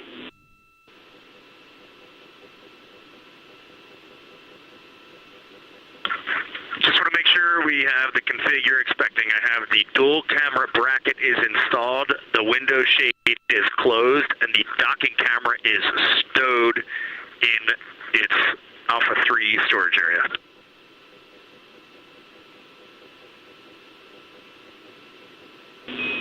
That's a good config.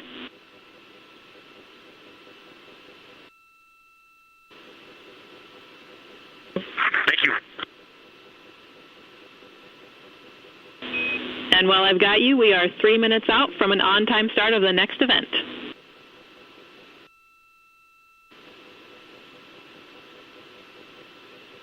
This is Artemis Mission Control in Houston, Texas. You can see a live look of the Artemis II crew inside the Orion spacecraft cabin as they prepare for another public affairs downlink event. There on your screen is CSA astronaut Jeremy Hansen along with NASA astronaut Reed Wiseman and NASA astronaut Victor Glover popping up.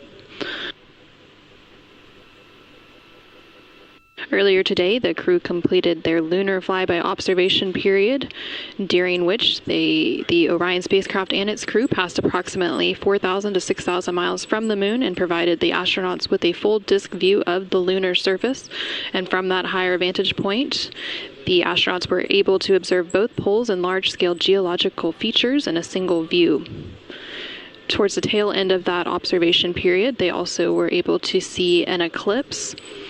And that eclipse period lasted about an hour and was when the sun was hidden from view behind the opposite side of the moon from the perspective of Orion.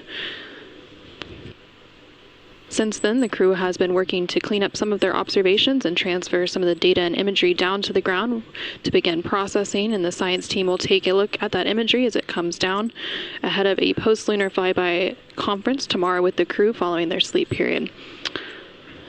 Now we are standing by for a second public affairs event taking place in about a minute.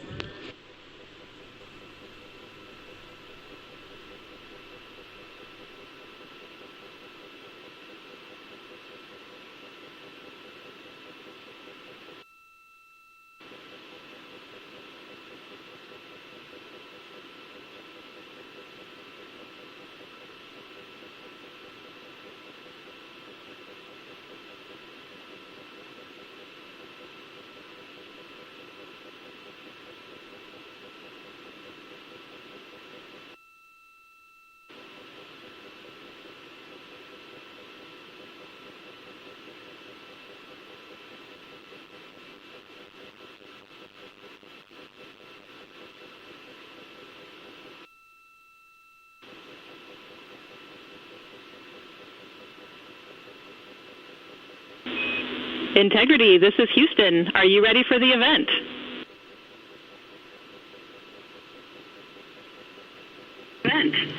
Houston Integrity is ready for the event.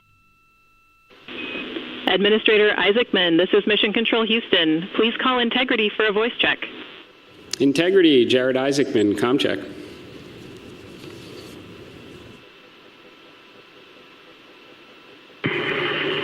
Administrator Isaacman, we've got you loud and clear up here.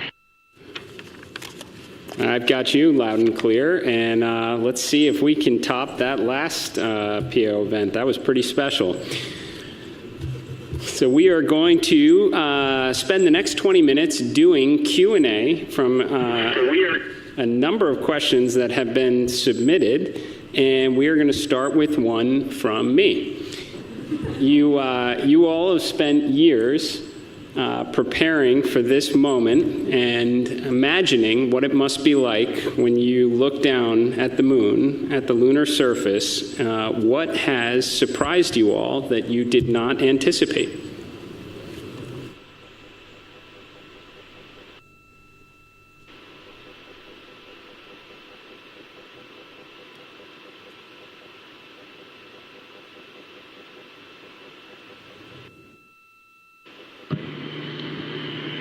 Go ahead.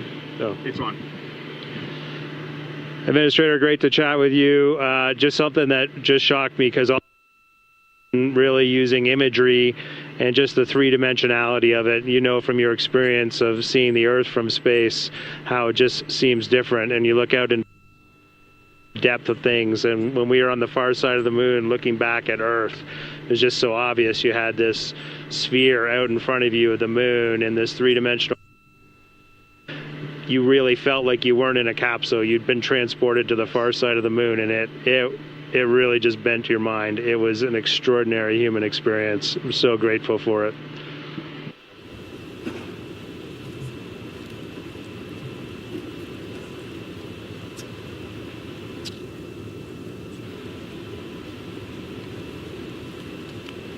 Integrity, Jared, anyone else want to answer that one?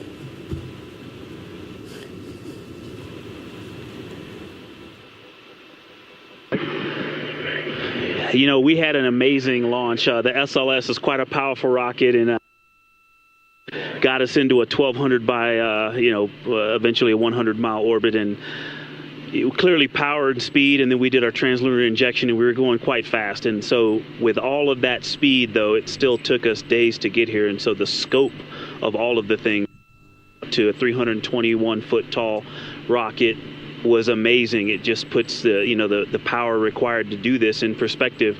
But then even with all that power and to get to those velocities, it still took us days.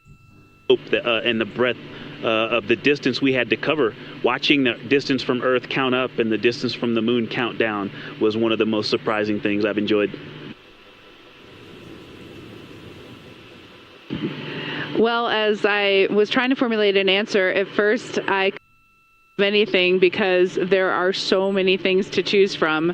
I'll try to just narrow it down, but I'm going to go with something we did yesterday, a manual flight test objective, where we just basically got to sit at the vehicle. It was Jeremy and I this time, and just drive around using the rotational hand controller, basically just drive it with the stick, and how well it handled, how tight the control algorithms were, and watching it respond when we actually degraded it on purpose by going into 3 degrees of freedom control, by actually inhibiting some of the jets, which even though we have jet redundancy, of course, for each other in these complicated algorithms. So it was just amazing to be in a deep spacecraft and just be flying it around by hand. The one other thing I'll say, how fast it has gone by. I'm not ready to go home. I can't believe that something this cramped of quarters can fly by and still be fun every single minute. And I'll just close out with, I think just scale, Jared, is the thing that is just blowing my mind. You flew Polaris Dawn to some amazing apogee numbers, and on the International Space Station, we're 250 nautical miles up, and that's the most beautiful view I think a human could ever experience. And we are dealing with numbers that are 250,000 miles, and every time Mission Control points to this vehicle, either at the moon or at Earth, and it reminds me every day that humans have to go, we've got to explore, we got to go further to expand our knowledge, expand our horizons. And every time we take another step forward, it makes the world seem a little bit smaller and a little bit more manageable. And just putting these numbers in perspective, it is impossible as a human to look at these displays and comprehend them. But here we are. And NASA is doing this, an international team is doing this, and they're doing it very well. Excellent words, Integrity. So certainly a very wild insertion orbit. I can imagine the contrast between perigee and apogee, the scale of it all, the 3D, seeing the moon come alive, and then certainly manual control. Well, every Dragon crew for the last 5 years is very jealous on that. Okay, so we're going to questions here. This one, the Artemis II crew, inspire all of us, but what inspires you?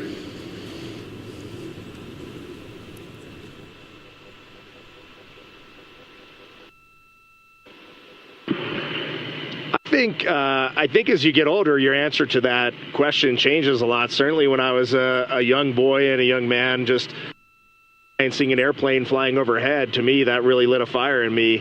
And then I think when you reach your middle age, it is interesting to watch leadership throughout the world kind of change the course of human. You can watch that unfold. And now now that I'm just a little bit over 50, you'll be there soon. Now that I'm just a little bit over 50, I mean, it all ties back to just family, and you understand just how much the people that you surround yourself with, and that is really every night when you go to bed, that's really what you end up thinking. At least that's what I end up thinking.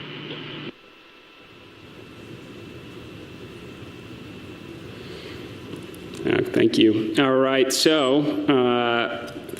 here's a question. It's a good one. So for the Artemis II crew, what is the advice you would pass along for the next astronauts that will go in Orion?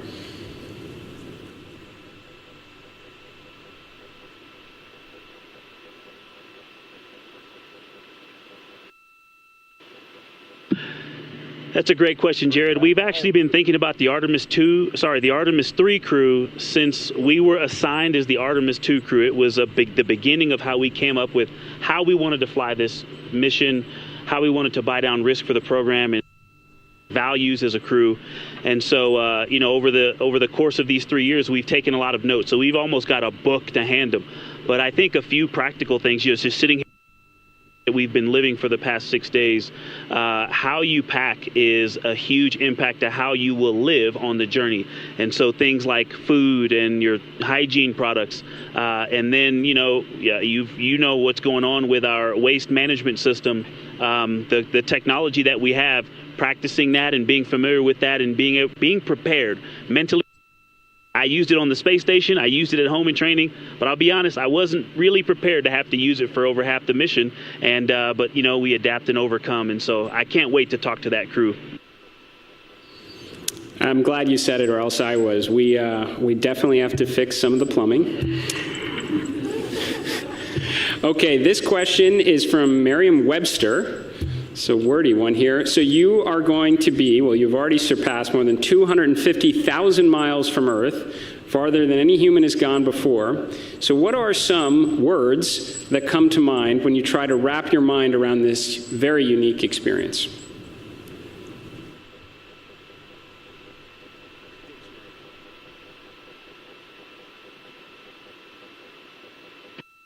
I'll be honest with you, the main word, because superlatives just don't do it justice, is humility.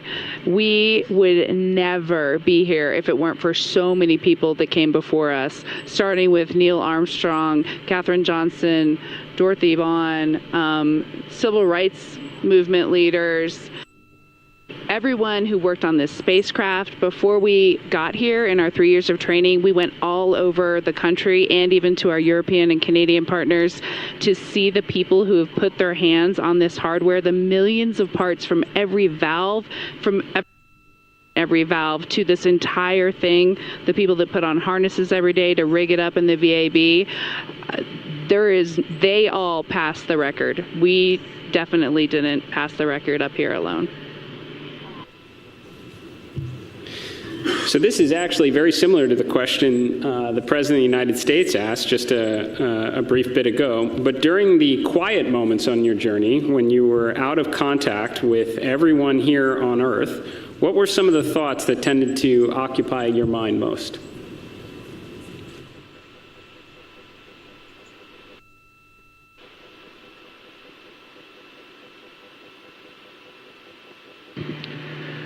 Yeah, as Victor said earlier, when we were on the far side of the moon and out of contact with planet Earth, we all knew it, and it was a milestone. We saw Earth disappear, the Earth set.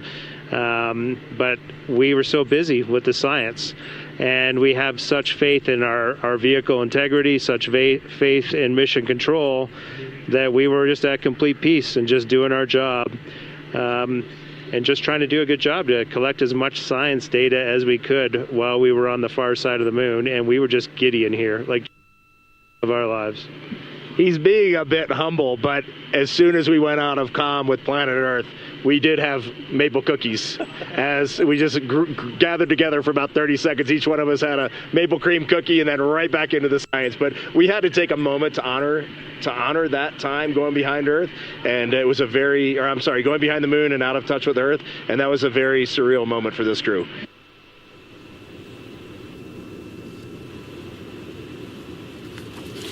Copy that. Copy good maple cookies on the far side. And how has this journey changed? How has this journey already changed the way you see our home planet and humanity's future among the stars?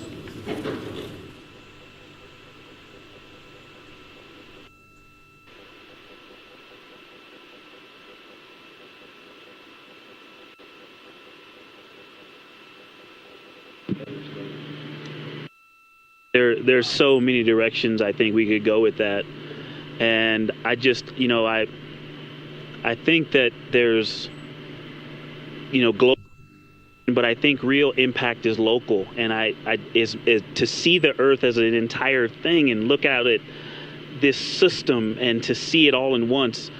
But my daughters, and just the things that we can impact directly, the people that I can touch, that I can speak to, hug, and show love and gratitude toward, is the thing that I think is going to change and last. And but you also talked about the future that we're going to have in the stars, and this mission, I think we swung for the fence and launched on our first try after learning a lot earlier this year. But I think it set the stage for us to go out and continue to swing for the fence hard in our Orion SLS and ground systems programs to go and get the next one teed up so that crew can knock it off out of the park. And so I have huge expectations for what's coming next. Good words. Are you feeling homesick for Earth?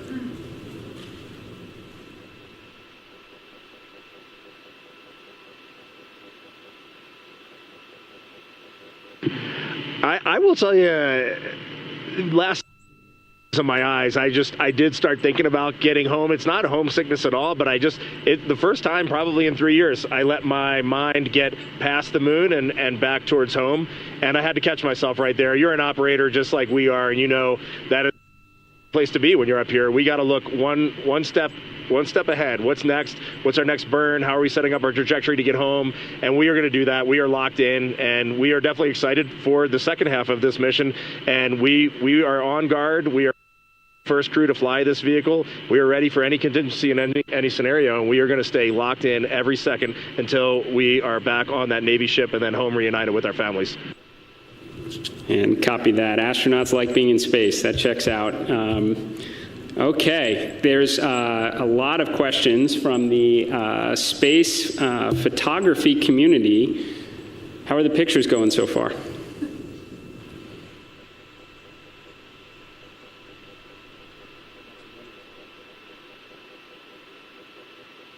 Well, we all love getting our hands on cameras and our eyes behind the lens here, because we're just trying to share the incredible things that we're seeing, and that's obviously the best way we can try to do that. I've been into night sky photography for a long time, and so a dream come true for me.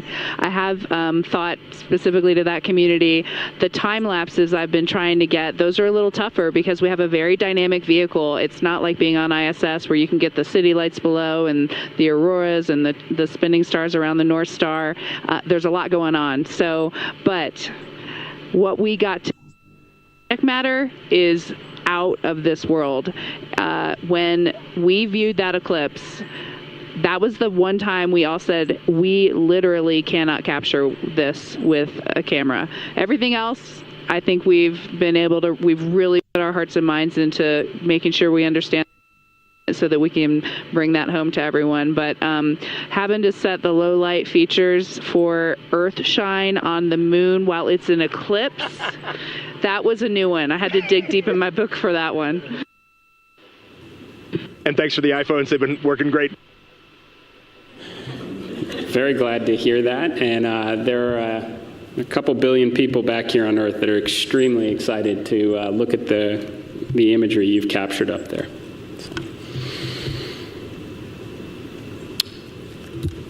Okay, well, I want to thank you all. Integrity. So Reed, Victor, Christina, Jeremy, on behalf of NASA and space-loving people across the world, thank you for taking us with you to the moon. Thank you for your courage. all of your beautiful words that we've heard. You represent the absolute best of us. We are proud of you, and we look forward to welcoming you back safely to the good earth very soon. Godspeed, and go Artemis II.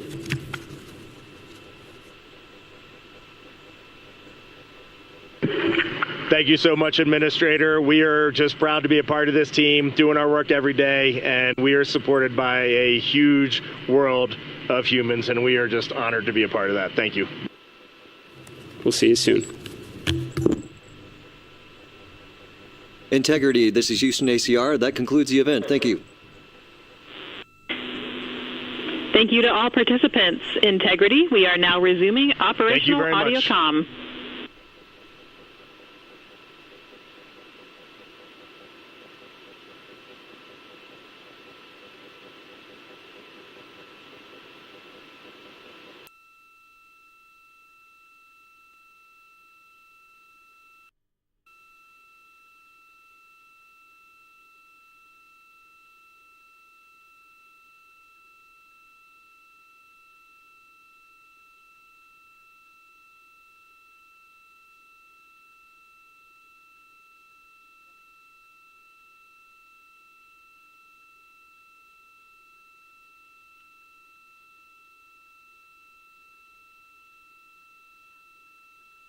This is Artemis Mission Control in Houston, Texas.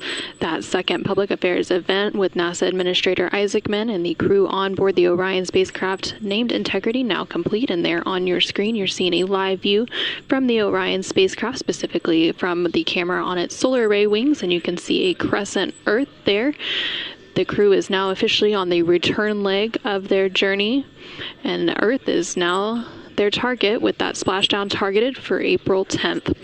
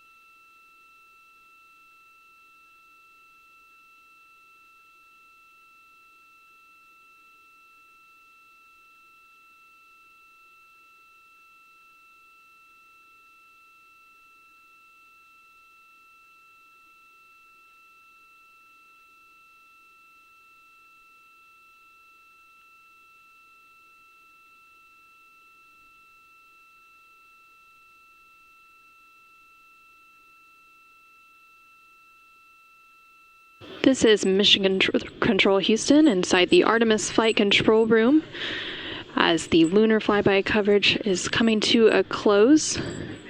You can see a final look there of the Orion spacecraft and that crescent moon in the distance.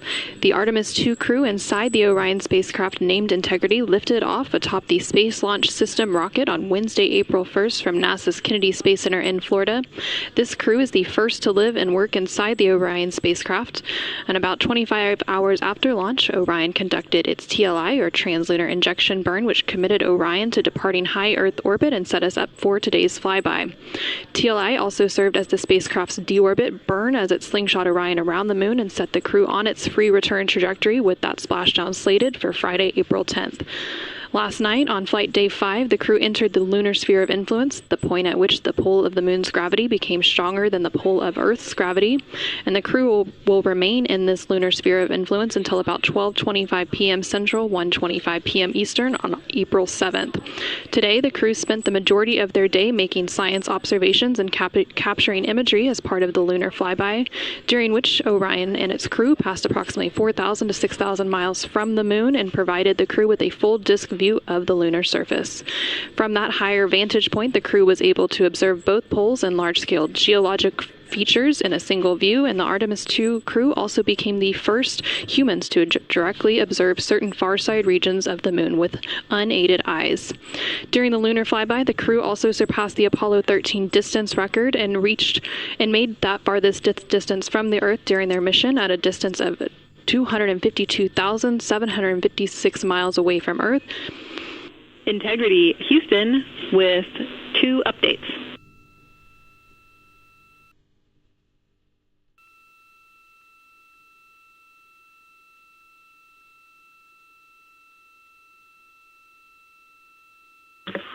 Houston, go ahead with the updates. Hey, Victor, again, awesome job on both of those events. The team down here really enjoyed following along. I've got 2 sync items for you. The first is that based on ground schedules, we'd like to pull your flight director conference up before your PMC, so we'll start the flight director conference at the time the PMC is currently scheduled.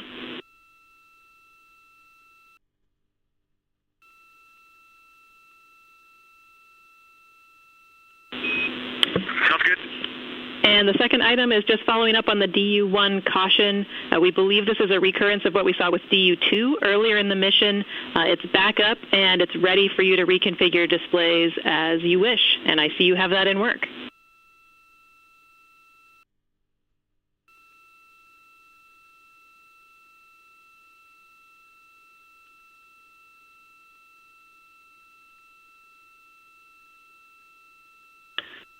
Okay, great. We would love a main and secondary dump line status, or really the main line.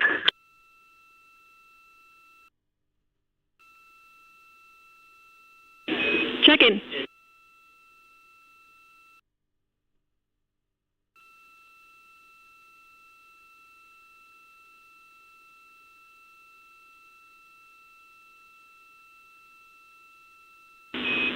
And Reed, back with you on the dump lines. The main dump is open, and it's proceeding very slowly, but the secondary is still configured and go for use.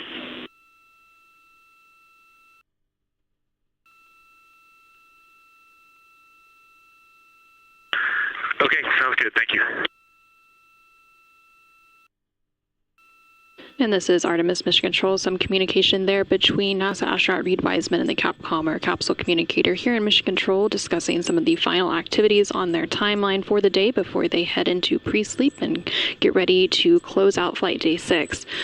So during the flyby period, the Artemis crew and in its Orion spacecraft reached a farthest distance from Earth at 252,756 miles, which was 4,112 miles farther than Apollo 13. And a couple minutes prior to that farthest distance milestone, Orion also made its closest approach to the moon at a distance of 4,067 miles. And at the end of the lunar flyby period, the crew was also able to see an eclipse with the sun hidden from view behind the opposite side of the moon from the perspective of Orion.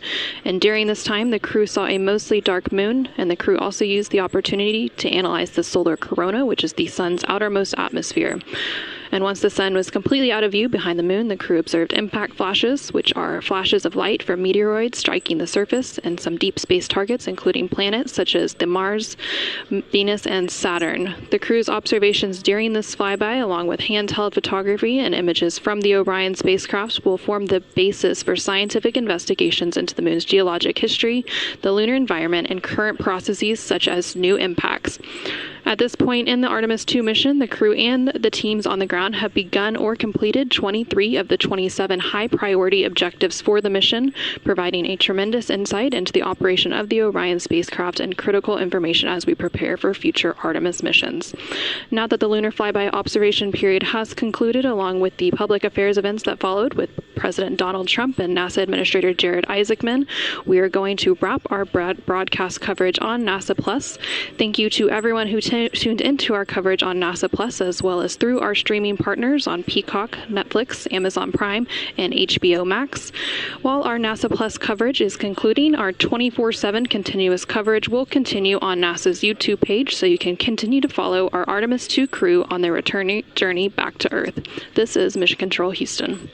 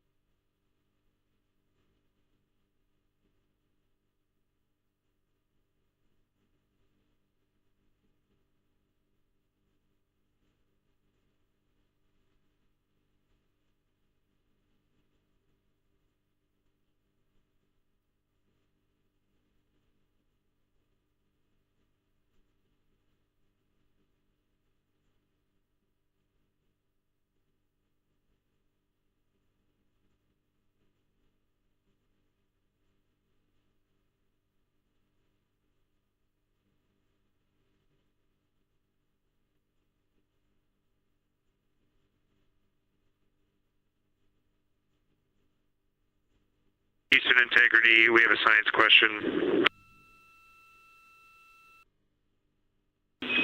We are ready to copy.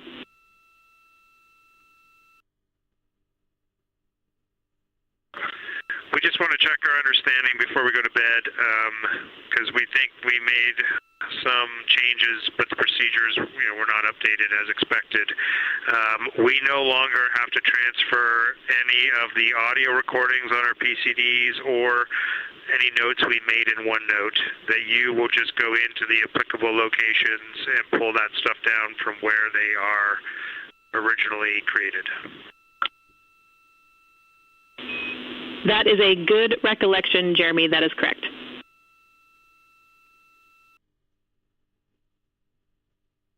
Okay, so we are transferring photos into 4 science folders on all 3 PCDs. And if you go into those 4 science folders, you'll get all of the imagery that we took today. And just a heads up,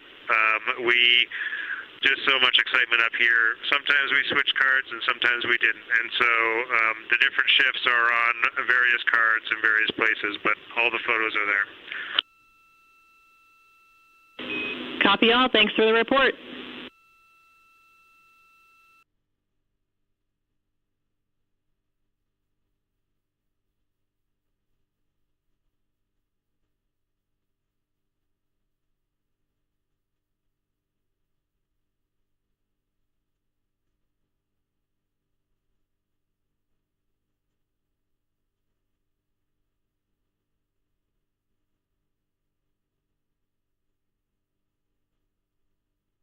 This is Artemis Mission Control in Houston, Texas. We're currently 5 days, 4 hours, and 52 minutes into the Artemis II mission. You just heard some call down from the crew on board the Orion spacecraft, and you can see a live view of the exterior of that Orion spacecraft there on your screen. They are working to downlink some of the imagery that they captured throughout the lunar flyby today. And here shortly, they are also going to wrap up some of the final activities for the day, which includes a private medical conference with their medical teams here on the ground, as well as a private conference with the flight director here on the ground to go through vehicle status and any questions, comments, concerns they may have ahead of the next flight day. After those private conferences are complete, they will then enter their pre-sleep period. During this pre-sleep period, the crew has about 2.5 hours to decompress for the day. They can also complete any necessary personal activities and hygiene activities, and it's also when they have an opportunity to eat their dinner. The meals provided to the crew throughout the mission are from the Space Food Systems Laboratory here in Houston, Texas. That team works closely with every human spaceflight crew, both on the Artemis missions as well as missions to the International Space Station ahead of launch, to taste their food and go through their standard menus and what they will expect, as well as some training on how to use the food warmers, as well as how to rehydrate some of that food. Some of the food that the crew may be eating for dinner tonight includes chicken with corn and black beans, sweet and sour pork, rice pilaf, spicy green beans, citrus fruit salad, maple cream cookies, as well as shrimp cocktail, Turkish fish stew, Caribbean chicken, mashed potatoes, cauliflower with cheese and butter cookies.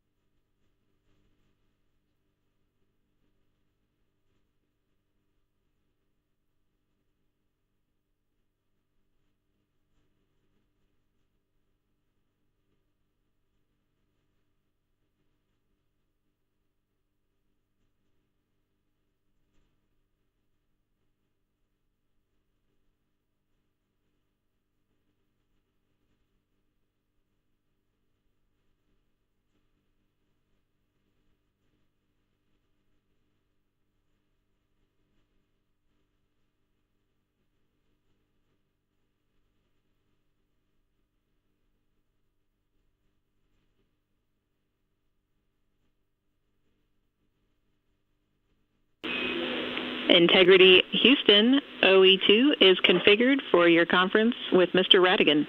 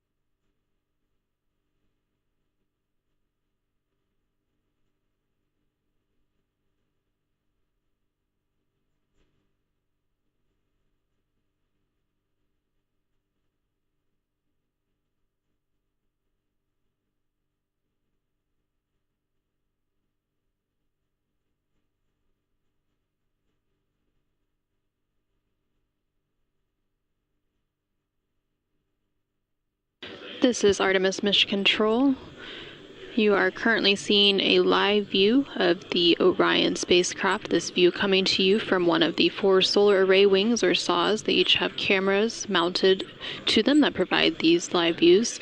And in the distance you can see a crescent Earth. That of course is now the destination for the Orion spacecraft and its crew now that we are on the return journey leg of the mission following today's lunar flyby. We are targeting a splashdown in the Pacific Ocean off the coast of California on Friday, April 10th. That splashdown will take place in about 3 days, 20 hours, and 13 minutes. The crew is wrapping up their 6th flight day. They are currently in a privatized conference with the flight director here in Mission Control. They typically have a private conference at the end of every flight day. Following this, they will have a brief private conference with their medical teams here on the ground, and then they will head into their pre-sleep period, and that will wrap up their 6th flight day as part of the Artemis II mission. Going into the 7th flight day, they will have quite a bit of time off duty, but they will complete a post-lunar flyby conference. During this time, they will have the opportunity to discuss their lunar flyby observations with the science team on the ground, while some of that is still fresh and top of mind. And then a little bit later in the day, there is the opportunity for a RTC-1 burn. This is a return trajectory correction burn, should it be needed, and it will allow, it would be a short thruster firing to allow the Orion spacecraft to fine-tune its trajectory on the return leg. And then in the second half of the day, they will work on a radiation sheltering demonstration.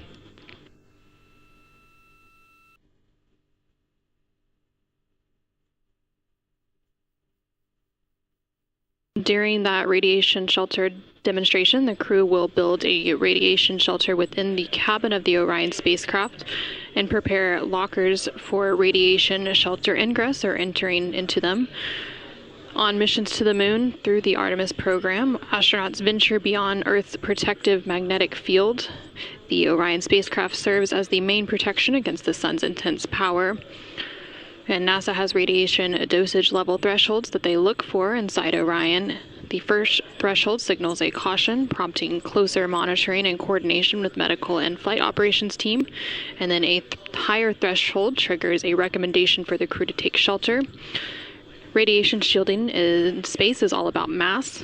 Charged particles are slowed and absorbed as they pass through matter, so astronauts are trained to reconfigure their cabin during a solar particle event, removing stowed equipment from storage bays and securing it along areas of the cabin to add mass between themselves and incoming particles. Since Artemis II is the first crewed Artemis mission, testing this procedure in the Orion spacecraft is a major objective of the mission.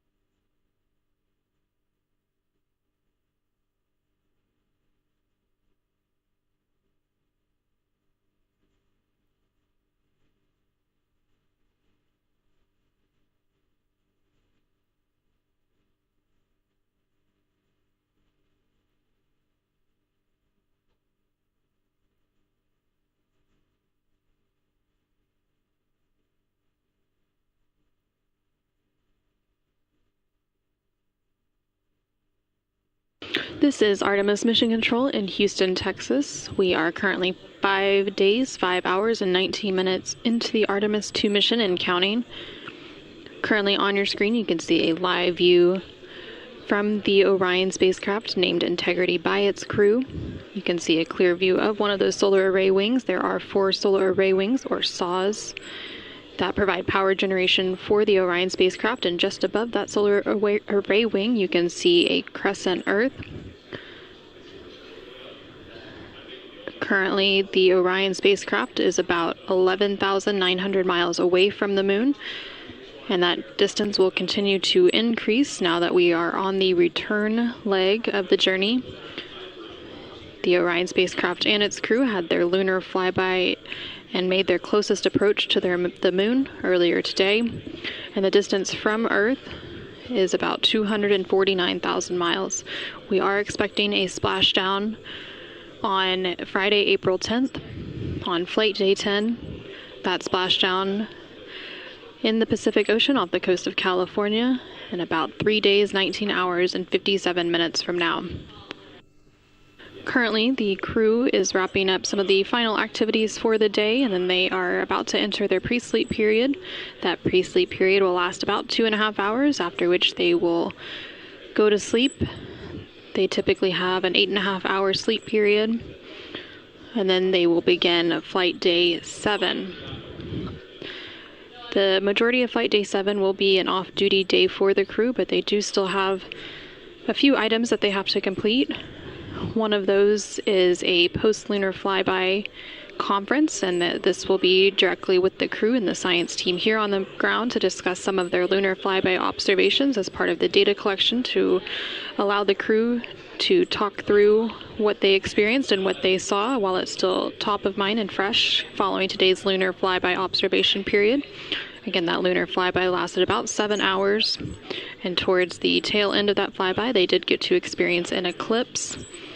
Following that post-lunar flyby conference, the crew will have a little bit of a break. They will be able to exercise, have their midday meal, and then there is the opportunity for a return trajectory correction 1 burn should it be needed.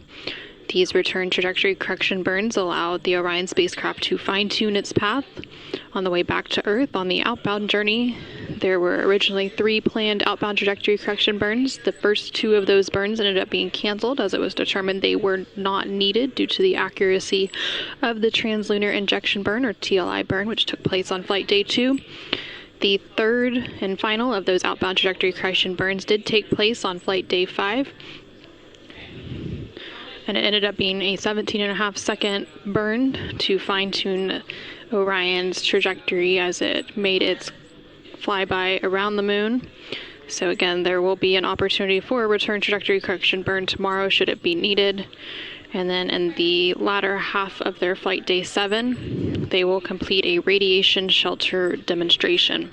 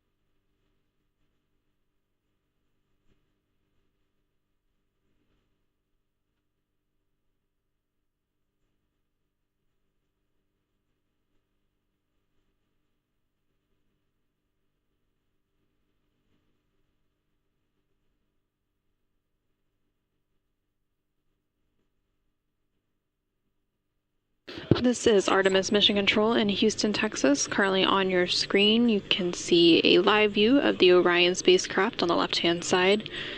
Those views coming to you from the solar array wing cameras. The crew is currently in their pre-sleep period. During this period, they have the opportunity to eat dinner and also perform any necessary hygiene activities and other personal activities ahead of going to sleep. We do expect the crew to enter their sleep period in a little under 2 hours, about an hour and 45 minutes from now.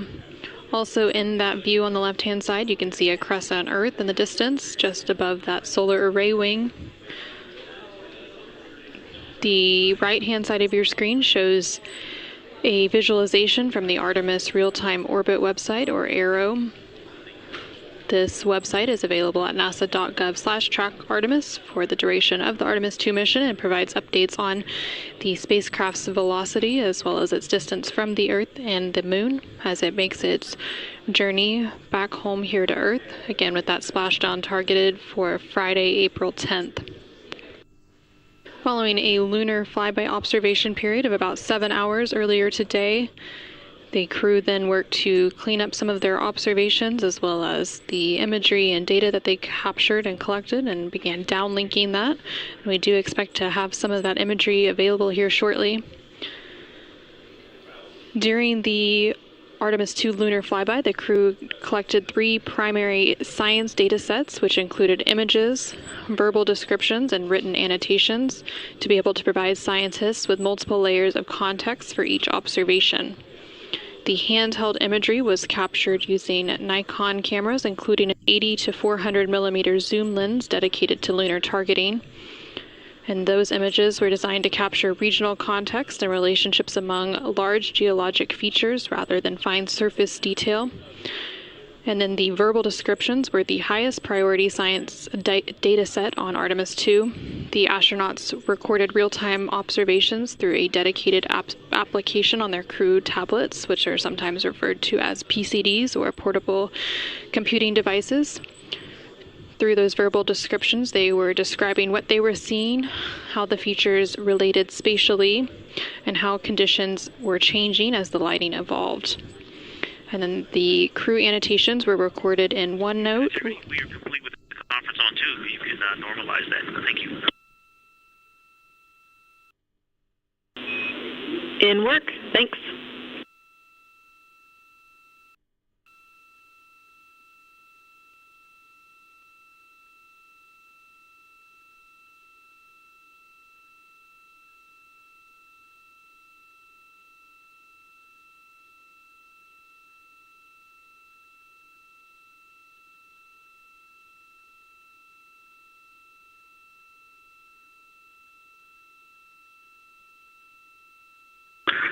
And Houston Integrity, the actograph data is on PCD2. We copy.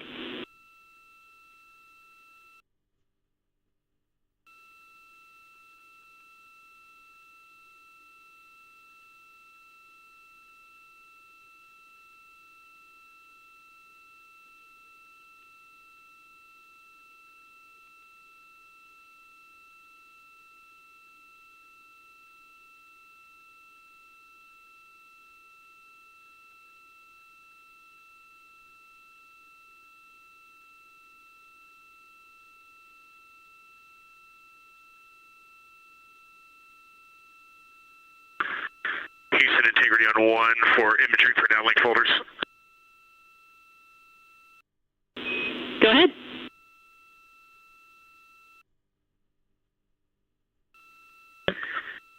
Okay, on PCD1, I have noticed I have 2 imagery for downlink folders, and I have been using both of them today. One is on the C drive, and one is in C users CDR desktop imagery for downlink. So when they're downlinking from PCD1, please have them check both folders, and then after, it looks like there was an alias placed on my desktop, and that has caused that confusion. So likely my fault, don't recall. But if they could please check both the C drive imagery for downlink and then my login imagery for downlink on PCD1, I would appreciate it. We copy.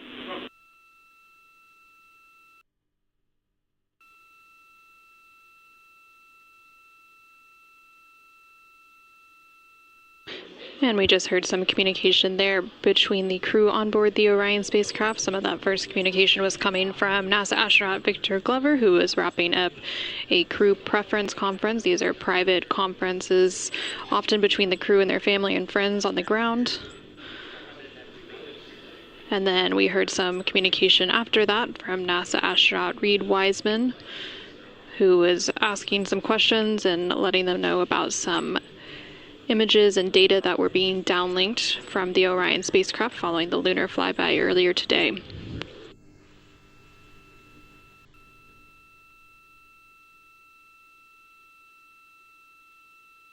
During the lunar flyby, in addition to the images and verbal descriptions and written annotations that the crew was collecting, the Orion spacecraft's vehicle-mounted cameras also supplemented the crew's observations by providing high-resolution still imagery and lower-resolution video before, during, and after the flyby from perspectives unavailable inside the Orion spacecraft itself. In preparation for the lunar flyby and the Artemis II mission, the Artemis II astronauts underwent extensive lunar science training, including classroom instruction, field work, and high-fidelity simulations. They had training expeditions that took place in analog environments, such as the Icelandic highlands, where crews practiced identifying and describing geologic features under varying conditions. And then Orion mock-ups were also used to rehearse crew choreography, including three-dimensional space management with an inflatable moon globe to simulate the flyby.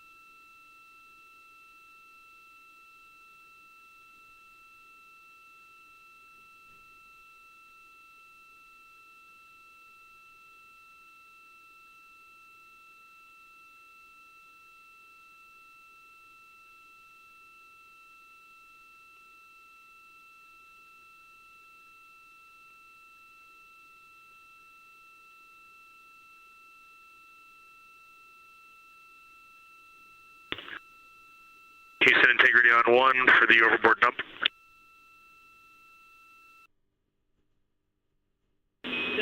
Go ahead.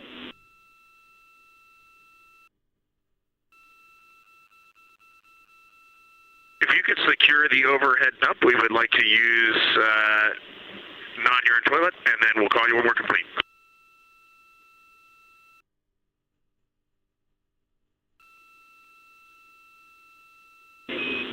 We are putting that in work for you, and I have 2 other updates for you while I got you, if you're okay with a little bit more interruption to your pre-sleep.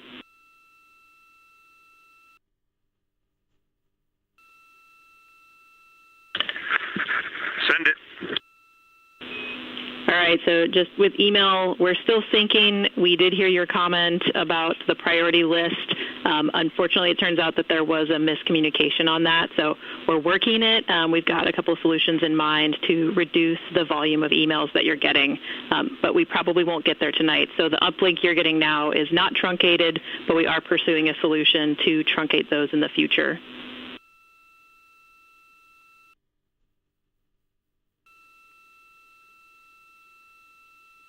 Okay, and what's your ETA on how much longer you want us hands-off email, or we're just not going to have access tonight?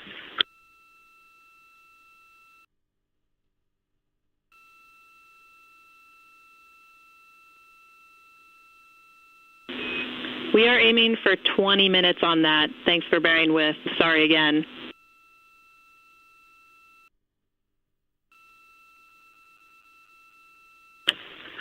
Yeah, it's no big deal. Email around the moon was not something we expected to have anyway. Well, you guys regaled us with so much moon joy today. We were really hoping to pay you back. But we'll let you know as soon as that sync is complete. The second thing we had for you is that we are going to start doing some playback from the ACU. So OE2 will be unavailable for about an hour while we are playing back some of your comm from earlier.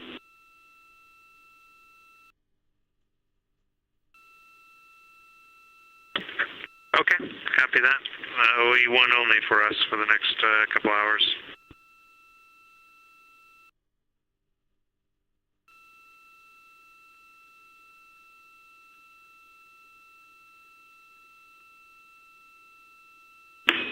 And last but not least, the overboard vent valve is closed, so you are go to go.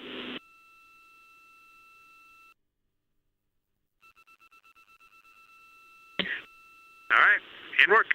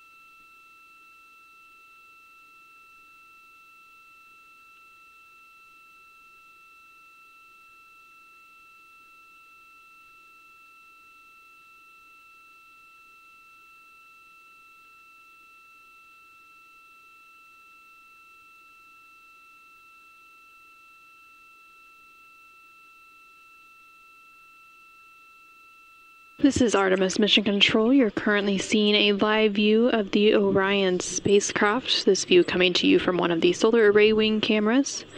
Currently inside the Orion spacecraft, which was named Integrity by its crew, are the 4 crew members of the Artemis II mission, which includes Reed Wiseman, Victor Glover, Christina Cook, and Jeremy Hansen.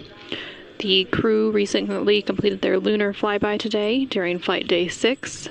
And they are currently in their pre-sleep period, preparing to go to sleep in a little over an hour to wrap up flight day 6.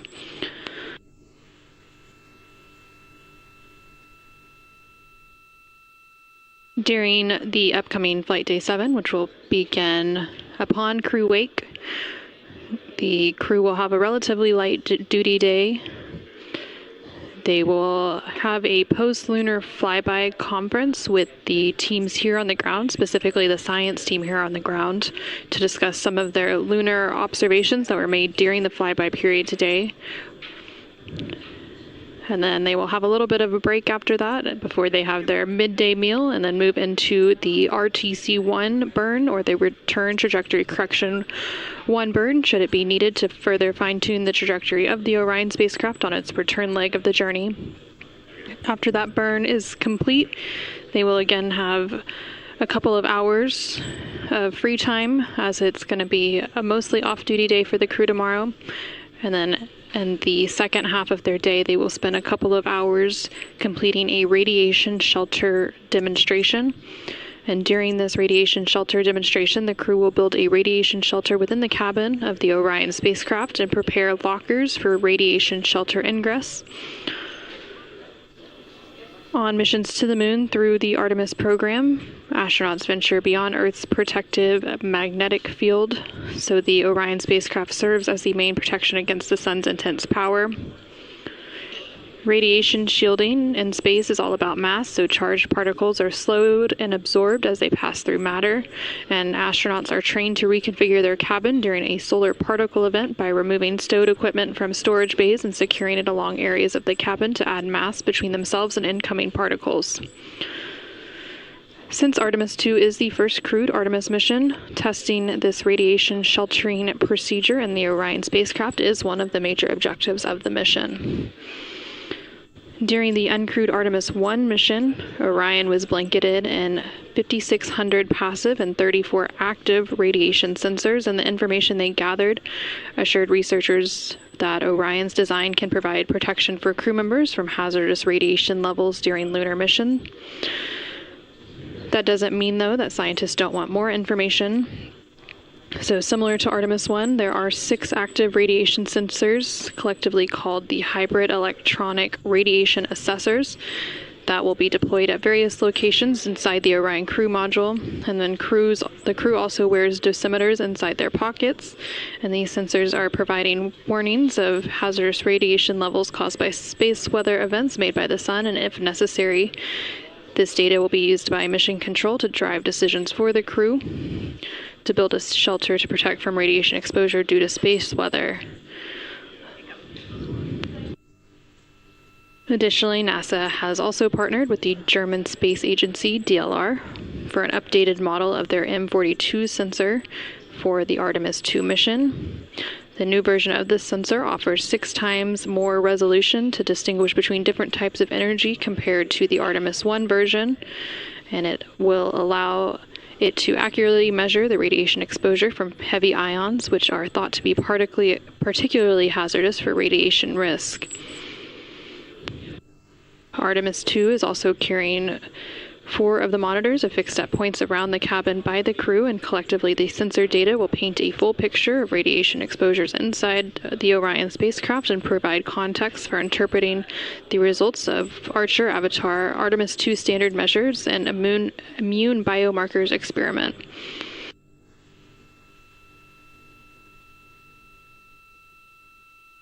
Currently on your screen, you can see a view of the Artemis Real-Time Orbit website, or ARO. This is available at nasa.gov/trackartemis and provides updates on the velocity of the Orion spacecraft along with its distance from the Earth. and from the moon. So the distance from the moon is now increasing following that lunar close approach that took place earlier today. There's now just under 14,000 miles. Integrity Houston with a couple more cleanup items.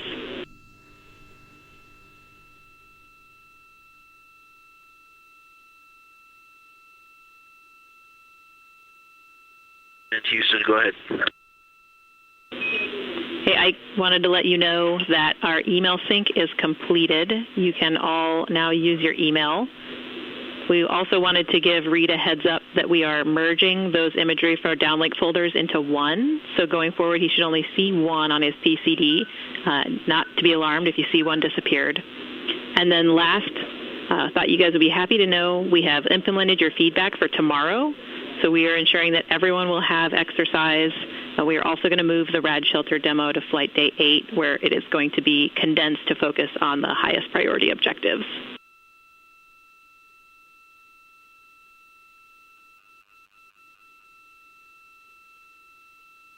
Awesome. That's great news on all accounts. Thank you. Thank you. Have a great night.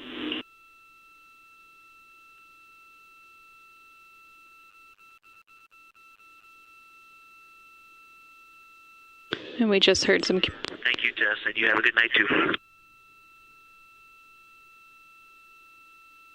And we just heard some communication there between NASA astronaut Victor Glover on board the Orion spacecraft and the Capcom, or capsule communicator here in Mission Control, test Caswell for Orbit 2. They were discussing an update that was being made to the crew's email on board the Orion spacecraft. That update now complete, and they were also discussing some of the activities that were scheduled for Flight Day 7, which is tomorrow.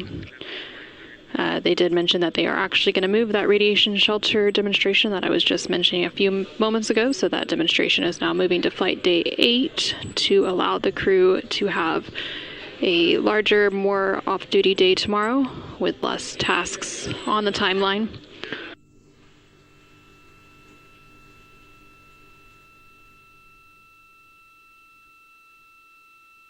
So now for Flight Day 7, the crew will just have their post-lunar flyby conference, and then possibly that return trajectory correction 1 burn should it be needed. Otherwise, they will have a pretty light duty day tomorrow with some free time to do as they please on this return journey back to Earth. Again, that splashdown targeted for Friday, April 10th.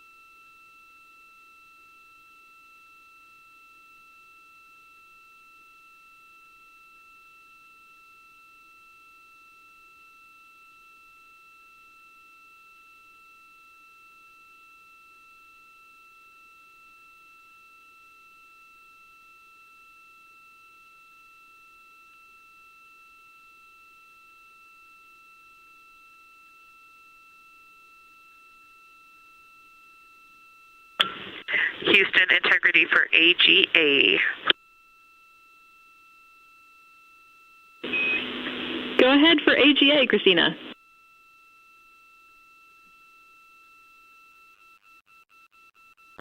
Hey, Tess, we've got CO2 2.8, O2 27.0, 76.3 degrees, and 10.5 psia.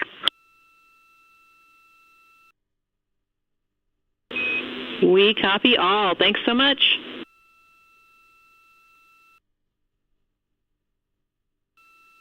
Thank you, guys. Good night.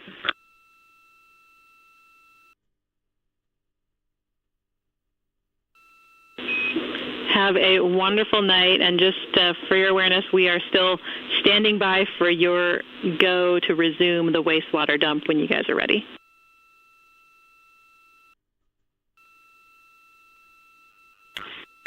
Yes, absolutely. The good night was probably a little early. Usually when we say good night to Houston, we call about 5 more times. That's our pattern. I just feel like I am contributing to that trend. So, all right, we'll stand by for the next good night.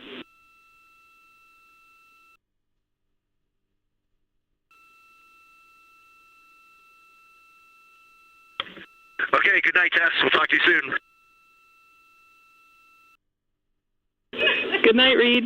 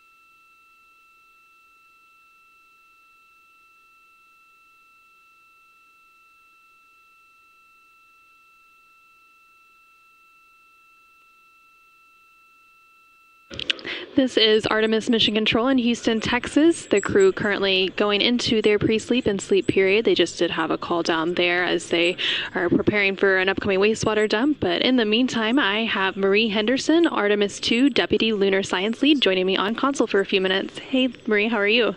Very good. Thanks for having me. It's a pleasure, and I know today was an exciting day for you and your team. But first, can you tell us a little bit more about your role in the Artemis II mission? I'm the Deputy Lunar Science Lead, but today I had the joy of a lifetime and held the role of the Science Evaluation Room Lead during the flyby today. So you mentioned the SIR, the Science Evaluation Room, and being lead during that flyby. So what was that experience like for you? I know we saw some images coming from that room, and it seemed like a lot of excitement there. It was a complete joy in that room. It was a day just filled with science, with happiness, with love, and just really we got the chance to live out a lot of our dreams today, listening to the descriptions from the crew. So we got to have a lot of fun. We got to feel their joy, but we also have a lot of science to follow up on.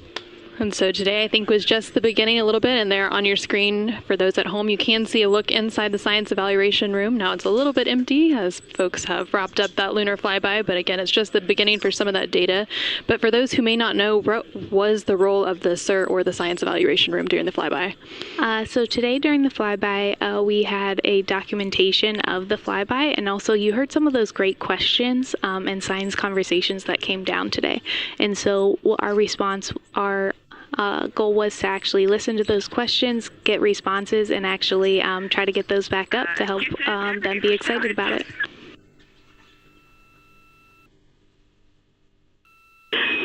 Go ahead.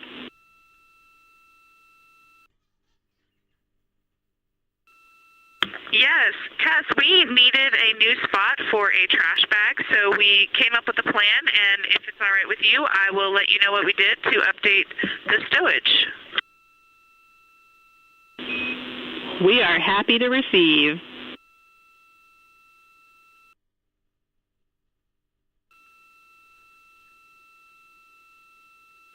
Okay, we managed to fill bag 2 of locker D with 3 trash bags and some other dry trash packaging stuff. That was the last location y'all gave us.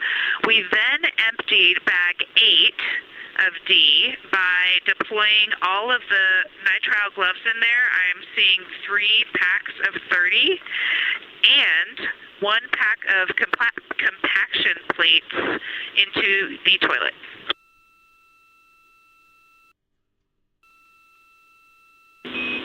That is perfect. That is the next action we would have given you. So, bravo.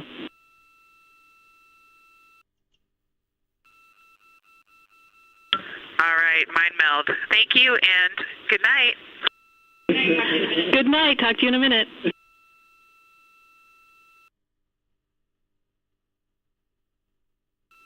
And we just heard some communication there between NASA astronaut Christina Cook. Exactly.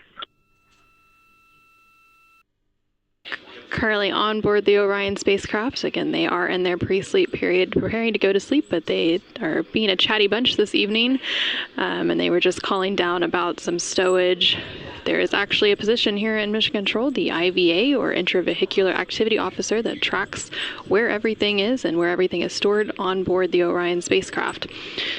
Again, I am here with Marie Henderson, Artemis II Deputy Lunar Science Lead. We were just talking about some of the moments from the flyby, so can you tell us a little bit about what some of the biggest moments are that stood out to you during the flyby? Yeah, I think that first time we started to hear their descriptions of colors coming down was one of those things that we have been talking about, training them on. We know it's one of those things that the human eye is uniquely capable of picking up. And so that is one of those things we really were excited about. But just listening to that eclipse, watching the video of the eclipse, and then also hearing the words that they saw some impact flashes, it was just... it was a dream, and we have so much work to do, and we're very excited about it. So the crew following the flyby was in the process of downlinking and beginning to downlink some of that data and the imagery, but now that the lunar flyby is complete, what comes next for you and your team? So we actually, the members of our SIR team, most of them have gone home, but we had another shift of scientists come on.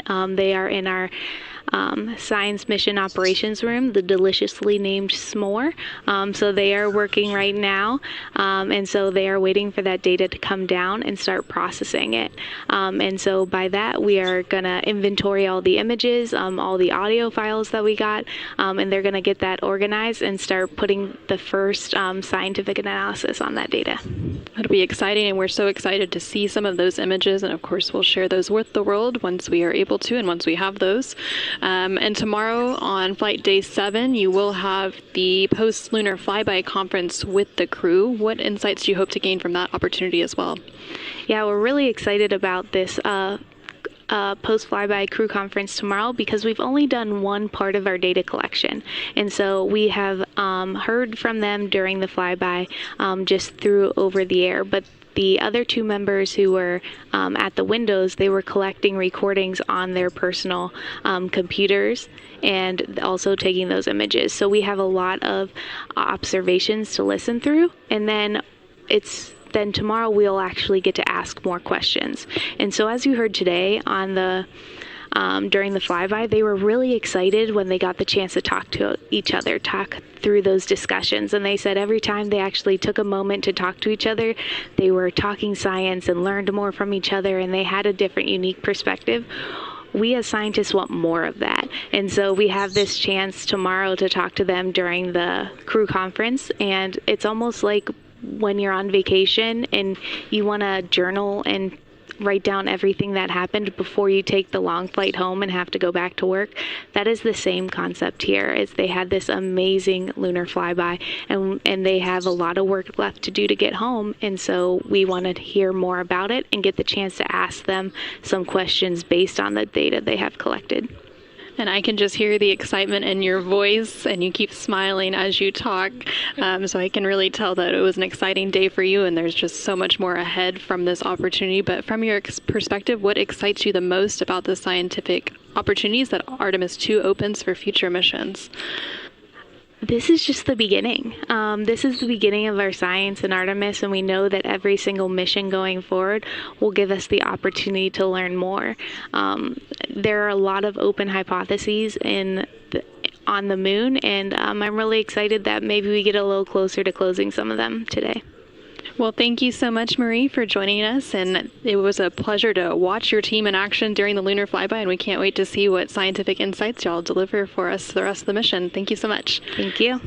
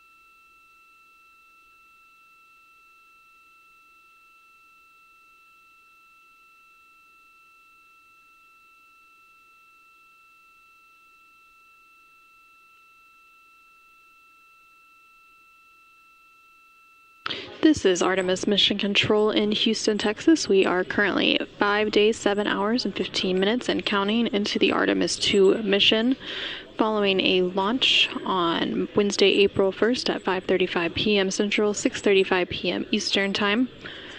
We are currently rounding out Flight Day 6. The crew on board the Orion spacecraft, named Integrity, is preparing to enter their sleep period in about 15 minutes. This will be an 8.5-hour block of sleep, and then they will begin Flight Day 7. Flight Day 7 is expected to be a relatively light day for the crew.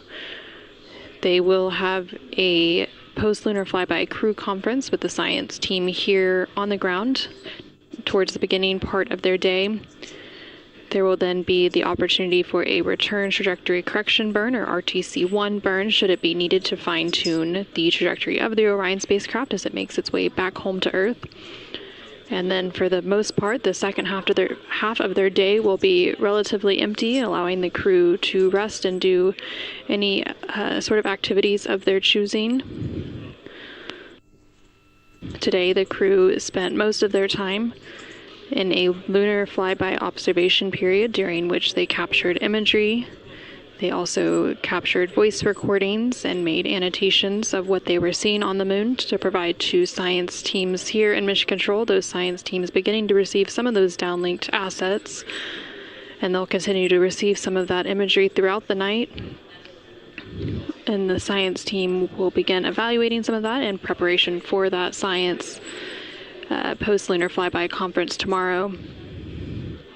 Currently on your screen, you're seeing a live look of the Orion spacecraft. This view coming to you from one of the 4 solar array wings on the Orion spacecraft. Each of those wings has a camera, and from this view you can see some of those thrusters at the bottom of the service module. Those thrusters would be used in that return trajectory correction burn 1 tomorrow, should it be needed.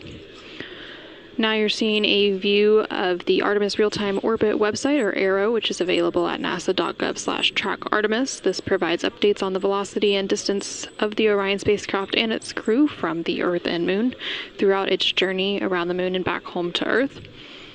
Now that the lunar flyby and the lunar close approach has been completed, the distance between the Orion spacecraft and the Moon will continue to increase, so they're now about 16,000 miles away from the Moon, and that distance separating the crew and the home planet of Earth will continue to decrease all the way up until a splashdown, which is targeted on Friday, April 10th.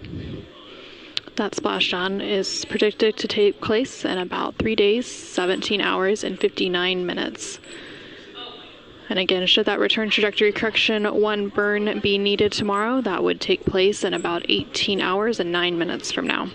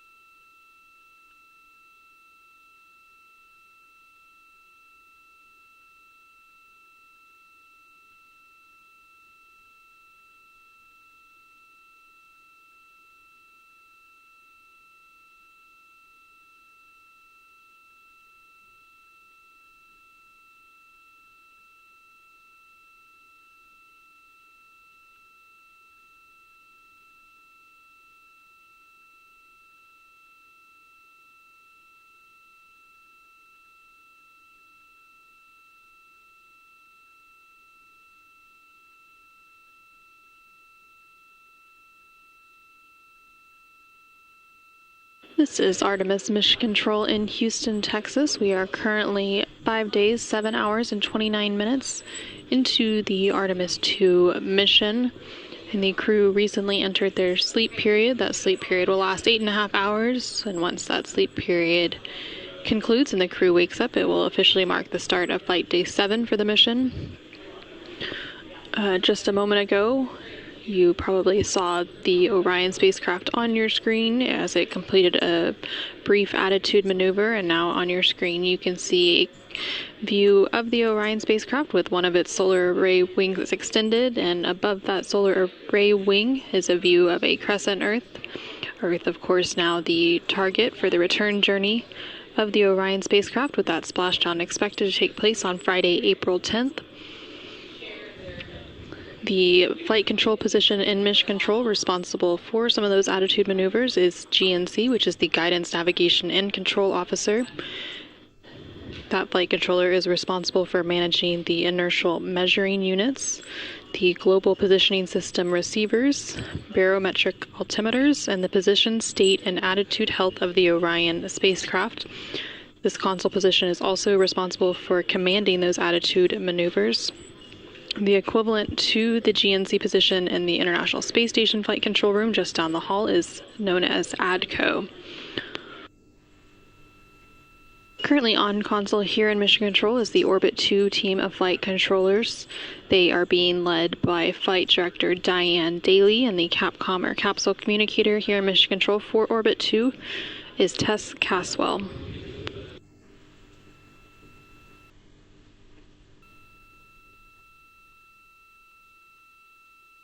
And there on your screen on the right hand side you can see that Flight Director console and that Capcom console next to each other. The team here in Mission Control is staffed 24/7 throughout the duration of the Artemis II mission. The team rotates through 3 shifts a day, known as orbits. So currently the Orbit 2 team of flight controllers is on console, and the Orbit 3 team of flight controllers will be coming on console to complete a shift handover in about 2 hours from now.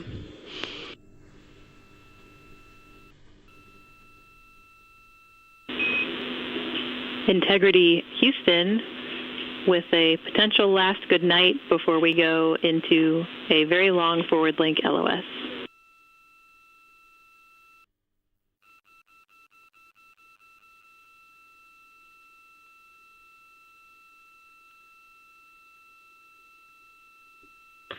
Go ahead.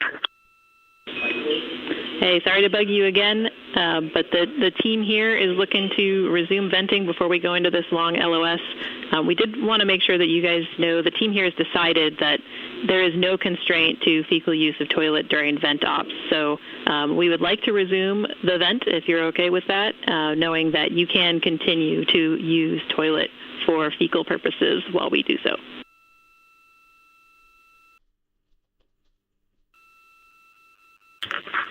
Resume the vent.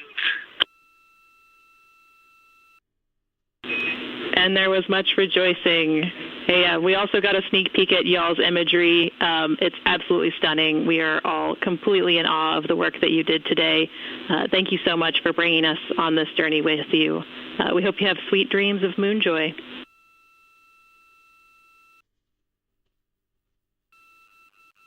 Thank you so much, Tess. And when you think about 10,000 pictures in a day, trying to download 10 for PAO is tough. So that's just a sampling. There's many more that look like them, and there's probably quite a few that look better than them. But that was the best we could do right there. So glad that they're appreciated. We certainly appreciated being up here in our observation post. Hey, one thing while I got you for tomorrow morning, I know we're trying to make it a light crew day, but if you could still give us our wake up on time at the beginning of post sleep, we would appreciate it so we can get our science going and get our morning about us.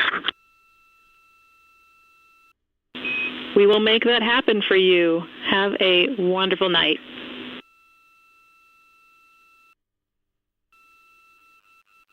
All right, good night until I call you in 5 minutes. See ya.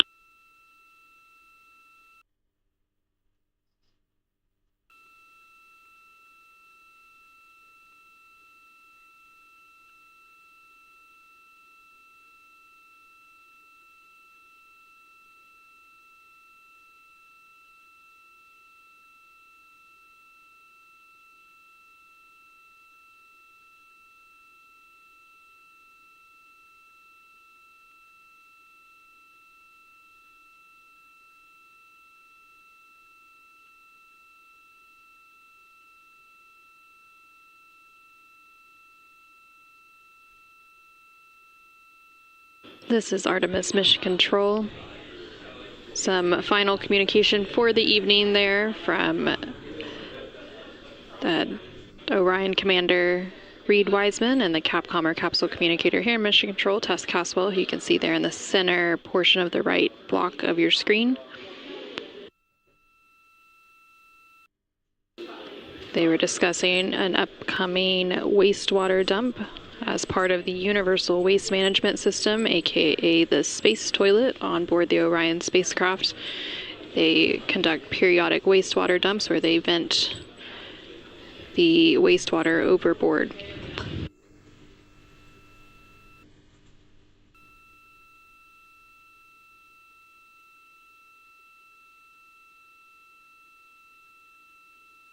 The crew also referring to some of their upcoming activities during Flight Day 7, which will begin at the start of crew wake. They mentioned to the ground team here that they wanted to be woken up on time tomorrow morning.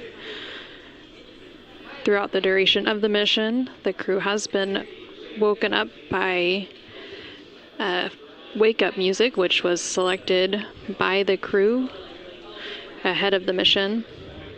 And that tradition dates back to some of the Apollo era missions. And then tomorrow during Flight Day 7, it will be a relatively light day for the crew.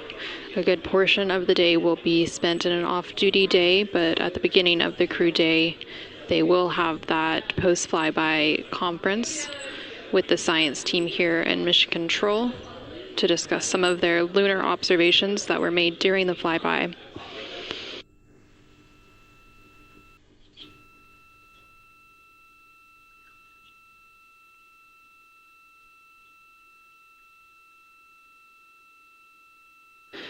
The mission control position here responsible for some of those wastewater dumps that have been referenced throughout the mission is ECOM, which stands for the Emergency Environmental and Consumables Manager.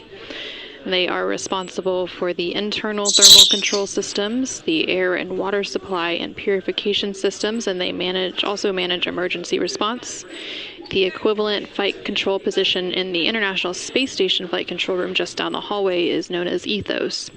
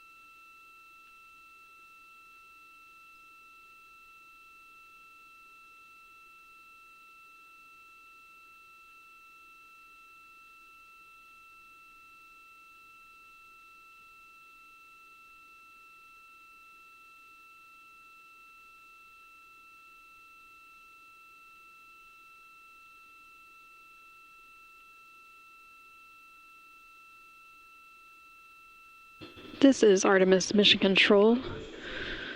You are now seeing a live look of the Orion spacecraft. We lost that view momentarily as it went through a data rate change.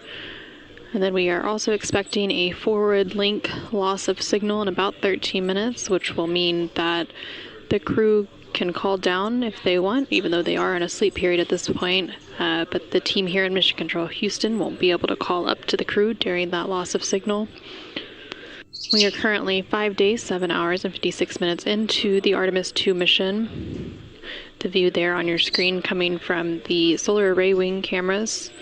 And you can see a view of the crescent Earth above one of those solar array wings. And the Orion spacecraft does have 4 solar array wings total.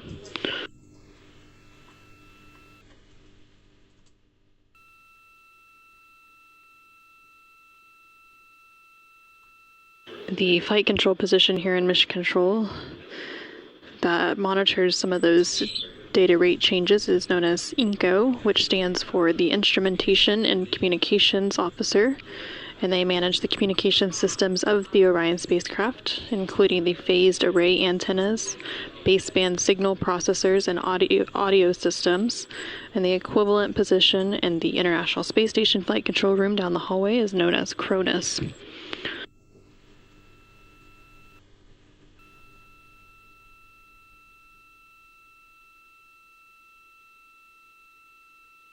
The crew on board the Orion spacecraft entered their sleep period about 20 minutes ago.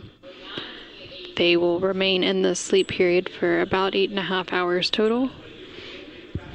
And this is rounding out flight day 6.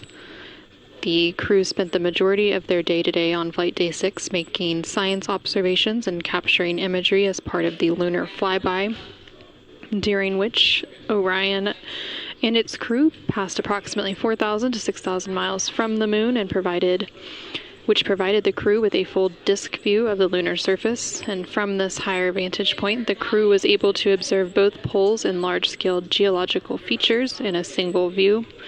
And the Artemis II crew also became the first humans to directly observe certain far-side regions of the moon with unaided eyes. During the flyby, the crew also surpassed the Apollo 13 distance record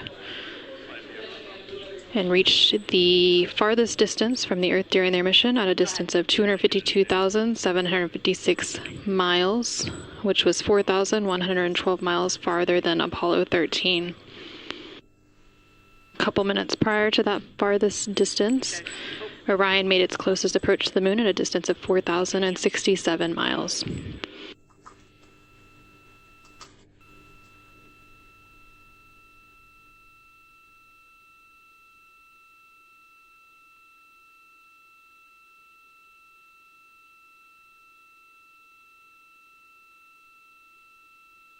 At this point in the Artemis II mission, rounding out flight day 6, the crew and the teams on the ground have begun or completed 23 of the 27 high priority objectives for the mission, which have already provided tremendous insight into the operation of the Orion spacecraft and also provided critical information to teams as we prepare for future Artemis missions.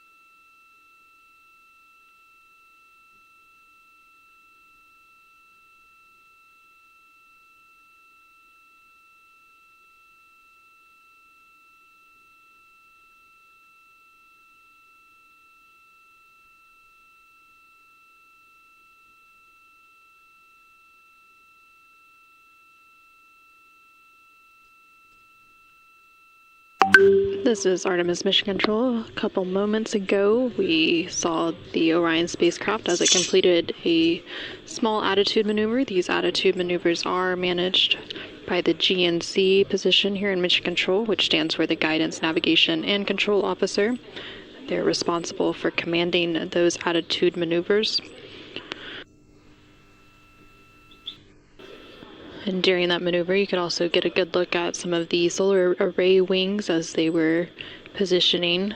There are 4 solar array wings, which are sometimes referred to as saws, on the service module of the Orion spacecraft. And each of those solar array wings is made of 3 panels, and each of those panels is approximately 6.5 by 6.5. And the total length of each solar array wing is nearly 23 feet, which is about 7 meters long.